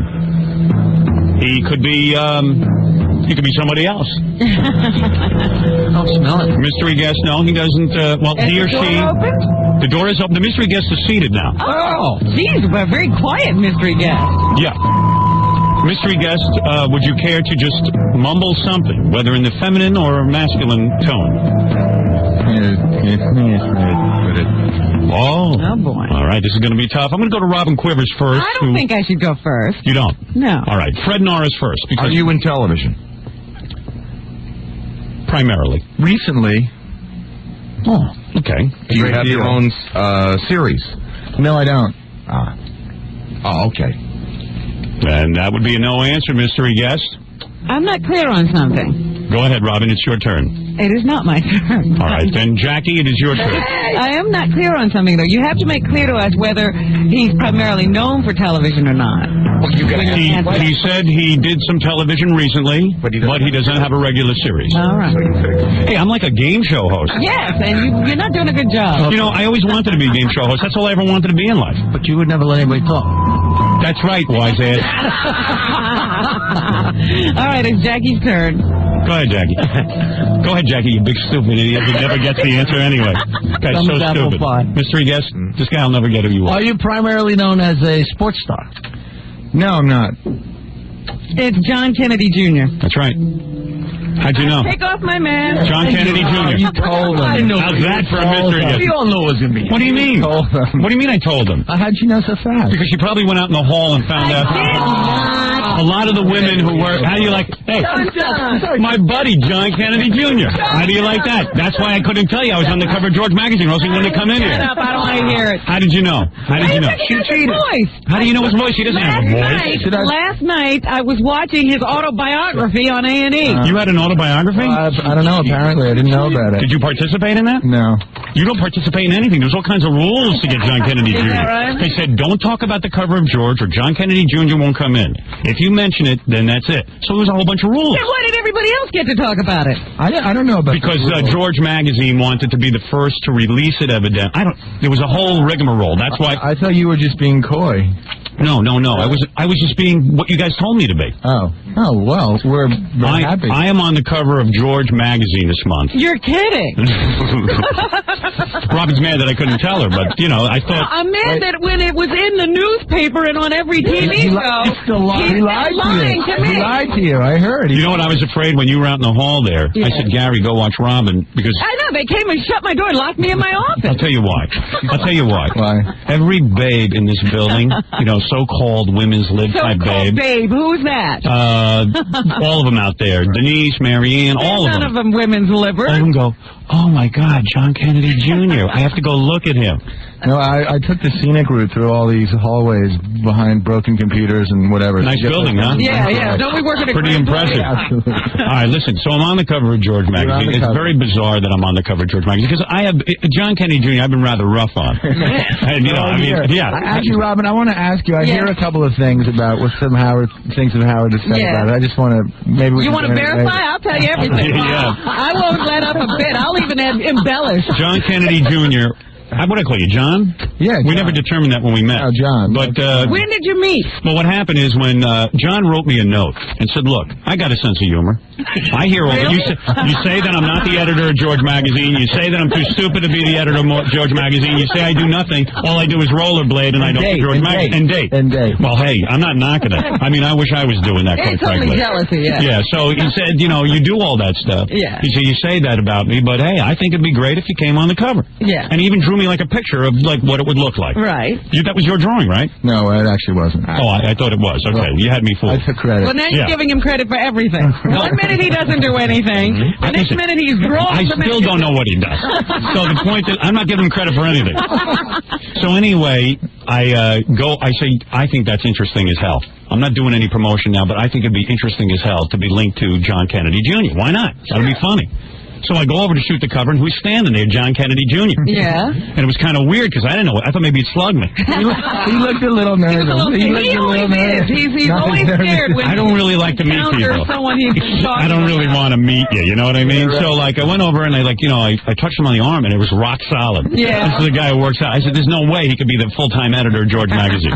Didn't you just hire... His pen has weights. Didn't you just hire some new guy to run George so you could rollerblade? No, we actually... Come on, seriously, because Well, you know, daylight saving is just around the, it's just about to end. So I wanted to get out, early in the afternoon. So we did. We hired a few more people. Oh, I see. But actually, we hired a. You like to go? You seriously? You even have a tan? There's no way. No, I mean you do. The guy's got color. I have seen him rollerblading in the park. He's rollerbladed right by me. He's very good. You want to see the skin of a guy who doesn't get outdoors? Take a look at mine, okay? No, we actually hired a woman who worked for us. We promoted her to editor. You are having some life, my friend. I know. And this is what, I said it's unbelievable. First of all, so what is the response, obviously, as long as I got you here, to all the tape that they're showing of you in Central Park messing around with that chick? I saw the tape. It didn't look like you were beating her up or anything. It looked like you were arguing. Absolutely. You were just having an argument. Absolutely. But it wasn't like you smacked her around or anything. But when you're done, Kennedy, do you ever check to make sure that there are no cameras on you when you're arguing in the park? No, it was funny because once the argument was completed, we kind of looked around and there was this guy sitting on a bench.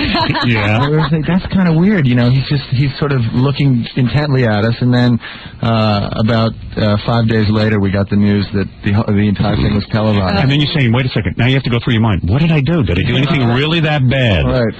Everyone comes up, well, did you see the tape? Did you see the tape? And I was like, no, I was in it. Why do I have to see the tape? I watched it. I saw it on Day and Date. Day and Date was playing. There's a 5-parter. Well, I'll tell you what, I don't know what Day and Date is either, but there was a 5-parter.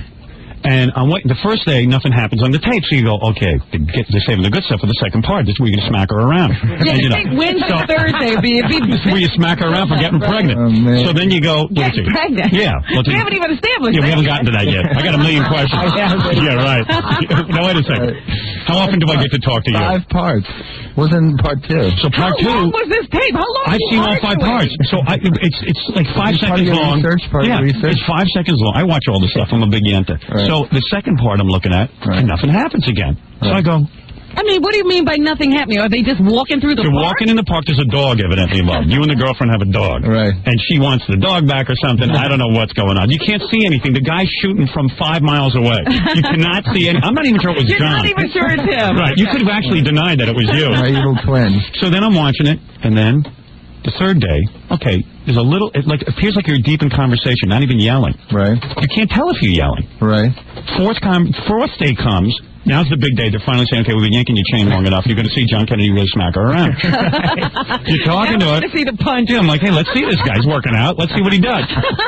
Meanwhile, I'm saying, when is the guy editing George Magazine? That's what I want to know. It was on a Saturday. I think the argument was on a Saturday. Oh, it was a Saturday. Yeah. It was not a work day. It was when I was getting my tan. It's Sunday in the Because my theory is, if you're in charge of a huge magazine, this is like your 3rd or 4th issue. Right. There's got to be a lot of pressure to produce.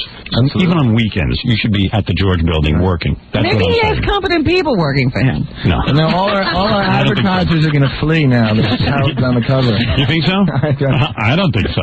I think they like it. It's funny. First of all, I look like the biggest douchebag on the cover of George. I thought that was a weird shot. Oh, I'm so embarrassed. What are you doing? One of these days, I want you to just stand there and have your picture taken. I have a powers. This is what I thought we'd do. I thought I'd stand there and look like a normal guy, or do like the De Niro thing and have the powdered wig on. Right. And the blade. Sit there, and I thought I'd look really kind of suave. Or maybe try the hat. Even the hat would have been okay. Right. So, you know what it is? My face, I just never can look cool. Look, even if I did the De Niro pose, I would have looked like a big goofy jackass anyway. You know what I mean? I don't look like you. God did not bless me. Right. What's it like to have every broad in the world? I knew this question was different. Even in this biography last night, they said his People magazine cover, Sexiest Man Alive, was the best-selling cover issue for that issue ever. What's the story? I can die happily now. My theory was your mom would never let you go into acting. But you want to be an actor. Where did you come up with that theory? You didn't read that in the paper. I thought your mother was very controlling. She kept you hidden away. I have a whole bunch of theories about the whole Kennedy thing. I bet you did. What is it? I read some of them last night. What? Speaking of, controlling and stuff, we are on a time restraint with Mr. Kennedy, and we've got about 7 minutes left. Yeah, we got 7 minutes. Where is he going? He doesn't run the magazine. He's playing it smart. He's keeping the mystique on, the Kennedy mystique. They told us up front that it was going to be a 15-minute. All right, Mom, do I still have time? You've got 7 minutes left. All right. What's the let me get the chicks. Schedule? Let's talk to chicks. Wait, so let's go to your day, okay? So you're growing up in high school. At what point do you realize that you not only you're good looking, you got power over women, and you're a Kennedy. At what point does it all kick in? Well, the Kennedy part kicked in fairly early. Cool. The other part, I'm not sure it ever kicks in. You know, it's. You don't know your. Please. Robin will do you right now on her knees. Are you crazy? Robin, I've had many close encounters with him. He doesn't know how quickly I could have grabbed him. Tell him how much you love him. Tell him. I saw you in Bergdorf once shopping for your mother's Christmas gift. Supposed to be busy editing a magazine. He's in Bergdorf. Buying lingerie. Magazine. Now you're built, man. I touched your arm. I thought my finger was going to break. Right, what are you doing? You're saying that you sprained your finger afterwards, right? What are you doing, pumping iron? No, it's all that writing. All right, so wait a second. What is it? So you're in high school, you don't really... Okay, all of a sudden, like, what age do girls start doing it? Like, 15? I figured you must have got laid at 15. 14, you lost your virginity, easily. Don't be too proud of yourself. No, I think it was a little later. It was actually, I was a late bloomer. Really? 18? Somewhere in high school. Really? Yeah, well, like everybody. With regular girls or a model? Or did you start with regular girls? You're smart. You practice on regular girls till you get to the models. Oh, man, what a life. So when did you get to the part where you pick up the phone and you say, I want to meet Madonna? Yeah. Now, how do you get her? How do you do it? That never happened. How does it happen then? I think I happened to be at the same place, and you know how these things are. She was wild for you, right? She saw you. No. Women look at me when I vomit. Each other. Now women look at you. More. Oh, yeah. You don't know, man. I know it. So what are you saying? So, like, all of a sudden Madonna's in the room. She goes, oh, my God, like John F. Kennedy Jr., and then she comes over and makes all the moves, or you have to actually talk to her?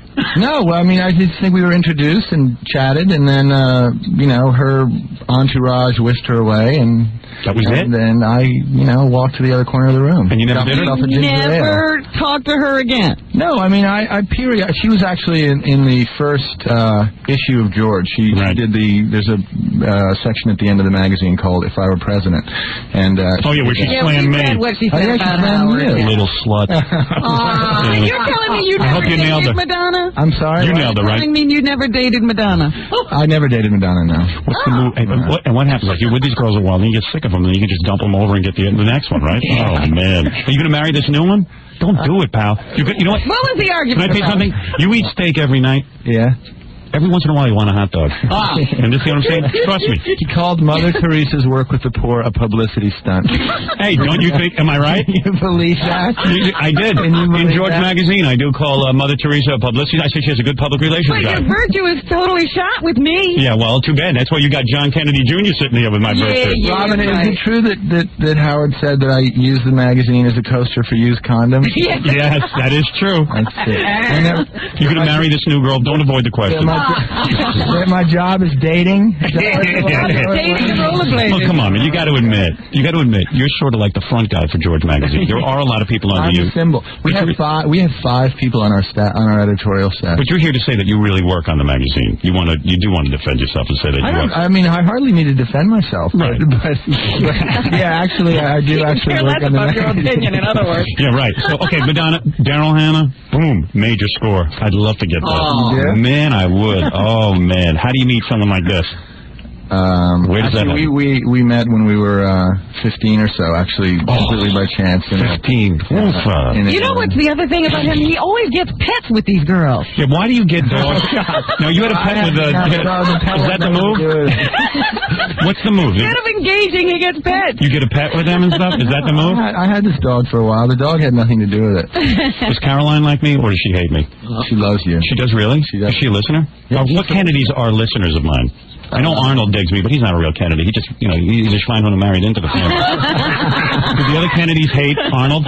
No, they like Arnold. They tolerate him. Does he try to act big? On the show a lot. Yeah, he does. Yeah. Does he try to act like a big shot because he earned his money? Like, you guys inherited a lot of money. Does he try to act like a big shot? I earned my money. No, Arnold. Arnold is just Arnold. So Arnold. I am a Republican, Arnold. He is what he is. He is.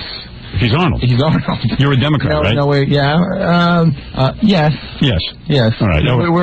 We're about nonpartisanship in the magazine, but between you and I, and it's in your family. That's right. Absolutely. And hey, I worked for your uncle when I was a little kid. I'd go out to my neighbors' houses and pass out, Bobby Kennedy flyers and stuff. Oh, really? Yeah. Oh, yeah. I was totally devastated, man. That was like a big thing in my family. Oh, really? Yeah. And Roosevelt Greer trying to get all the credit for helping your uncle out. Oh, yeah. You were there. Yeah, I was there. I would have helped him. I would have saved him. Now, wait a second. What? What I thought was cool, the cool move, when you rescued Daryl from Jackson Brown. Nice. Oh, boy. Right? Well, he smacked her around. Does Jackson Brown scare you?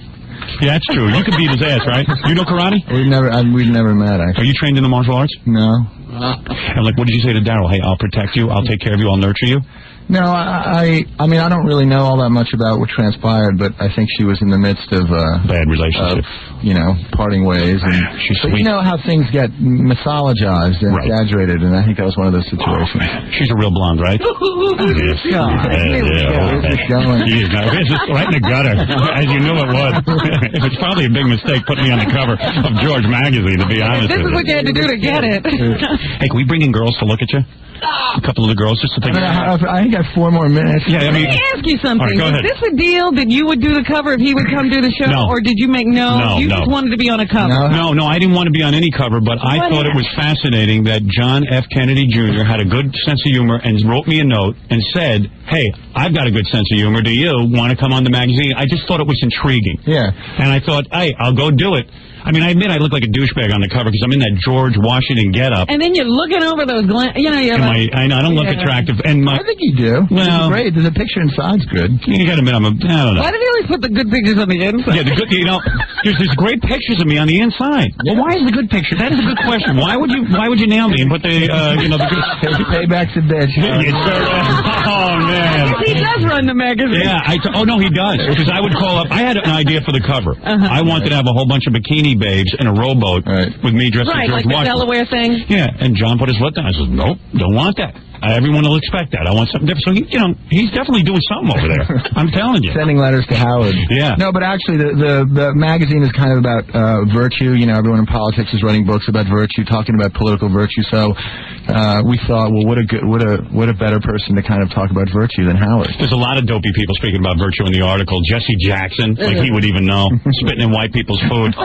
You know what I mean? Hey, we've all made mistakes, I suppose. Al Sharpton talking about virtue. Al Sharpton? Yeah, like Tawana Brawley smearing herself in excrement. Why did you go to someone with virtue, John? I'm the only guy, but you know what they asked me? They said, who is the most virtuous person in the world? What did you say? I said me. Yeah. And you know what I'm saying? Yeah, absolutely. So what are you going to go into politics or something? You going to run for governor or something? No, I mean, we're having a pretty good time, You got the life. Why would you ruin it? This is the thing about him that I like. He just was looking to have a good time. Yeah, that's right. If I was a Kennedy, I'd be playing it the same way you're doing it. I do the magazine thing, but I wouldn't put in too many hours. But, I guess it got boring just hanging around the house. Right. Because he quit the law thing. But you know what I would do? Like, what do? You wake up in the morning, what do? You go rollerblading first? No. At what point, what do you go right to the office? What, he's got to leave? No. I'm just getting into it. What is I was just saying, the crowd that is gathered just in his office is staggering. Who's in there? And they're not all women. Really? Guys, too? Well, there's just one guy. Gay guys ever come on to you? John, gay guys ever come on to you? I think, a couple of times. Really? Why? Not in a bad way. They grab your ass? No. Where do you go, like a bar or something? Can you go out and party? You really can, huh? I always read about him being everywhere. Yeah, but don't believe it. You're not at those restaurants when they say you're there? No. I think reservations are slipping, and then I read about that I'm in some restaurant with... Really? Now, this new girlfriend is an editor. Or something. No, PR person for Calvin Klein. She's a knockout. God damn, I wish I had her.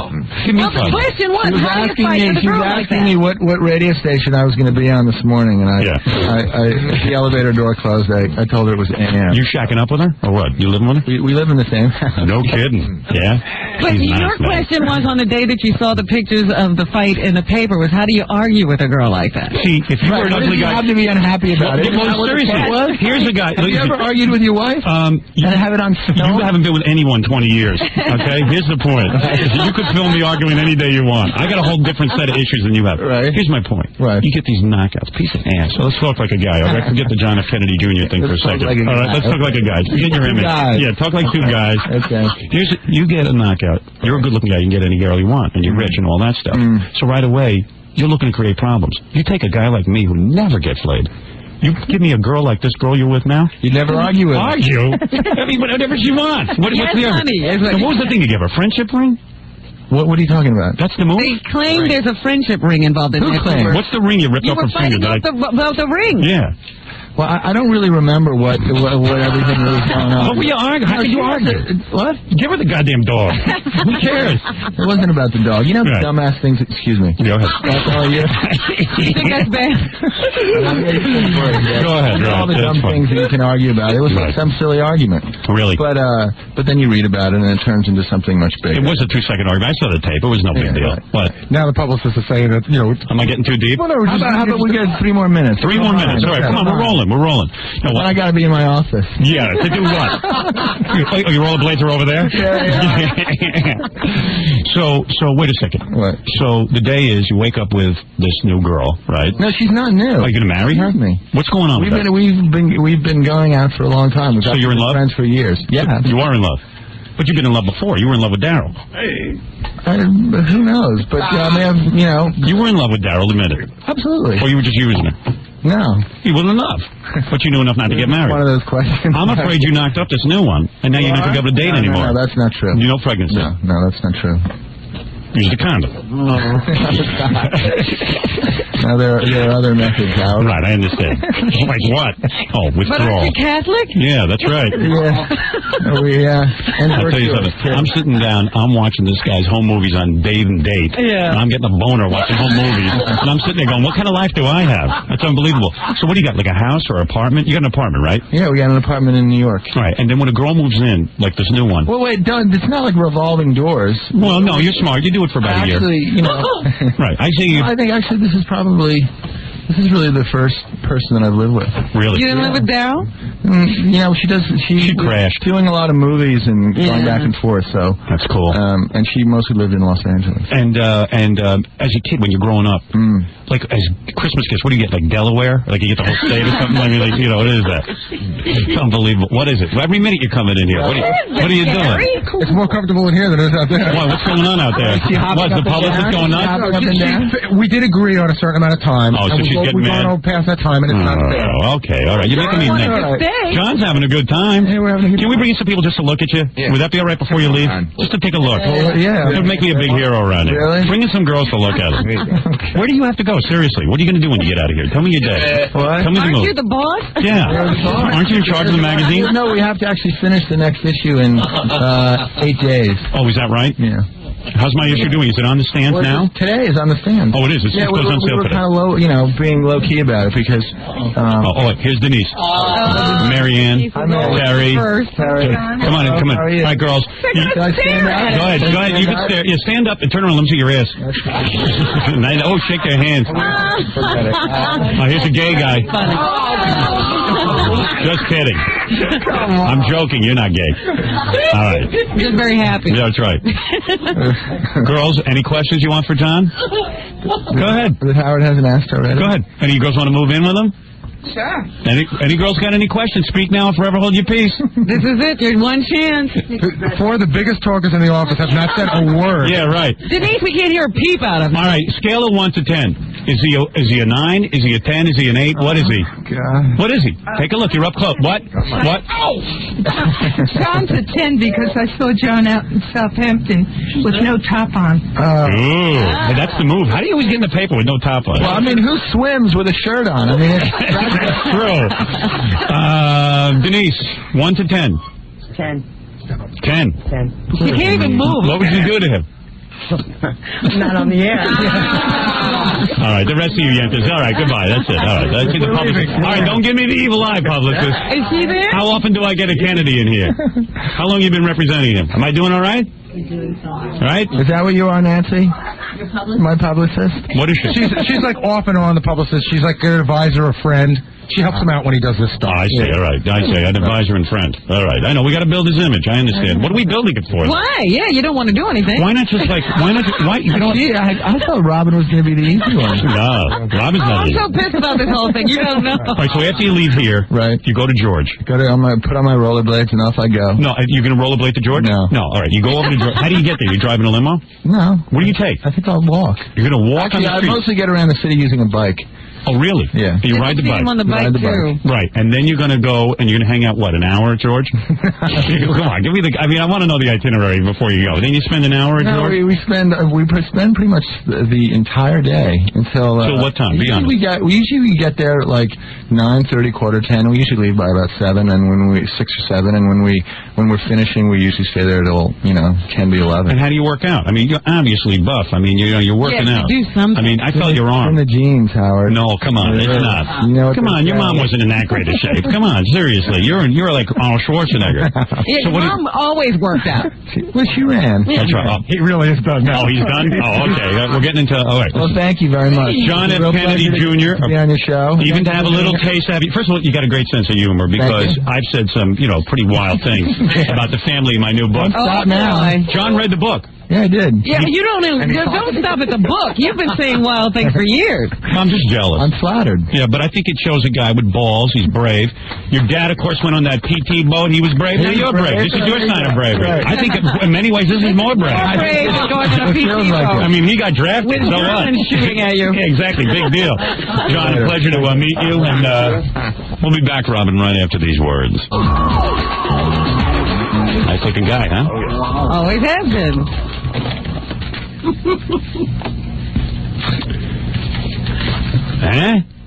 Not a bad show today.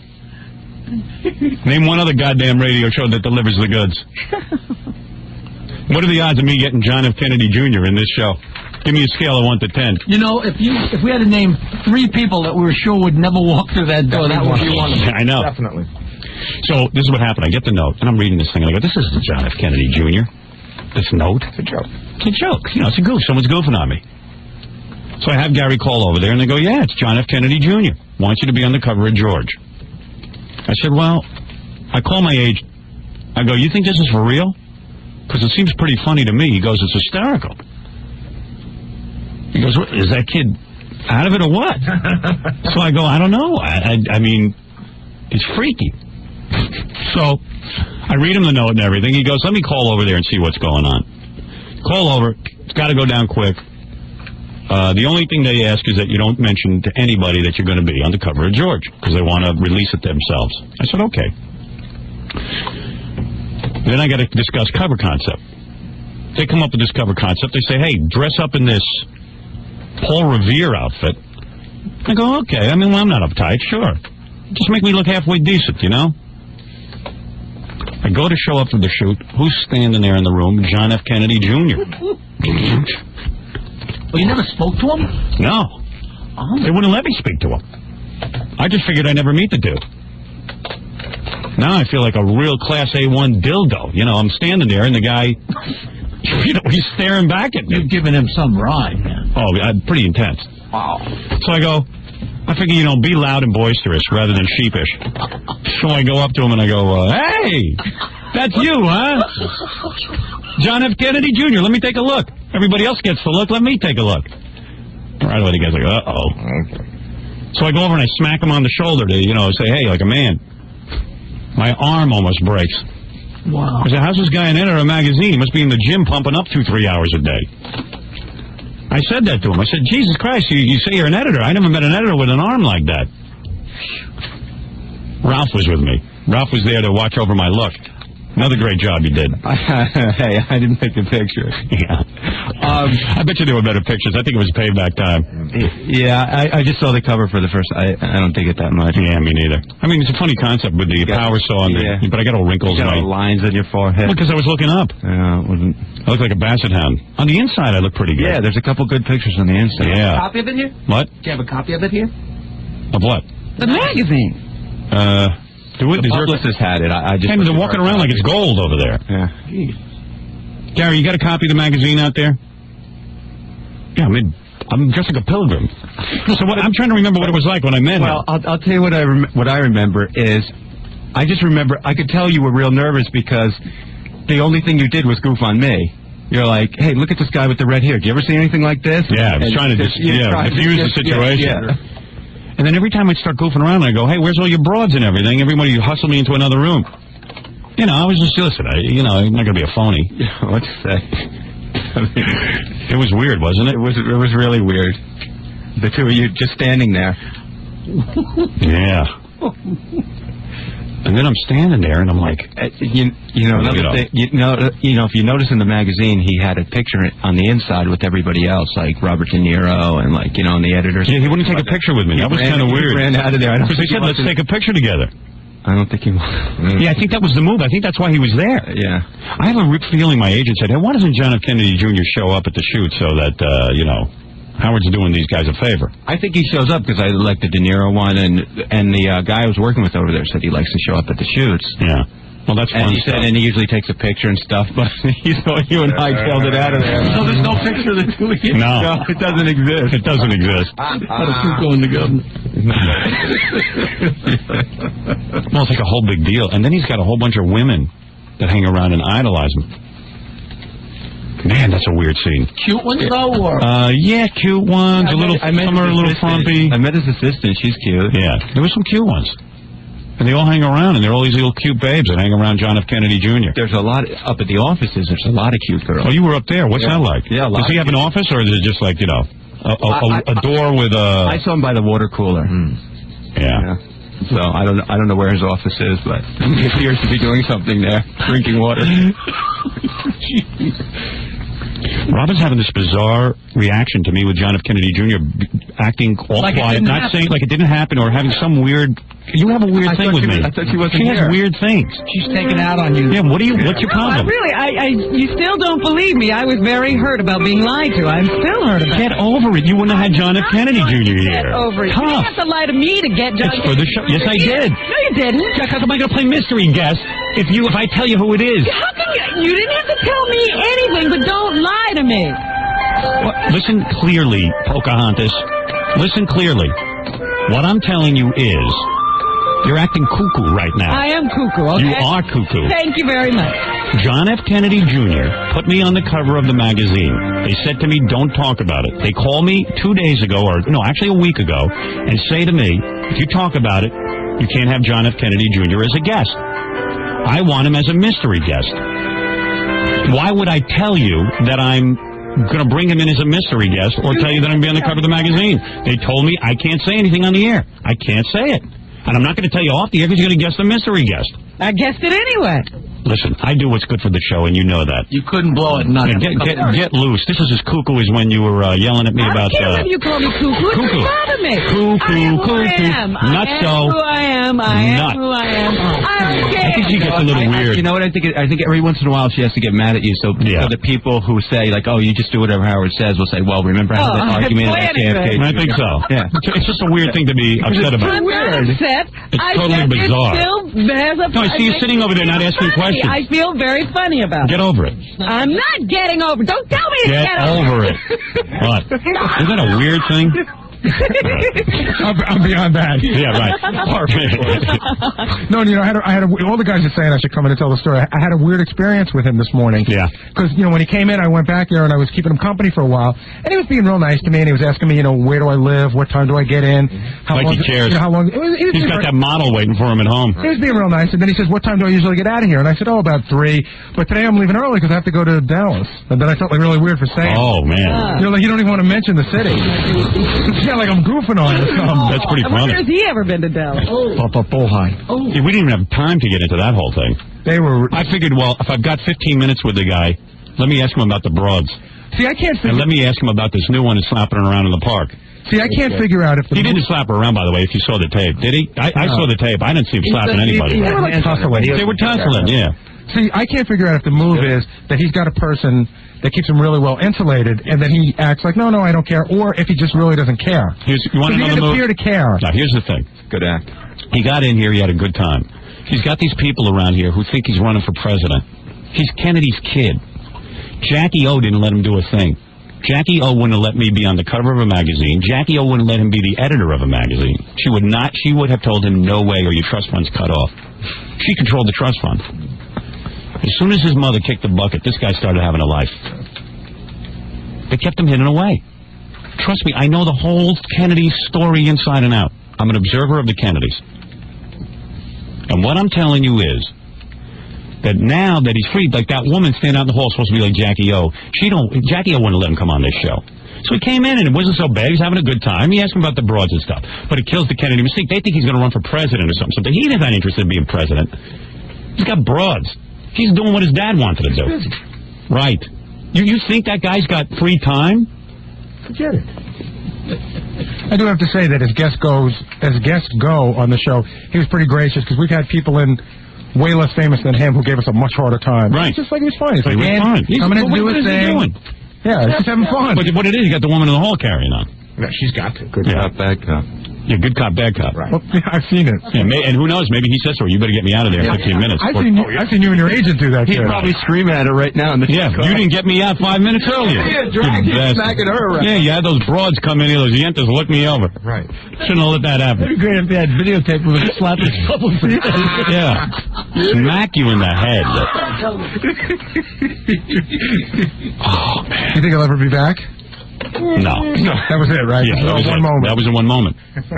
So I had to make a snap decision. I go, well, do you ask about, like, there's just too many questions to ask. But another thing that I thought was really good, nothing threw him. No, he answered. What's the throw? This guy should be happier than a pig in mud.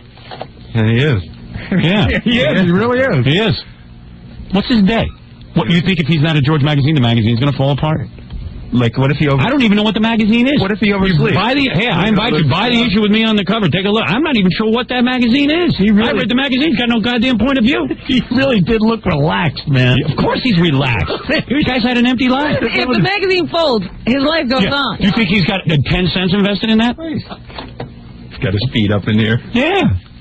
He's doing what we all want to be doing. He's got time to fold that little hanky and have it poking out perfectly in his pocket. That took him half an hour. Why do you think he flunked the bar exam 3 times? You think that he's busy studying law? His mother wanted that.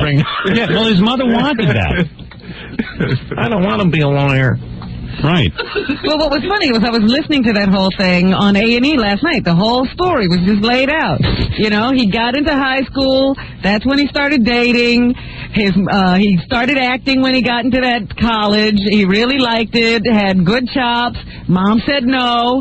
He went off to law school because Mom said you have to. Right. He got out. Mom wanted him in the DA's office. That's where he went. And now Mom's gone, and this guy's living it up. There you go. You think his mother would have let him on Murphy Brown? No way. Well, he wouldn't have been running a magazine. Right. He would have been on Murphy Brown before he was in here. Right. You're damn right. But the mom doesn't. The mother knew. She created her own mystique. Jackie O really didn't do anything except create a mistake. That was her job, and she knows she was doing that for the kids. Now John's got his own little agenda. He's been waiting his whole life for this. She was his publicist. Yeah. She was doing less than him. But they got a great life going there. Listen, am I jealous? Sure. Would I love to walk down the park and have women tell me my chest is beautiful and that arguing over a dog, that's my biggest problem? I'd give that bitch the dog and everything else she wants. So let me have 5 minutes in the sack with her. Jesus Christ. I need that life.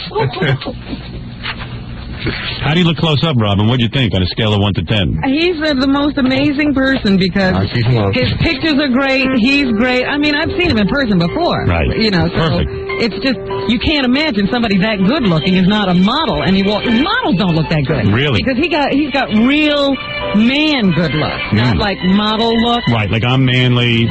And he's manly. Yeah, I mean, you know, he's got nice jaw. He's muscular, but he's not pretty. Like me. He's handsome. Right, like me. Right. Just say it about me once. You came close to me having to say something nice about you until you lied. Yeah, well. Oh, baby. You should get in a fight like him and his girlfriend. Yeah, man, I'll beat you up in the park. No, but Robin will beat me up in the park. That'll be really embarrassing. I'll be the one that they're saying, look at this other side of Robin. We'll put you in jail for abuse. I would have a restraining order on me. That was a pretty cool moment, huh? Big show moment just happened. Wow. That was really big show moment. Anyway, yes, I believe that one thing about John F. Kennedy Jr., he's got a good sense of humor. What? Can I talk to a guy that went to college with him? No kidding. Yeah, just said that his life's always been great. Hey, dude. What do you got to say for yourself? Back in '81 up at Brown University, we used to go to parties once in a while where he would show up. and he would be, just literally issued in like the Duke.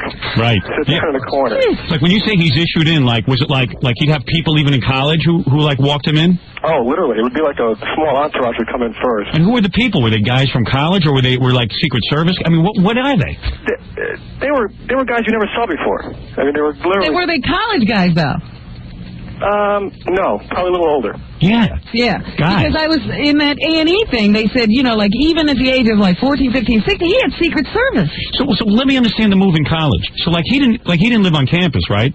Not that I knew of. Right. So what do you mean when he walked into like a party? Yeah, like you basically go to a party at a pretty nice house, maybe an older house in Providence. So you were at this party one time. You didn't even know him or anything.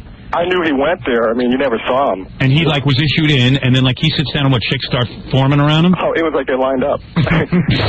How's that, just man? like in Yeah. It was kind of like one of your book signings where they line up to I wonder if you appreciate it when you get it like Everybody's auditioning. Yeah.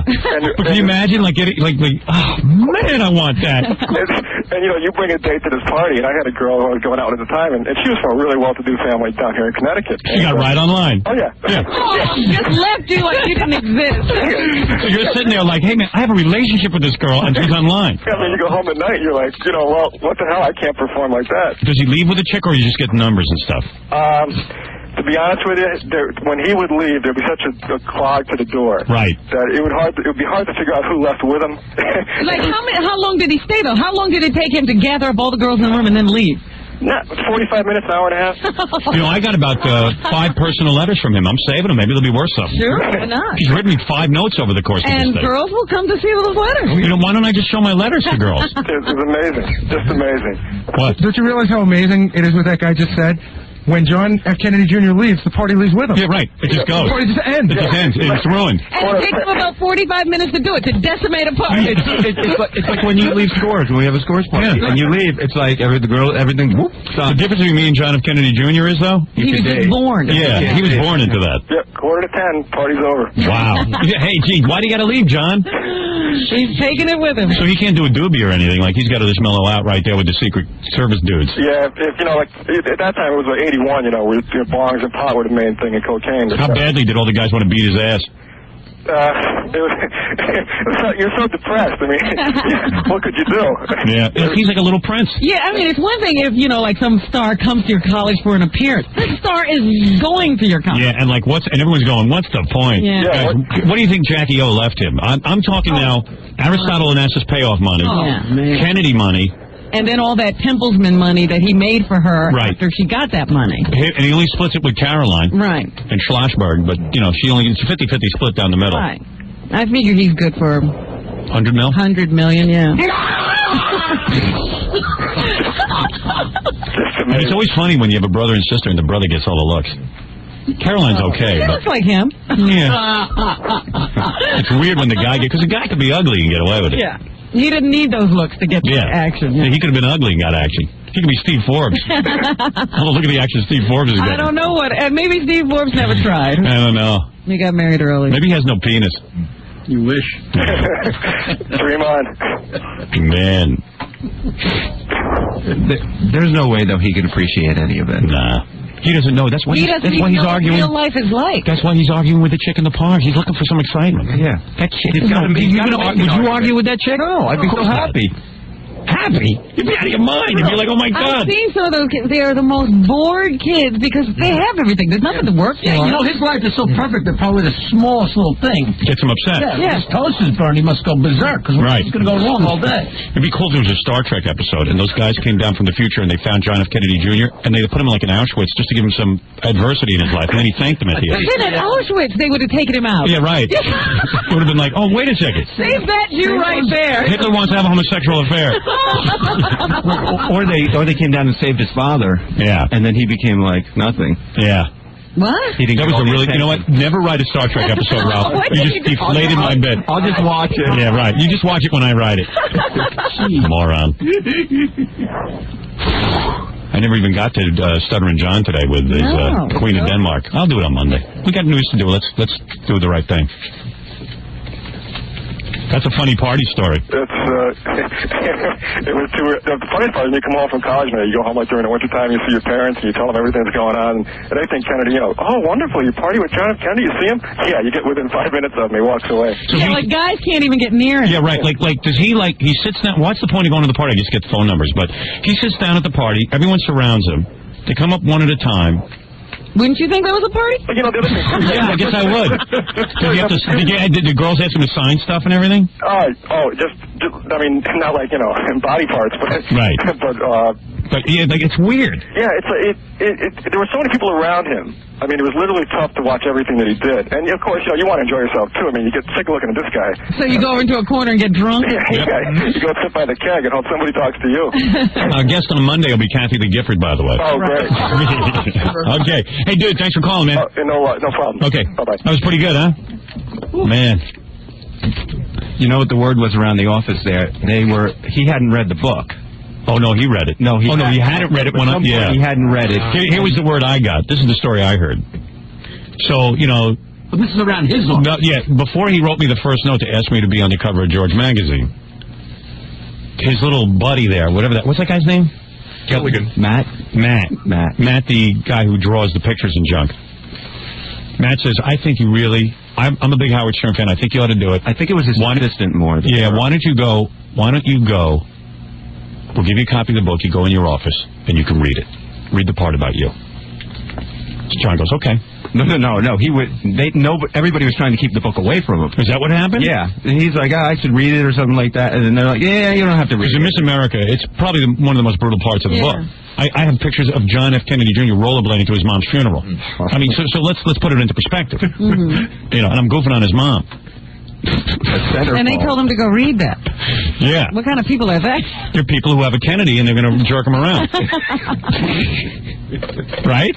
I guess, because I'm sitting there saying, who would tell him to go sit down and read that? Well, you know how guys jerk me around. Yeah. They go, hey, Howard, here's an article about, hey, your rating went down. It's like, people love to watch you react. Yeah. So everyone, evidently, according to this guy Matt said, everyone just sort of waited. He came out of his office after reading the part. They couldn't wait. They wanted to see him weeping. Because they got a Kennedy to jerk around. How often do you get a Kennedy? What else are you going to do with a Kennedy? Yeah. I mean, if I had a Kennedy, I'd jerk him around all day. Hey, John, give me... love to have a Kennedy to pink belly? Yeah. Hey, John, give me a potato. You know what I mean? It's not... You know what, John, take it back in microwave for 3 more minutes, please. I'm done, you idiot. Yeah, it's not done, you idiot. Go back there. So, yeah, what's the matter? What, are you going to cry? All right, so anyway... So then he comes out of the office, reads the book, like a monologue. He goes, I can deal with it. He's a good man. He has a sense of humor. Understood the sense of humor. Seriously, I give him that. I thought that was pretty good. Supposedly what he said exactly was, that's harsh, that's effing harsh. Oh, was that what he said? And he laughed, Yeah, he did? He was laughing. Okay. If he walked in here, he's got a sense of humor. Right. He's got a sense of humor. Give him that. So I'm on the cover of George magazine. I'm looking like a real dickbag, but it's kind of funny. It's funny. It is funny. Some of the ladies told me they liked the way I looked on it. What can I tell you? What ladies? Laura, my assistant. She thought I looked handsome. I don't agree. I only saw it on TV. Every woman... I only saw it for a second. It just was an odd pose, looking at it's odd. Every woman needs to be polled on what I look like on the cover so we can know how stupid I look on a scale of 1 to 10. Gary, go down to the magazine stand, buy the cover of George. I want to see if Robin thinks I look ugly. Ask people on the street. Yeah, okay. We'll do that on Monday.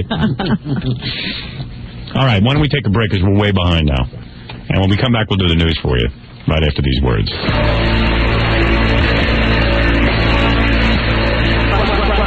Right about now. Funky soul brother. Check it out now. The funky soul brother. Right about now. The funk soul brother. Check it out now. The funky soul brother. The Howard Stern Show. Anytime, everyone says to me, we want the show to constantly change and be different. And then as soon as I do something different, everyone panics. Yeah, that makes it just like every other show, because I'm looking for somebody with some information on something.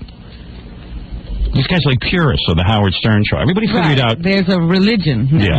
Everybody figured out what I should do. And you are breaking the rules of the religion. Now, you're God. You make the rules. Right. But now you've broken them. Unbelievable. And the guys I have screening the calls, it hardly makes a difference. Look who I have. You know, I go back. Look at who got through. Yeah. I mean, look at that. What a dumbass phone call that was. I don't see how the guy before him could have been screened. We couldn't even understand what he was saying. And I had a system where I asked John to screen some calls, slip me a piece of paper if somebody had something good to say. Of course, he hasn't slipped me. He slipped me one piece of paper. That was it. I don't like the phone. I don't like the phone caller that he's got on there. I don't even. It's just stupid.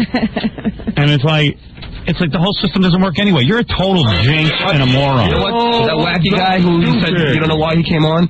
He's searching around for an implant for his brain. Yeah. That'll help. But why didn't you slip me a note so I know? Because I was writing it up when you picked it up for him. Douchebag. That guy's been on hold for at least 5 minutes. I've been watching you do the phone. Yeah, and I'm. You know what? The guy on the phone, the last call was right. I can't have someone screen the calls. I've got a moron screening the calls. The last call I thought was good because he. It was good, but what do I know? You've got to give me a note. I'm writing them down. You're not bright enough. You had that guy on hold for 5 minutes. I stalled for 5 minutes during the Ponce de Leon phone calls, waiting for you to slip me a note. You didn't. You're a total I was dolt. reading. You know what? You're a loser.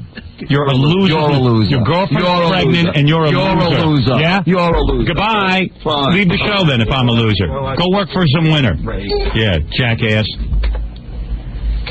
Okay, back to the show. I go in there, right? I told him to go screen some phone calls. He's sitting back there talking to one of the interns. Yeah. I said to him, John, I told you to screen some phone calls.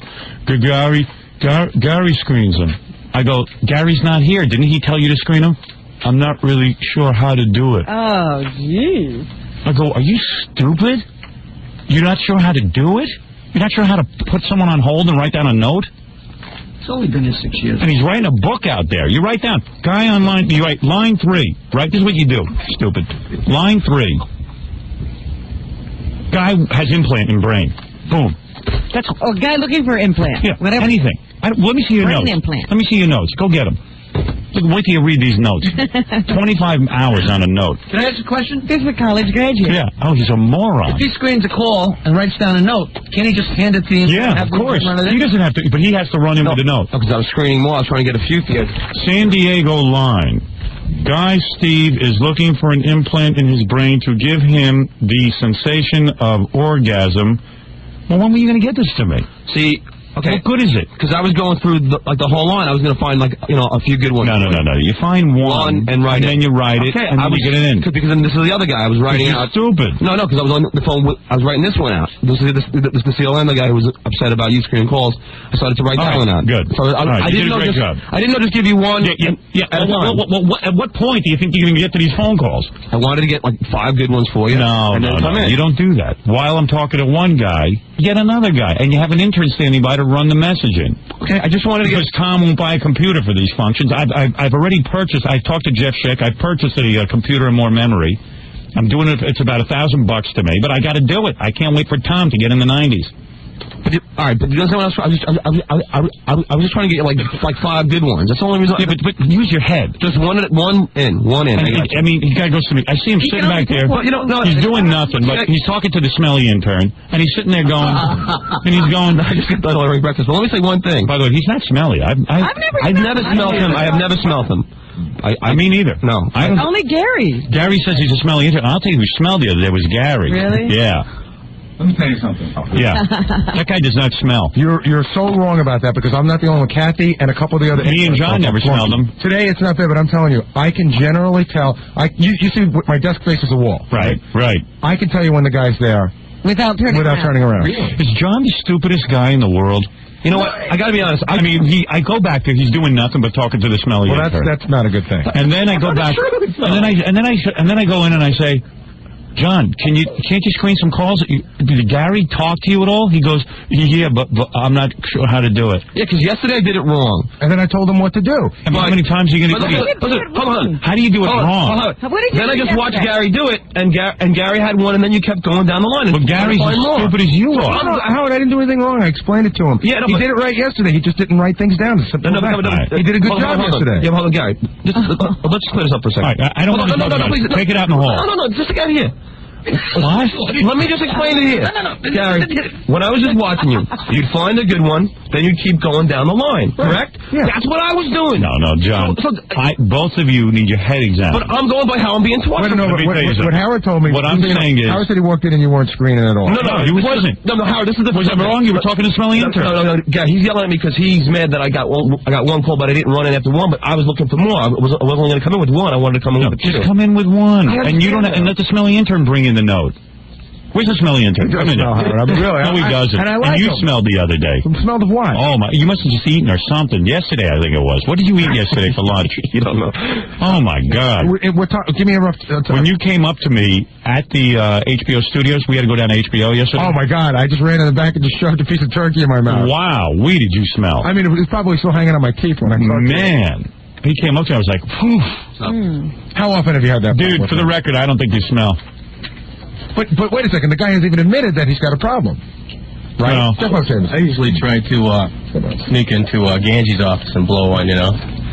Yeah. I'm good. Yeah. It's not farting, I think they're objecting to. Some kind of body odor. It's not like B.O. like he doesn't shower. It's like a stale smell. I don't smell the dude, so for the record, I'll call you the Smelly Intern, but I don't smell you. Howard, really, I could bring 4 other people in here. I know you don't, but you don't spend enough time with them. I've been back there. Robin, have you ever smelled him? I've been by him. I've never smelled him. Me neither. Keep sniffing around. Ralph? It's not that he stinks. It's a smell that kind of builds throughout the day, I think, too. It's like a mothball. I think you got to... It's like he's rotting. Rotting. What who smells him, though? The two smelliest people. Yeah, right. That's true. Ralph smells so bad. You don't smell... I've never smelled them, I swear to God. I mean, Ralph's the guy. My agent had to call over to the corner and ask him to brush his teeth. And that's really embarrassing. We were going over to the tape the Gary Shandling show to film that thing, and I was bringing Ralph to, doll me up. And Don just said, Ralph, I got to be honest with you. I think Howard is judged by the people he hangs around with. We're bringing you in there as a professional. You look retarded, and you smell horribly. Did you brush your teeth this morning? And Ralph was like, I'll teach you a piece of... He goes, no. Could you please go upstairs and brush your teeth? I'm sorry to be that direct. But I can't have you walking around smelling like this. Isn't that embarrassing? You know what? Having to tell another guy. And Ralph was like, okay. You know what? Honestly, I had brushed my teeth. Already. I was having problems with my gums, and I was creative. All right, everyone, please go back and do your job. Smelly Intern, you're going to be the one in charge of running the notes. John, I know the whole thing. Why don't you put Steve in charge of running the notes? Because you don't know him that well. It might bother you if you have a strange face in the studio. Steve who? Oh, Gorilla? Oh, that's another problem. You want to go into all the intern problems? Oh, hi. So, Gorilla's been here for... No, you let Smelly Intern do it. No, okay. All right, then let Steve... You can work it out, Gary. You're in charge of the intern. I don't even understand. There's a problem there? I don't know. Gary doesn't want the Smelly Intern do it. I just think that if you're in the middle of a big rap... Right. Go ahead. That was no help either. Right, yeah. I think if you're in the middle of a big rap or if you're in the middle of something interesting and a guy comes in that you're not used to seeing in the studio on a regular basis, it's going to throw you. All right, fine. Whatever you decide. I personally like the Smelly Intern, but that's my... He's seen him before. He knows him now. But that's okay. You do it your way. The guy's got his face tattooed on. Let Gary... Yeah, I mean, the guy put a tattoo of me on his back. Yeah, we should let him close to you all day. Right. Do you understand now, though? I don't understand how you guys mess up so much. No, Howard, do you understand? I mean, you're out of college. You're 30 years old. Howard, Gary just taught me how to do it, and Gary was putting one on hold, then he would go to another one, and I was just doing what Gary does. If I'm doing how I'm being taught. Hey, dude. Hello, Howard. Am I right or am I right? Oh, you're definitely right. I think you got to get a better office manager because whoever's getting all these interns has got to be the biggest idiot in the world. Well, in defense of Gary and Kathy who run the office, and, I don't know what their training methods are, but you got to, I mean... I mean, you're dealing with people who change every couple of months. Yeah, John doesn't change. That's true. I don't know what goes on back there. But we just You're right. He doesn't change. Yeah, but we just established it wasn't me, which is how I was being taught. You mean taught? Yes. He said he put one hold and he kept going. Okay, now you know what to do, okay? No, but it's ridiculous. Yeah. Do you want me to... How many months are you a dad? 4 more months. Howard, that kid that John's going to bring to the world is going to be, like, really sad because, you know... You know what it'd be like? Oh, yeah. Because why? Wait a minute. What? Because why? Look at John. I mean, he can't even handle phone calls, let alone, like, bring a child. Yeah, imagine when you know what it's going to be like? The little kid will teach John. John, he'll take John to the grocery store. It'll be like a parent. It'll be like Forrest Gump. Parent with a normal kid. Oh, you think the kid's going to be smarter than John? The universe works. Yeah, you hope. I've met most adults who have children, and their kids are as stupid as they are. It's not like the movies. Howard, I just wanted to thank you because you recommended the best shaver in the world. Yeah. I used to use the Bic myself, and I used to get all the cuts and stuff. Right. And this week, I went out and got the sensor. Yeah, the Gillette sensor. Oh, yeah. It works really well. Yeah. How did Bic dupe everybody into getting these rotten shit? I don't know.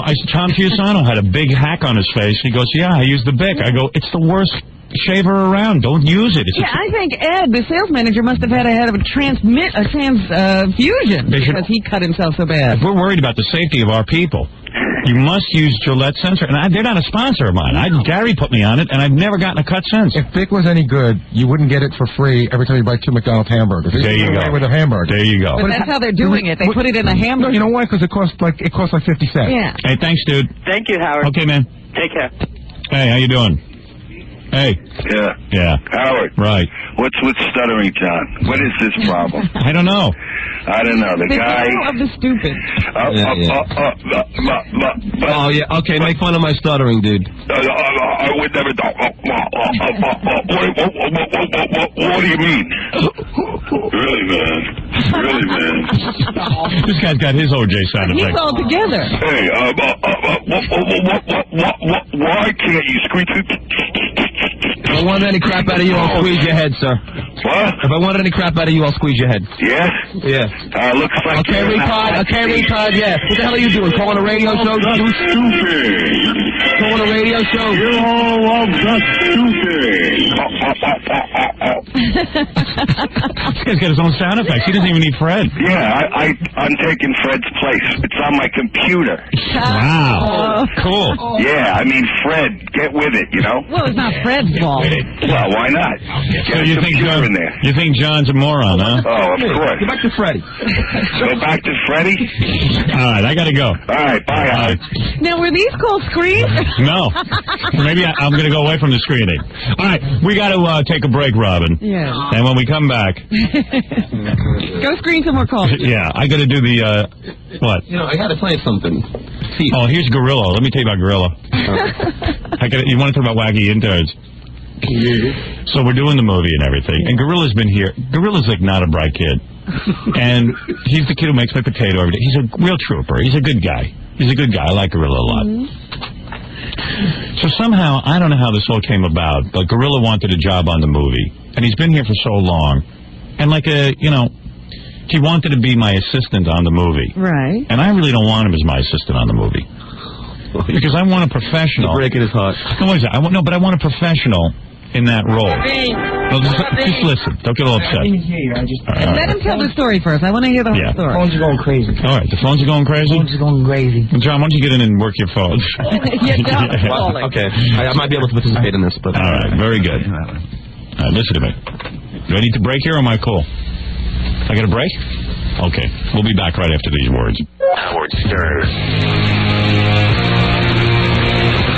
You love to say it. Now you can play it. F Jackie. The new CD from Jackie Martling on Oleo Records is available in stores everywhere. And don't forget, for jokes, MP3s, and the hysterical 3D Joke Man, visit jokeline.com every day. Hey, I found some guy who skeet shoots. You have any questions? Well, you ought to ask him where you do that. Dude, can we just have Fred throw plates into the air and we shoot them? Yeah, you can, I was thinking about that. I heard you, Howard say Fred could throw them in the air. That would be a funny sight. Yeah. I guess that's what the original skeet shooters used to have. Yeah. As a matter of fact, I have an automatic launcher, and it's spring-loaded, and you can do it with you pull a string and it launches it. But so why don't we just get an automatic launcher, go into the woods and shoot some... And you can say pull to Fred. Yeah. Exactly. You can do that. Pull the string yourself. But they have then me and Jackie can fire, and if you want to join us, fine. I don't know if you're into it or not. Definitely. The only skeet shooting I ever did was, remember when Nintendo the arcade first came out? Yeah, you've done Nintendo. Same thing. That Nintendo is fixed. Every time I shoot at the TV, nothing happens. When I first started this, they have a hand launcher. It's the cheaper version. You just slip the clay pigeon into it and you toss it like a frisbee. I heard it's not that hard to hit the thing. No, it isn't at all. Yeah. It's very simple. You know how you get those air rifles at the amusement parks? Right. I could never hit anything with that. Yeah, you need real bullets. Yeah. You'll hit stuff with that. Who's this, Fred? No, Howard. I tried it once. Yeah. And I couldn't hit anything. And my wife never picked up a gun in her life, and she hit like 15 out of 19 or something. Yeah, you can get the hang of it. It's a huge sport. Well, you know where I go? Oh, you did ski? Yeah. And where'd you do it? I'm from Vermont. We just went to some abandoned ski lodge, and my friend's got his own skeet shooter. No kidding. It hooks up, it's not a, it doesn't plug in or anything. What kind of gun do you use? I don't know, was it a 22 or something? Like a rifle. No, you have to use a shotgun. You can't use a 22. You got to use a shotgun. Can't blow up anything. I know nothing about guns. You can't even kill guys with 22s. No way you're going to hit that with a 22. You got to hit them right in the eyes or something. Wow. Right, dude? You know about guns. Yeah, you need what they use. The most favorite model is a 12 gauge or 20 gauge or 18, but popular is 12. Me and Robin want 18 gauge. Whatever's the most powerful. Yeah, whatever's the most gauge we can get for ski. Blow those 10 gauge. You know what they use 10 gauge for? What's 10 gauge? Usually hunting moose or elk. Yeah, that's what we want. We want 10 gauge. That'll take down a truck. I guess we'll need that. What? Knock you right down shooting one of those, won't it? But anyway, remember you said about going to some stuffy country club? Yeah. You don't have to do that. I go out to Calverton with my wife Emily all the time. Yeah. And there's this old man there in a 55 Chevy. He has his car loaded up with boxes of crap and shells. So we need. And you pay $1 to get in. Oh, and you go back into the gravel pit. You pick your own gravel pit. Nobody bothers you. And you could even go yourself. You just take a plain car like your Jeep, you say. You go out there and nobody would even know you're out there. And you could do this at your own leisure. Robin. Wait. Hello? Wait a second. Yeah. Robin, let's go, You mean Ray? I mean, Ray, let's go shoot some skeet. Probably a girl's name was wrong with you. Sorry about that. I'll be right in the foot. I'm a little rusty. I'll be shooting you to keep that. I'll use a 10 gauge. Yeah. Yeah. We like that kick, when you shoot the gun. Yeah, so your shoulder almost blows off. That's right. Yeah, I got a dislocated shoulder. I love it. Oh, man.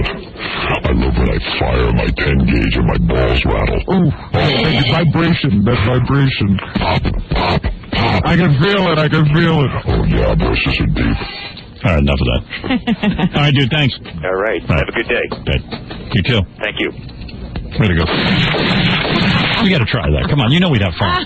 I don't even know how to shoot a gun. You believe me, I do it, and it's easy. I fired an Uzi.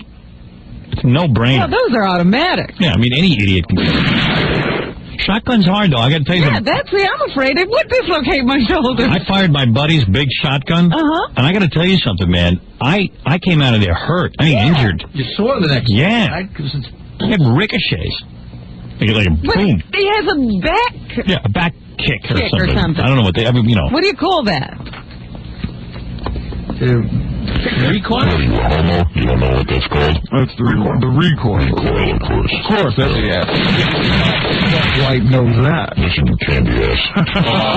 Who you calling, Candy? Who you calling, Candy ass? Let's get back to the news. We got to get into that. That's a show thing. We'll all come back bloody, all dead, shooting each other. Everybody be wounded. Mama Booey keeps wanting to go up there and do that paintball thing. Oh, that's stupid. Yeah, let's shoot real stuff. Yeah. That's a big commitment. Yeah. And then we can graduate to small little animals. I think there's a country club by my house where they've offered... I know the one near you. Golf. And I think that skeet shooting there, you know. Yeah, but I'm half Jewish. They won't let me in there. Well, we can disguise you and bring you around the back in a golf cart. Yeah, what are you going to do with my nose? Can't disguise me. Yeah, you're a problem. You would probably enjoy skeet shooting a lot. Well, just say you're George Hamilton's sister. I got a nice tan. Yeah, a real tan. What? You would probably enjoy skeet shooting. Knowing you... Yeah, I need that.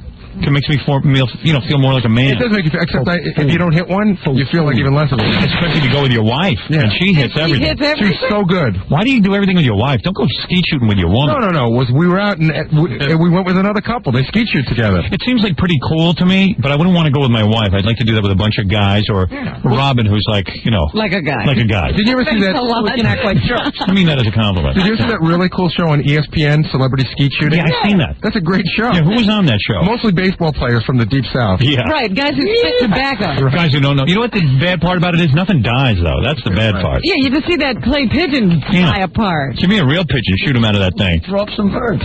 Throw up some birds. They're like ugly birds, like Let's pigeons. get Timmy. Yeah, Timmy the cat. We can put him on a stick. See, I got one, my neighbor that lives across the street from me. Yeah. He's one of those guys that's really into hunting all sorts of stuff. Yeah. And he's always like bringing home like ducks and deers. Yeah. That's the kind of. That's my uncle. My uncle was a cop. He was always bringing home big deer.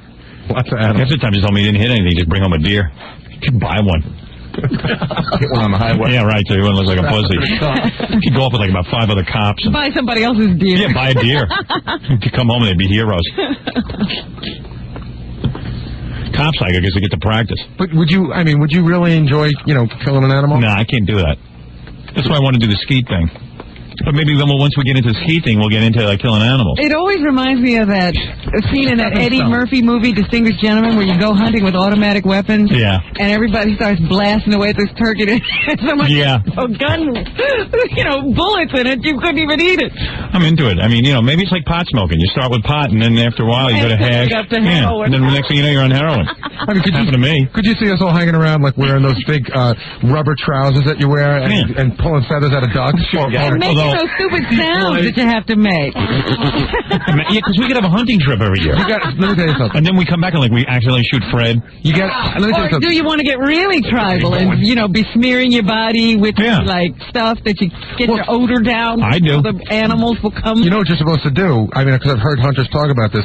If you kill a deer, what you do is you save the deer's bladder. So the next time you go out, I think you're supposed to rub the urine on yourself to attract other deer. That's what Ted Nugent told us. Cover your. And you got to gut it out there and. Yeah. Oh. I went fishing with some dude, and we caught, big fish. He started gutting the fish. I said, I want to throw up. I'm going to throw up now thinking about it. If you ever want to go skeet shooting, Howard, I went skeet shooting out at the Poconos. Yeah. And they have, every gun you could shoot. You shoot Uzis. Oh, yeah? K-47s. So let's plan a trip. Glocks. I shot everything. It was so much fun. I've shot Glocks and Uzis, but... Why would you want to shoot clay pigeons with an Uzi? It's fun. You want to know something? I never realized it. I'll tell you something. It is fun. I never thought it was fun, and then this guy put this Uzi in my hand. I was at a firing range, and I just started blowing up stuff. Oh, no, I could see it's the guy, okay, they have these police targets, and they're a mile away, and you got your stupid little handgun, and you're shooting the thing, and you're missing, and you're not hitting. The guy says, "Here, try this baby on for size. Take the Uzi, the paper blows away, the metal clip that blows the paper away, everything. The whole place is obliterated." What's the name of the gun that Dirty Harry shoots? What is that? Magnum. They have one of those, Howard? It's unbelievable. Yeah. The whole kick. Yeah. It's great. I once shot one of those big guns. Might have been like a Magnum. And then a piece of the shell or something hit me in the face, and I had a big cut. Of course, I was bleeding. I had blood dripping out of my face. Yeah.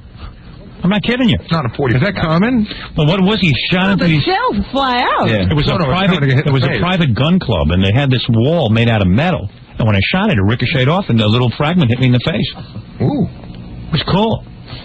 The guy was like, "Oh, look at this pussy. He's bleeding. He's coming out of target practice." This is you could come out of a fight bleeding, not out of a shooting. My fingers always bleed when I shoot. Were you able to act cool after it happened? My fingers always bleed. All around the cuticles and stuff, everything. Just blood. I come out of there all bloody. Oh, my goodness. I like it, though. When your face was bleeding, were you able to act cool about it, or did you really whip out? I got a little panic, but I was with real men. Right. I was with the guys in a gun club. Right. So I was just it's no big deal. And then meanwhile, I got home, I was yelling at everyone. Call a team of surgeons. Yeah, right. I was all panicked. First I thought I was shot. Make your fingers bleed. I don't want to do it. Yeah, because I got done and I went, I've been shot. And then I went, and I'm feeling, I go, I think I'm, and I turned to my friend and go, am I okay? I can see blood. What is it, Gorilla? You want to say something? Well, you were talking about hunting. Yeah. Oh, you. He's a hunter. I hunt down potatoes. I don't want to kill anything. Pigeons he kills. Yeah, you don't have to kill anything. You could just go and... It seems like something we could get into. There's a couple of I went skeet shooting too, and there's a couple of places in Jersey that are like 40 minutes away. I think we're the only ones who haven't been skeet shooting. I don't know, me and you. But you know what? I think it could get boring after a while. Like if they had a place where you could go skeet shooting and then play cards, then I'd like it. Howard, you know what we should do? They should just call it Man's World. It's Man's Club. Yeah, we should start a... Wait a second. Wait a second. We should start a man's club. Like a men's Disney World. Yeah, like a place where we could go. Like guys hang out and do manly things together. And then you shoot skeet. And then after you're done for like an hour, you got all kinds of shooting there. You got the target practice. You got your range where you run through and you shoot a target that moves. Yeah. And the only admission is you need 2 testicles. To get 2 big ones. Right, like us. We don't want any Alan Alders or sensitive men coming around there to have discussions. Like Richard Belzer. Yeah.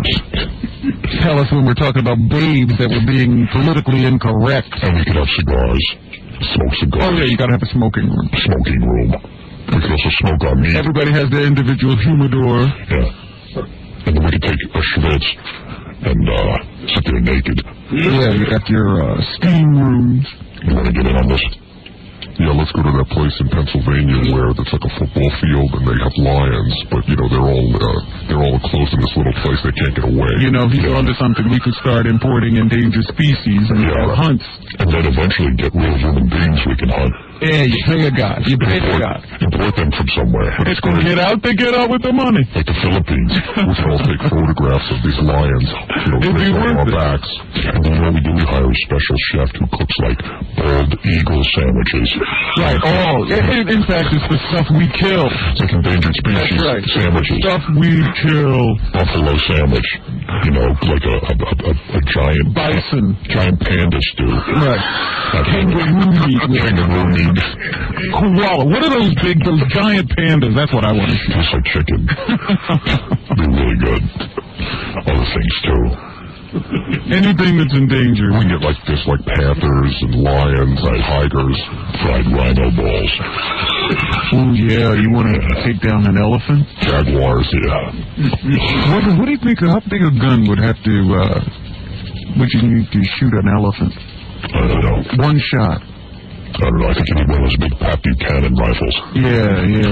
Sidearm. We got to walk around with sidearms. Pat Buchanan special. And eventually, like after 10 years of being at Man's World, we'd eat a human being. I don't know if I could go there with you. Come on, you're a real man. Real man meat? Man meat. I'm not eating any man. Like hamburger, but human burger. I don't know what's wrong with you. You're getting a little, Yeah, I eat a fag. Maybe we ought to go over to the, Saudi prince, ask him if he'll back us on this. You might want to hang out. Human tastes like frog's legs. And frog's legs taste like chicken. Who are we going to get to cook? Gorilla. Alright, wait a second. I gotta get out of this. Yeah. Hey, Howard, you know what we should really do is play, What you mean we, white man? All of us should play war games. I'm telling you, man. Paintball? Yeah, but not into that. Howard, if you get hit with that, you get huge welts. And it's I want to fire real weapons. Yeah, cool. I want to fire real automatic weapons. Why don't we play real war games with real guns? There you go. Yeah, and if you shoot, you don't welt, you die. Yeah. So we'll be back right after these words. We interrupt this program to hear from all of Imus's audience.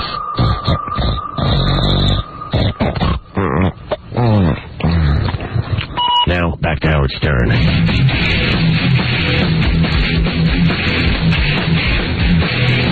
Hey, guess who's here? Who? I thought this would be kind of funny to interview the deadbeat dad. This famous guy who doesn't support his children? Yeah, this is the guy they locked up in prison. He came here, he wants to repair his image. Oh. I'm going like, why? Why would you want to remind people? Well, this is the place to start. And he's writing books and all kinds of stuff. Oh, God. Has he become like a father's rights guy or something? Hey, he's the deadbeat dad. You want to interview the deadbeat dad? Here he is. Let's get him in here. Deadbeat dad, I'm trying to remember your name again. I know your face. Because you look like my agent a little bit. How you doing? Take a seat. This is Jeff Nichols, the deadbeat dad. How you doing, man? I'm doing just fine. What happened when When you were the deadbeat dad, I saw you on some TV show. Yeah, I've been on a lot of TV shows. Yeah, where they said, like, basically you hid your income from your wife and kids. You were hiding all your assets. I should have been so lucky. How do you hide your assets? What do? You stick them in, like, a foreign bank or something? Well, that's what they said I did, but, you know, it's impossible to prove that you haven't hidden something. It is. Absolutely. I mean, how can you prove that you don't have a foreign bank account? But you claim that you have no money, right? No, I have absolutely no money. But you were the guy with the $500,000 house and the whole, or what was it? Not $500,000. It was like... Well, that's what they said. Hey, nice everything. I mean, you can't deny you had a $500,000 house. Absolutely not. I lived a great life. Right. But like most of America, you spend all the money you make. You have a little debt. You have a lot of debt. We had a house for, $400,000 mortgage. You got to you got to give your kids some money, man. Sure, and I'm regretful and embarrassed and ashamed that I did the things I did. To pay $120,000 a year in basic child support, puts you in a position that you just can't maintain. Really? I don't know, but it depends how much money you make, right? Yeah. Well, it's all relative. But I'm not good with this deadbeat dad stuff because you know what? I'm like Mr. Dad. I give my kids everything. So I'm not like really... believe it or not, Howard, before all this happened, I was the same type of dad you were. Really? I was... I think you ended up in prison. What the hell happened? What happened? When I made good money. For 4.5 years, I paid my ex-wife $5,000 a month plus, without any court orders, without What kind of work were you in? I'm an economist, consulting economist. Oh, really? My own business. And your business has got to be killed now after this deadbeat dad stuff. My business is dead. Yeah, nobody wants to touch you, right? Yeah, okay. Yeah. And plus you were in prison. Absolutely. Did you get your ass kicked in prison? Were you like in a tough prison? Oh, I was in a tough prison. You were in the Bronx House of Detention. Right. Have you ever been there? No. Dude, I tell you, I support my wife and kids. I'm not like you. Go ahead. Right. Yeah. I mean, it's hard to repair an image when you're, get busted for not paying off your wife. Howard, I'm not here to repair my image. Right. I'm here to say that I regret the things that I did. I acted wrongly. So now you're paying the kids? I was crazy. So what happened to you? What makes you think you can go away and not pay for your kids? Well, everybody else is doing it. You figure you can get away with it, right? Is that basically it? Listen, these things start, in Washington. The government's this way. Everybody's this way. I think, America's gone through a phase where... But they're your children. Yeah, you're little monsters. You have to pay for You had them. Yeah, man, dude. I mean, remember the day you took Junior out of the hospital the first time? You're like, oh, my God. You know what happens with a lot of guys that go, Robin, I've never forgot those days. That's why everything you had to pay for them. Yeah, absolutely. They cost. Absolutely. Hey, but you know what's weird? But tell me, why should somebody pay 150% of their income? Hey, if that's you got in the mess. It's not absolutely. I got in the mess. No, he did get in the mess. I got in the mess. So you're saying I made a lot of mistakes, Robin, and the biggest mistake that I made was not fighting hard enough. Just to keep in touch and pay something, even if it wasn't enough. Right. Right. That's what I did wrong. I could never have paid what the court required. You should have paid a little something. But I should have paid a little something. Yeah. Right. But you know what happens when you're under pressure, when you're in a situation like that, when your kids aren't talking to you, when you feel everything is falling apart, you don't act rationally. You start getting pissed off. Crazy. You know what a lot of guys do? What were the kids talking to? You know what a lot of well, wait a second. You know why a lot of guys get pissed off? Because they start sending this money for their kids, and they think their wife is living high on the hog. Yeah, that's what gets them. Well, you know what I learned years later? Right. When we were in court, I was taking money out of savings to maintain their lifestyle. I learned that my ex-wife was putting money in her savings and maintaining her lifestyle. And maintaining her lifestyle at the same time. So you felt the judgment that the judge gave you was unfair, so then you stopped all payments. Listen, I think, 75% of the men in America who have been through divorce would agree that what they've got to pay is not equitable. Yeah, well, sometimes it is. You know what? Sometimes it is, but you shouldn't get married. That's the whole point. Yeah. These are responsibilities you take on for life. Yeah. I agree with you, Robin. I agree with you. Because, and then when you muddy the waters and have children, they have to have a roof over their head, and their mother has to live there, too. Yeah, but they don't have to live on Park Avenue in a you know what it is? And also, you need money for your new broad, your new young broad. Why shouldn't they live on Park Avenue? So were you, so what happened? You got the divorce, because you were probably dating some hot broad, right? No. You just couldn't take your wife anymore. When the woman who I eventually married, who incidentally died last year. Oh, yeah. Yeah, so, I mean, this year has been really... Now, that was another weird story, right? Because weren't you in the middle of divorcing her, too? No, we had briefly separated, a year before she died. Because I read somewhere that, I saw on the TV report that not only did she die, but you were in the middle of divorcing her and skipping out on her the money, and then she died. You know what? I would just try not to get married. And you're not meant for marriage. Why don't you just go out and try and date? You know what I mean? Become a fag. You know what I'm saying? Life would probably be easier, right? It sure would. You wouldn't have any of this marriage crap hanging over you. Absolutely. So now you're paying for your kids? Because that's the only way they let you out of the Bronx house of detention, right? Well, I've agreed that a percentage of whatever I make goes to them. Actually, it doesn't go to them. It goes to my ex-wife. I see. Why $680,000 should go to my ex-wife, I don't understand. I'd be much happier if it went directly to the kids. Now, you know, there are some guys... How old are your children? They shouldn't get that kind of... 24, 21, and 16. Oh, my God. You got to pay child support? Yeah. Hey, now, well, he owes for back sins. There's a lot of guys who actually worship you. You've become their hero. There's a guy here, this guy Charlie from New York, hasn't paid child support in 3 years. Because of him? Yeah, and he says Jeffrey's his hero. Hello, Charlie. Are you on there? Yeah, I'm good. He's like his pal. Yeah, now, Charlie, what's your story? Don't you think you should pay your child support? I think I should see my kids, don't you? Oh, I see. They won't let you see the kid. No, well, she won't let me. Now, did the judge tell you to? Howard, we all go through that. The wives use the children as a weapon against the husbands. And so did you. I've had like 6 court orders for child support. Yeah, but you should still pay for your kids, even if your wife won't let you. If your wife is being But they're not really my kids then, are they? Well, yeah. Listen, Charlie, the lesson I learned... If you're never allowed to see your children again... Yeah. Okay? And you can't even contact them by phone. Are they really your children? Absolutely. It's decided that they're... Charlie, why are they my children? Charlie, you don't want to end up in the Bronx house of detention getting your ass kicked. No, I was in Nassau County Jail for 6 months. Oh, you've already been? Okay. Yeah, because I picked up my kids. I had a court order to pick up my kids. I got tired of this nonsense of calling the police like my lawyer told me to do. Yeah. So I pick up my kids. I tell the wife, here's the court order. You know it exists. I'm taking the kids. Come on, kids, we're going camping. Right. Kids loved it. They jumped in the car. Yeah, we're going camping. Next thing I know, I'm being ran off the road by an unmarked cop in a car. Really? Yeah. And then he smashes my window. The kids are screaming. They got glass in their eyes. And the cop says, I'll kill you. You know, apparently the cops got a call saying that you kidnapped the kids. I had kidnapped the children and I was going to abuse them. Really? Yeah. Were you going to do that? I got 27 Who are you people marrying? Yeah. I don't know. You know what? She was a sweet girl, but she was It's a funny thing. My wife's always trying to pawn the kids off on me. I don't understand the whole thing. Yeah, Howard, believe me. Hey, all I know is you guys got to pay just like everyone else. That's all I care about. And just because you're fighting with your wife, you don't bring your children into it. Well, you know, he can't help but bring his children into it because his wife did.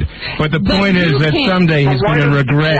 Why doesn't the court... You guys got to pay. Hey, Bill. Why doesn't the court recognize court orders? Yeah. This guy says, hey, you guys got to pay just like everyone else. He's an idiot. Right. I mean, he knows what his responsibilities are. He's an a-hole. I mean, the bottom line is that it's based on how much you take home, and you're supposed to pay. What is it? You suddenly, you have the kids, you have the wife, and suddenly you don't want to take care of them anymore? You keep the money all yourself? And what about the 2 years when I was disabled? 2 years when you were disabled. You're breaking my heart. And they refused to reduce my child support. So what am I supposed to live on? I'm supposed to live in my car?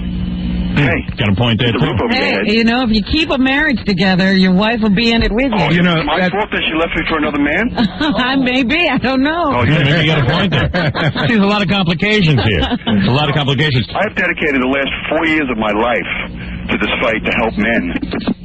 With this Bill just hung up. He doesn't have time for you guys. Yeah? But let me tell you something, Charlie. I hear what you're saying. I got literally hundreds of letters when I was in prison from men across the country. Guys were writing you when you were in prison? Absolutely. Everyone with a story sadder than the last, you know? Really? I mean, it's a common problem. It's just not talked about. Men don't talk about their problems the way women do. They don't relate to each other. No, listen, I'm still here.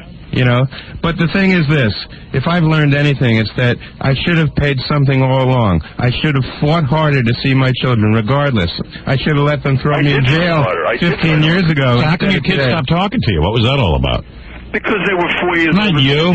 I'm talking to Jeffrey, the world's most famous deadbeat dad. Oh, okay. You're not the world's most famous deadbeat dad. I am. No, you're not. I'm getting rid of you. Yeah. Do you know what it's like to visit your children once every other week? Yeah, I do it right now. Relationship with them. Yeah, I barely see my kids. No, it's very tough. Yeah. I'm not saying I did the right things. I made a lot of mistakes. So what, I should have fought a lot harder. You grew apart? What's that? Yeah, they grew apart. He just forgot them? Yeah. Absolutely not. You got to admit, listen, But bottom line. you're in a war zone, and they're the victim. Yeah, but what it amounts to. Jeffrey, True. bottom line is, well, let's cut through the crap. What happens is you get divorced, you're making a few bucks, you want to have a nice lifestyle.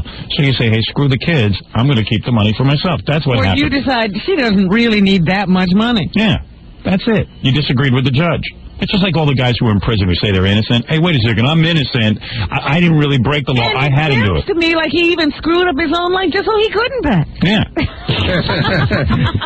But anyway, so now you're paying. You went to the Bronx House of Detention, and now you're writing books? What kind of books are you writing? I'm working on 2 books at the moment. One is just a story of my own experiences, and I try to relate it to the general problem that men have today, not only in marriage and divorce and fatherhood, but in society in general. Yeah. You know, what's the name of this book? What is the problem with men in society? I don't know. What did I do? How did I become a man in society? You know, men I think need their own liberation movement. We're 4 decades behind women. Yeah, we're plenty liberated. As far as he tells me, it's a man's world. It is a man's world, believe me. And according to Jeffrey, it's a man's world.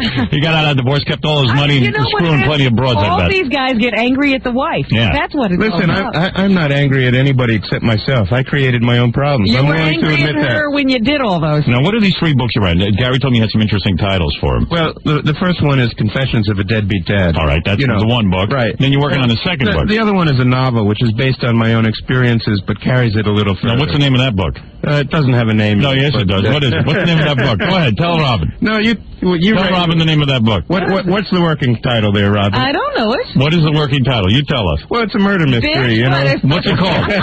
How to Murder Your Wife? This guy, like me, winds up in the Bronx House of Detention because his ex-wife is found dead, and he's the prime suspect. Oh. What's the name of the book? And he thought about doing it, but he didn't. What happened? What's the name of the book you're thinking of naming it? I have no working title at the moment. I forget. It's like How to Murder Your Wife or something. Yeah. Something like that. You're angry. I'm angry? Yeah. No, I'm angry, sure, but I'm angry at myself as much as anybody else. Are you? Absolutely. So, anyway, so when you walk down the street and stuff, do people like kiss it and stuff? Hey, deadbeat dad? In New York City, I'm anonymous. Right. But I live in Vermont. Oh, I see. Everyone knows you there? Everybody knows me there. And you know what's surprising is that what happens in the street is the same thing that's happened in the mail. Right. 95% of the people who come up to me are sympathetic. Really? Absolutely. Country's gone mad. Women aren't approaching you. No, you know, I was out to dinner. I took my kids. I have 2 kids. Ralph started from the second marriage. From my second marriage, 3 and 4-year-old kids. Yeah. And we went out for pizza the other night. And after we have our pizza, you know, we're putting our coats on in the... Now, who paid for the pizza? Yeah, the kids paid. Actually, the kids paid for the pizza. Excellent. Yeah, smart. Well, I get Social Security survivor benefits. So you went out for pizza? We went out for pizza. I'm putting my kids' coats on in the entryway to the restaurant. This woman, very attractive young lady, walks out from the bar. Punches you in the balls. Right? What happened? She must have had one too many to drink, but she put her arms around me. Uh-huh. She told me she never met a celebrity before. Oh, God. This world's got nuts. Meanwhile, I left the restaurant. I said to my 4-year-old son, Zach, do you know who that lady was? I think Ralph's dad abandoned him, and he was going nuts because he had to put makeup on the deadbeat dad. Uh-huh. And Ralph was like, personal I don't watch the deadbeat dad. So Gary said, just shut up and put some makeup on the deadbeat dad. Just do it. Just go in there and put some makeup. Yeah, evidently he had a whole bunch of issues. So what about your own What happened to your dad? Didn't he abandon you or something? I didn't even ask him if he wanted makeup. Really? Did you put makeup on the deadbeat dad? No. You didn't want to? No, we didn't meet. No. I'm already good looking, Howard. You didn't need it? Yeah, you can't improve on that. Oh, Ralph has Don't you have an issue with your father or something? Well, I mean, I don't want to get into that, but I know a lot of guys. What's your issue, man? Your daddy didn't pay child support? Did your daddy pay child support? If I was a dad, I wouldn't. If I was Ralph's dad, I wouldn't pay. When you took him to court every 2 minutes. Yeah. And it's like a guy like this, you know, he doesn't want to pay. You got to keep dragging him to court. I mean, there's a list of guys like this. Oh. And then the other guys who hide all their money. You know people like that. And divorced and they hide their money. Listen, you're a man. Do you think all the men in America can be awful evil people? No, I don't. But I think you're pretty evil. Well, listen, I think I did some evil evil things, but I don't think that makes me an evil person. Well, what are you doing here? What am I doing here? He's repairing his image. No, I'm trying to launch... Howard, I'm trying to launch a radio career. You better watch that. Is that what it is? Is that right? Absolutely. We got to take a break. We'll be right back. WHUX Manly at Syracuse. Now, let's return to the Howard Stern Show on 95X. Yeah, let me see. Some lady wants to yell at you. Now here comes an angry woman who want to kick you in the nuts. Hey, Francine, you're on the air. Hi, Howard. This is a real pleasure. And this show that you have is very important this morning. It is? There's about time how long we been on the air, Robin? Finally, an important show. Hey, thank you, man. Thanks for coming in here and giving us an important show. Well, look at Ralph all angry. It is an important issue. I wanted to just ask Mr. Nichols, what goes... Isn't it funny his name is Nichols? It's like, he held back the nickels from your family. That's cool. No, that's what he gave him. What goes on in the male psyche when they just leave children without paying? It's so incomprehensible. Listen to your voice. That's the main reason. It is. Well, but she said without paying. She understands the leaving, right. So without paying. The leaving is totally... When you hear this voice night and day, you go, I got to leave. And I'm not paying for the kids. It is totally incomprehensible. I look back and say to myself, how could I have done the things that I did to my own children? Right. I've never stopped loving them. I've never stopped caring about them. But yet... That's hard to understand. It is hard. I can't explain it. I just can't explain temporary it. Insanity. I'm not saying it's temporary insanity, but, men also, have anxieties, depressions, concerns, insecurities. They're not perfect, and they make lots of mistakes just like women. Yeah. Yeah. Broad. Well, okay. Did you start paying yet, or what's the deal? Are you still claiming you don't have any money? Well, they get a percentage of everything I make. A trustee has been appointed. Any money that I make goes to the trustee. And they looked at your finances and stuff? In other words, they did like an audit and stuff? There's nothing to audit, Howard. Really? I mean, they could audit all they want. What about that? He doesn't work. No? How are they going to get anything? What you got to go through. Well, wait a second, Robin. It's not fair to say that I don't work. I work hard, but I haven't made anything. Really? I can't believe that. I mean, if you had a $500,000 house, you had to have had something at some point. At some point, you had something. I did. I had a lot of money. Right. Now like the rest of America, I spent it all. I see. Is that unusual? Yeah. Yes, it is. When you have children, you don't think about putting some away for them or making sure that they won't go hungry? You're talking to the wrong person, Robin. I'm an economist. Most of America is deep in debt. Oh. You maybe had a girlfriend on the side? I am not saying most of America makes... No, I never had a girlfriend on the side. I had a beautiful wife who I loved very much and who started being a very concerned stepmother to my 3 older kids before everything went crazy. Wow. Hey. It's coming into a real downer, man. It's a deadbeat dad. Yeah, well, what do you expect? Deadbeat dad. Thought he was going to be an up-and guy. Look at Ralph, man. Ralph's all crumpled up in the corner. What is Ralph's issue? He's not your father. Yeah, what happened? Yeah, what do you want from I just don't like people like this who... Did your dad leave you? Do you see your daddy? Do you see your dad? When's the last time you saw your dad? Check this out. Go ahead. One time when you were talking about Ralph's dad, right? His dad called here. Oh. Now, I don't know how long it's been, but Ralph was like, F him, and I said, don't you want the number? Ralph took the number, threw it in the garbage. I don't want to talk to that a-hole. Wow. Screw him. Really? What do you ever do for us? It was weird. It's not weird. I just don't have anything to do with them. I can understand how Ralph feels. My 3 kids, I'm sure, despise me. I was going to say, they must despise me. You're admitting to it. You're at least I don't know how. I don't know how I can ever make this up to my kids, but I'd like to try. Right. Are they talking to you now? No, they're not. They're not. Ralph, why don't you talk to why don't you talk to Jeff Nichols and like have a couple of bucks? Yeah, why don't you give Ralph some money? Let him go get some ice cream. Yeah, see, they're not going to talk to you because like when they needed you weren't there for them. The one thing that doesn't come through from all of this is that the biggest sin wasn't not paying the money; it was the emotional.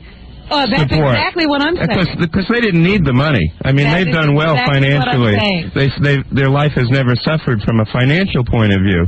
The press has focused on the money. Mm-hmm. But the real issue here... You must have to go around all day, like explaining yourself to people, right? Because when they plastered your picture all over the newspaper stuff, were you, like, freaking out? Like, were you, saying, hey, wait a second, why are they singling me out? It's anonymous, like the poster boy for you were the biggest deadbeat dad. The thing that was really strange, here I was in the House Bronx of Detention. Yeah. This is when most of the publicity was taking place and when my picture was in the paper every few days. This issue really pisses people off. Yeah. You know, what happened was that here I am in an environment with only men. Right. All right? Yeah.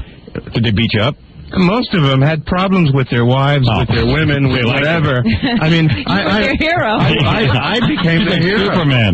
No, I know a woman who's like raised 2 boys on her own. Oh, sure. Yeah. Her husband never chipped in a nickel. Is that your wife? No, I chip in plenty.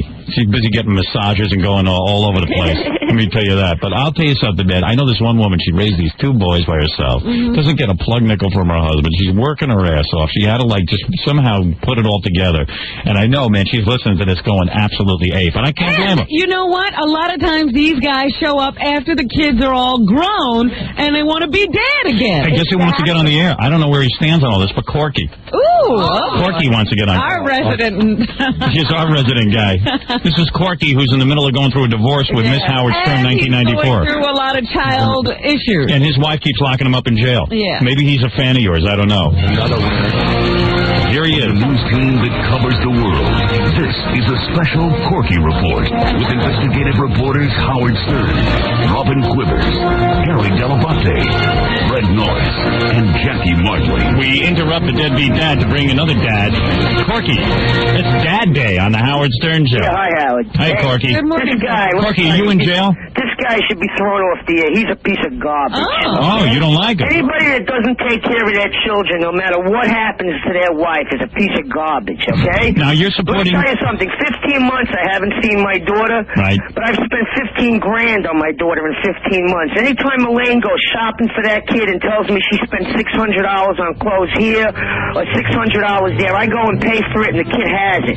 Your children are the most important thing. And this guy, forget it, it's too late to apologize. You should be taking care of your kids from day one and never stop. Because otherwise you're a piece of garbage. You never know where Corky's going to stand on the issue, but it's a surprise. Hey, there's Corky. I drove out to Long Island with a 27-inch color TV with a built-in VCR on the back of my car the day before they locked me up. All right? What was that for? That was for my daughter because her VCR broke. You know? He's in the middle of going to jail and buying VCRs. I mean, this guy's a piece of garbage. Well, Corky, you can hear from the sound of his voice what a real snake he is. He's not even a human being. He sounds like a Mooney. You know? I hear you. Oh, now I'm back to say I'm sorry I didn't take care of my children. He's a jerk. No, Corky. There's Corky checking in with what seems to... You know what? I got to agree with Corky today. Hey, Corky's on a roll today. At your expense, but he's on a roll. Well, there's a lot of truth to what he says. Fathers do have to pay for their kids. Right. Go to Kathy Lee and Regis. Get on their show and tell them that, all right? See how fast they'll put you on. You piece of garbage. You must Go get back from the hole you came from. Now, you right? must get this from a lot of people. This is no surprise to you, right? Anyway, I got to run to work. I just had to just... Work? Don't you have to go to jail? I'm on my way in and out of jail. Don't you have to go fight with your ex-wife? See, even though he goes to jail, he pays. Yeah, even when he goes to jail, he pays. You got to admire that. All right. I do admire I love my daughter. Brittany, Daddy loves you always, forever, up to the sky and to the moon. I love you, kid. Hey, by the way, your ex-wife, she's here with Jeff Nichols, the deadbeat dad. She's dating him. All right, goodbye. All right. Obviously, she's not. Well, Jeff Nichols, deadbeat dad, welcome to the show. A lot of talk. You certainly caused a lot of talk. Ralph, any last shots for the deadbeat dad, Jeff Nichols? No, but I'm just sitting here thinking about... Ralph, what is he doing here? I mean, like... It's promoting. Promoting what? I don't know. What are you promoting? Listen, I'd be so ashamed that I wouldn't even show my face anywhere. I am ashamed. Absolutely. Then what are you doing here? Why don't you just lay low and get a job and start paying these kids what you owe them? That's what I'm trying to do. Well, what are you trying to do? What are you trying to do?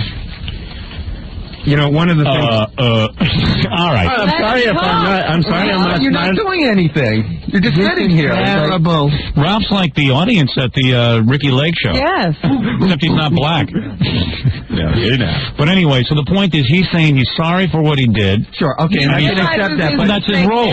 But what am I doing here? What are you doing to correct in other words, why... your admitted mistake? Oh, I see. You said you screwed up. This is the wrong thing to do. Use the kids against your wife. Now what are you going to do? I'm trying to speak out on issues so that other men don't make the same mistake that I did. You're defending yourself. I'm not defending myself. I said what I did was terrible. How could that be defending myself? All right. But I'm also saying I don't know how I could possibly do it, and I'm sure that there are thousands, if not an idea. Go get a job and give them kids some money. Oh, there you go. I figure you got cash stashed away, though. I do. I figure you do.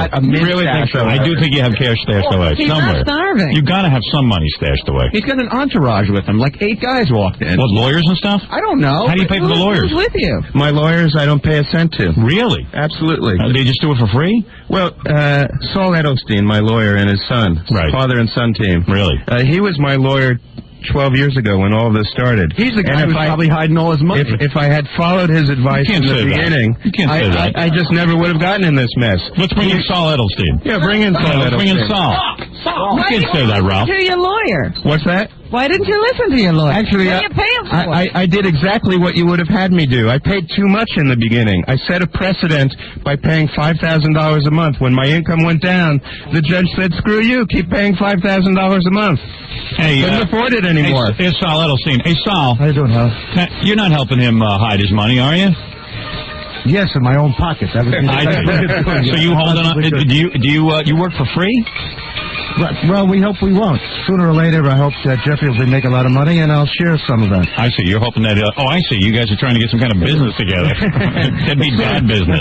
It's sort of working on a a little contingency there. Now, here's a guy who killed his dad for not paying child support. Oh, no. Yeah. All kinds of people out there. Hey, Joey. Yes. You killed your dad, right? No, I didn't. My brother did. My younger brother. He took care of your dad, but good, didn't he? Yeah, this guy is such a friggin' idiot. He's just like the way my dad was. My dad deserted us when we needed him.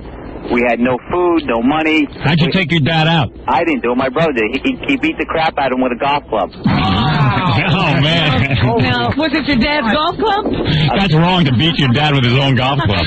Where'd your brother get the golf club? He had it. It was his own. Oh, yeah? Yep. And how many strokes did he take him out with?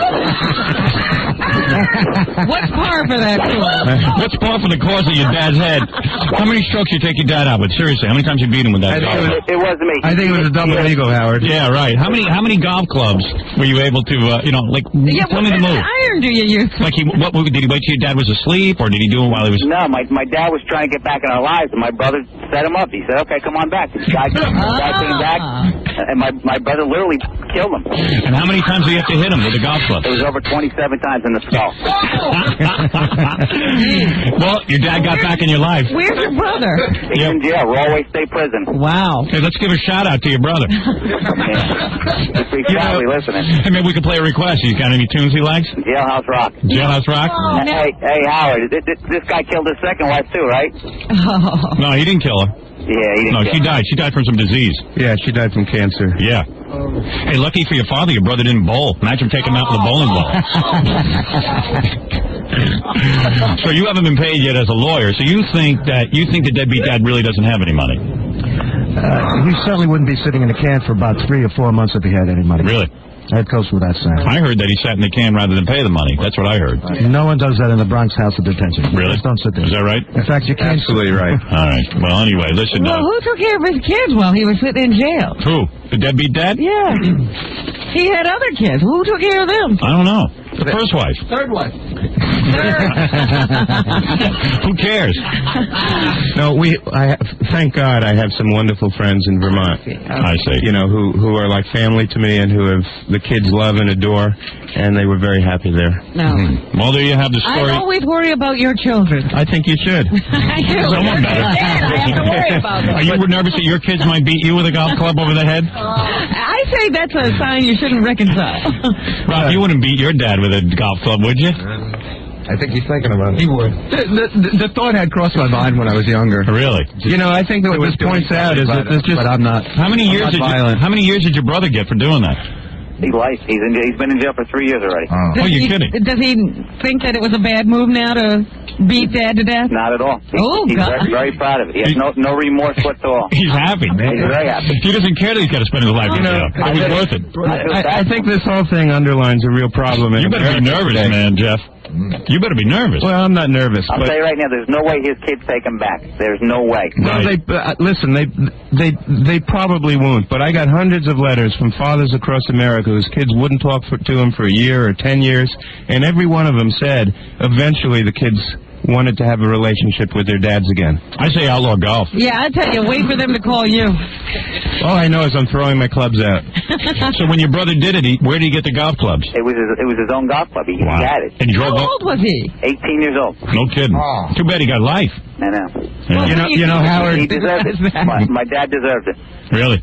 And when you go to visit him in jail, he goes, "Hey, man, I got no problem being here." His life is hell right now, but he thinks it's worth it. Yeah? He says it's easier in jail than it was the way we grew up. Really? Wow. Man, did your dad molest you and stuff? No, he never did that. He just wouldn't pay any money? Nothing. Wow, well, there you go. We were homeless. It was terrible. Howard, I know you like to put a humorous spin on everything, but I think this underlines a real problem. Look how many families in America You guys aren't exactly cheering anybody up. Look how many families in America today are battlegrounds between husbands, wives, exes, children. There's something wrong here. Dude, you better be quiet. I'm telling you, there's an angry mob out there. They'll run you down. Hey, does your brother play golf in jail? I don't think there's enough room in jail. No, like with a cardboard club. Was your brother a good golfer? A very good golfer. Really? Oh, unbelievable. Well, anyway, listen, Jeff, you got 27 strokes on the head. Doesn't sound like a good Jeff, if I was you, I'd lay low. That's all. And now he's had a hole in one, huh? That's it. Well, now he can play jacks. You're a comedian, aren't you there? Yeah. Well, listen. You're such a jerk off. You know that? Hostile. Well, these are angry children. Children Right. angry because their fathers abandoned them. Well, hey. And he should be angry. Well, this has been a happy segment, huh? All right, hey, dude, thanks for calling in. Hey, take care. Say hi to your brother. Give a shout out, huh? Hey, Johnny, you're the best, kid. Stay tough and sell Block 6. Right. Hey, Jackie. Yeah? That's Timmy. All right, goodbye. That's what I was going to say.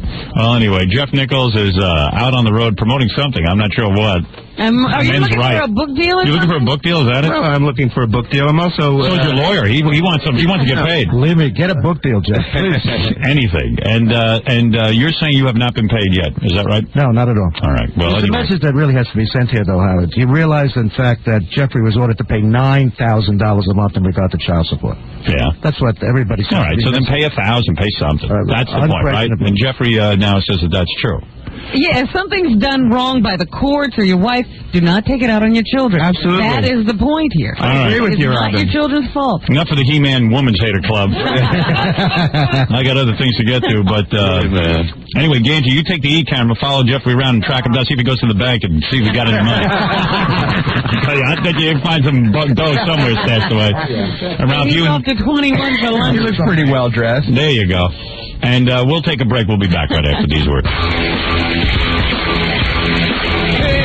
We gonna look at naked pussy today. We gonna have things our way. You know what I'm saying? Cause any man that's a man, no love, he loves some big You know what I'm saying? I want the big women. Don't give me no fat chested ones.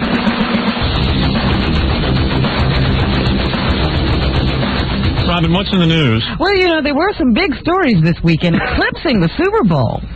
In our own little neck of the woods was the announcement that Mickey Mantle had entered rehab for a drinking problem.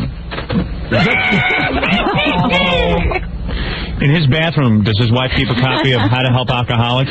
Must have, because it finally sunk in, and all the articles in the paper this weekend say that Mickey did not want to end up like Billy Martin, one of his best friends and greatest drinking buddies. He noticed, even after Billy Martin was told that he had liver damage as a result of drinking, he considered that a red badge of courage and continued to drink. He was smart because he died in a car accident anyway. Mickey, yeah, but he was drinking then too.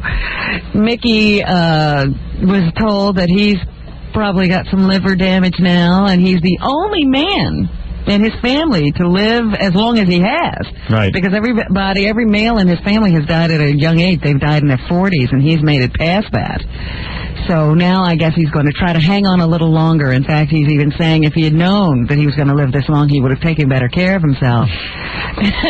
For the legend of Mickey Mantle, it would have been cool if he died in his 40s, and everyone would have been like, wow, Mickey. The Mick. Yeah. But, unfortunately, the Mick lived till like 60, and now it's kind of embarrassing because he's 60 years old, and he's got the, sort of got the mentality of a 19-year-old kid when it comes to alcohol. Well, they were saying in the paper, and they're blaming everybody. Now it's everybody's fault that Mickey is an alcoholic. Right. Because they say he never had to buy himself a drink. Oh, so we got to blame us. Wherever he was, people always were willing to ply him with liquor because they told him they thought he was funny. It's going to be great to drink with Mickey Mantle. Why not? They have those great stories. Guess who I was out drinking with last night?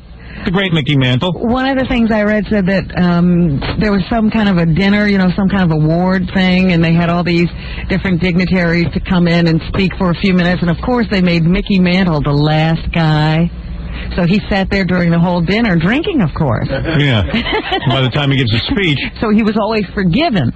Right. Too. Instead of being written up as an obnoxious drunk, people just kept their mouths shut and let it go on. Right. Everybody was, what do they call that? Everyone was facilitating. His drinking. Yeah. Enabler, yeah. Enabling. Oh, Jackie knows all the top. Why are we asking each other?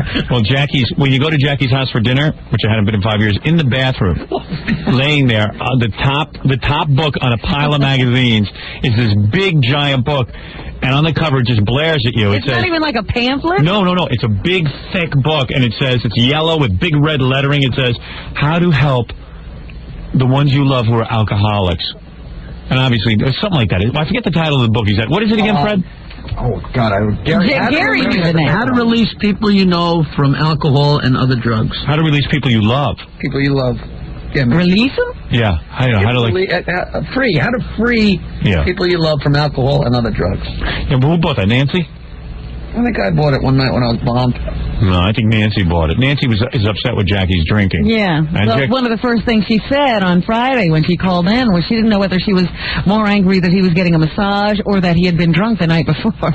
Yeah, that drives her crazy. But meanwhile, she married a drunk. I mean, don't try to crank it up. Does that mean that you can't try to help the person get better? Yeah, but, don't be mad. Jackie loves drinking. And just curtail. Yeah. Curtails, yeah. But then you just think about it when you're not drinking. Yeah. When he's not drinking, he's sleeping. I curtail because I sleep more now. Yeah. But he loves to drink. There's no way you're going to change. He's like Mickey Mantle. He's got to get liver damage before he stops, huh? What do you mean, gotta get? What liver? Ever since Billy's accident. You've been broken up, too, huh? Jackie has the most fun when he's high. Yeah. And no one's going to stop that. We all had a few glasses of champagne the other night. Howard didn't. Not me. But we're not. You were the only one. Right. And Billy West. But other people don't have a drinking problem, Jackie. Don't compare yourself with other people. Was Billy drinking? No. See? I mean, the rest of the people in the room can stop at one. Plus, he's been drinking all week. Yeah. We all had a couple of glasses. But Jackie does need... I never bothered Jackie about his drinking because I know Jackie needs alcohol. Don't say you don't bother him. I never try to stop him. I like him when he's drunk. You constantly bring up the fact that he has a drinking problem. You don't berate him and say you should stop. No. But you talk to him about what he does when he's drinking. It's fun. I'm a very functional alcoholic if I am an alcoholic. Right. Is that true or not? Yes, true. Even though I was late Friday. Right. And there have been many occasions. They were telling stories about you while you were gone. The story about you swinging on a pole outside of a hotel. And you had to be helped back into your room. And then you couldn't be awakened the next morning because you'd gone into a coma. It is like the Mickey Mantle story. And they also told the story about how you were screaming in the middle of a Grammys party. Was that the same one? Yeah. I guess Gary told us all the stories he's not supposed to tell. We get past the statute of limitations. Exactly. I do have to say that all those stories Robert just told are from 148-hour period. Really? They really are. Wow. When Gary was just as drunk and we had a wonderful time. Yeah, but... What happened? No, but I mean, of course I drink, but if I don't want to drink, I don't have to, and I know when to stop. I'm not saying that about him, but I'm just saying I know I don't have a drinking problem. Well, yeah. Jackie can't make that same statement. So what happened? Your wife bought that book, and then, like, what is she, like, counseling you from the book? Or she wants you to read it, or? And she just subtly placed it in the bathroom. Oh, is that what happened? I mean, it showed up one day? Yeah, I saw it the same way you did. Do you think she put it there so that we would talk about it? Maybe we could get to him because she can't? Hey, you do think? Yep, I do. Because, I mean, the book was... Because it all of a sudden... What is this? Donnie, you look at you, fatso. I'm in perfect shape. You got a stupid ass. You're going to talk that I got a problem. You can't walk past a piece of chocolate without eating them. Yeah, but I'll lose this weight and you'll still be drinking. I got my weight under control and you don't. That remains to be seen as well. You lose your weight, you still got the choppers. My choppers aren't killing me. They're killing me. Next game. All right. Oh, boy. Hey, Jackie, so what happened? Like one day, how many years ago did your wife buy that book, or was that a recent development? It looked yellowed. No, that was a yellow cover. What was it? How long ago was that? I really don't know. I think it's been lying around the house for a while. And it was, like, really weird. Like, you walk into the bathroom, and there it is. Like, how to help the one you... And everyone knows Jackie has a drinking problem. And, like, why would you put that book on top? For guests. Yeah, for guests. I mean... Ooh, Sherry. I'm thinking about it. Sherry. I think I actually bought that book. And why did you buy it? So I could laugh at it. To prop up a table leg. All right, we got to take a break. So the Mick is in the Betty Ford Clinic. Should be getting out in a couple of weeks, and everybody's hoping that the cure holds. How's Yogi Berra? Yogi Berra's doing fine. Oh, okay. Just thought I'd check. Does Jackie believe he's an alcoholic or not? I'm not sure. Where do you stand on that? No. Answer. No? Oh, yeah. No. In other words, you could quit drinking any time. I have. No, you haven't. You still drink. He thinks because he doesn't drink like weekdays. Every day. Yeah. Let me ask you something. Could you quit drinking today? Yeah, and I have. No. I've Wait. for a year at a time. You have? At a time. Sure. But that's not stopping. When I lost weight, I didn't have a drink for like 7 months, 8 But then months. you went back to it. Went back to it. What do you mean? In other words, you've never really quit. Oh, I guess you always end up going back. In other words, you haven't really quit cigarettes. I've never gone back. Of course I have. No, well, I don't choose to. I enjoy it. That was a really bad analogy. It's horrible. But they He couldn't help it. He was grasping at straws. Yeah. No, in other words, I quit cigarettes because I never went back. There's a list of questions that alcoholics, or Alcoholics Anonymous, I guess, puts out to see. Maybe you shouldn't say it, Robin, because it's no, I've seen those lists. I read through them 3 or 4 times looking for one question I can answer. No. Now, Robin, what would be some of the questions? Do you know? Does it have an effect on your job? Does it have an effect on your family? Yes. So far, I can answer for him. Yes, it does have an effect on Have my you ever not been able to remember something the night you were drinking? Do you ever have that? Absolutely. What was the question? Yes, he does. Not in a long time. What is it, Fafa Foha? Do you have to, have you ever started your morning off with an alcoholic beverage? Jackie? Slowly. Never, ever. Not once. All right. Well, there's a no. There's one question. But he's already answered yes to 3, and that's all you have to ask Gary those questions. Okay, what's the question? I've never blacked out, ever. Never. You've never done... Never in my entire life. You've never done anything you didn't remember? In other words, the next day, there's never been anything you didn't remember doing? Nope. Never. Never. Oh, that's great. And I've drank a lot, but I don't drink to the... I've never drank to the point of that I don't remember. What's the next question? Does it affect your job? Absolutely not. I don't. In fact,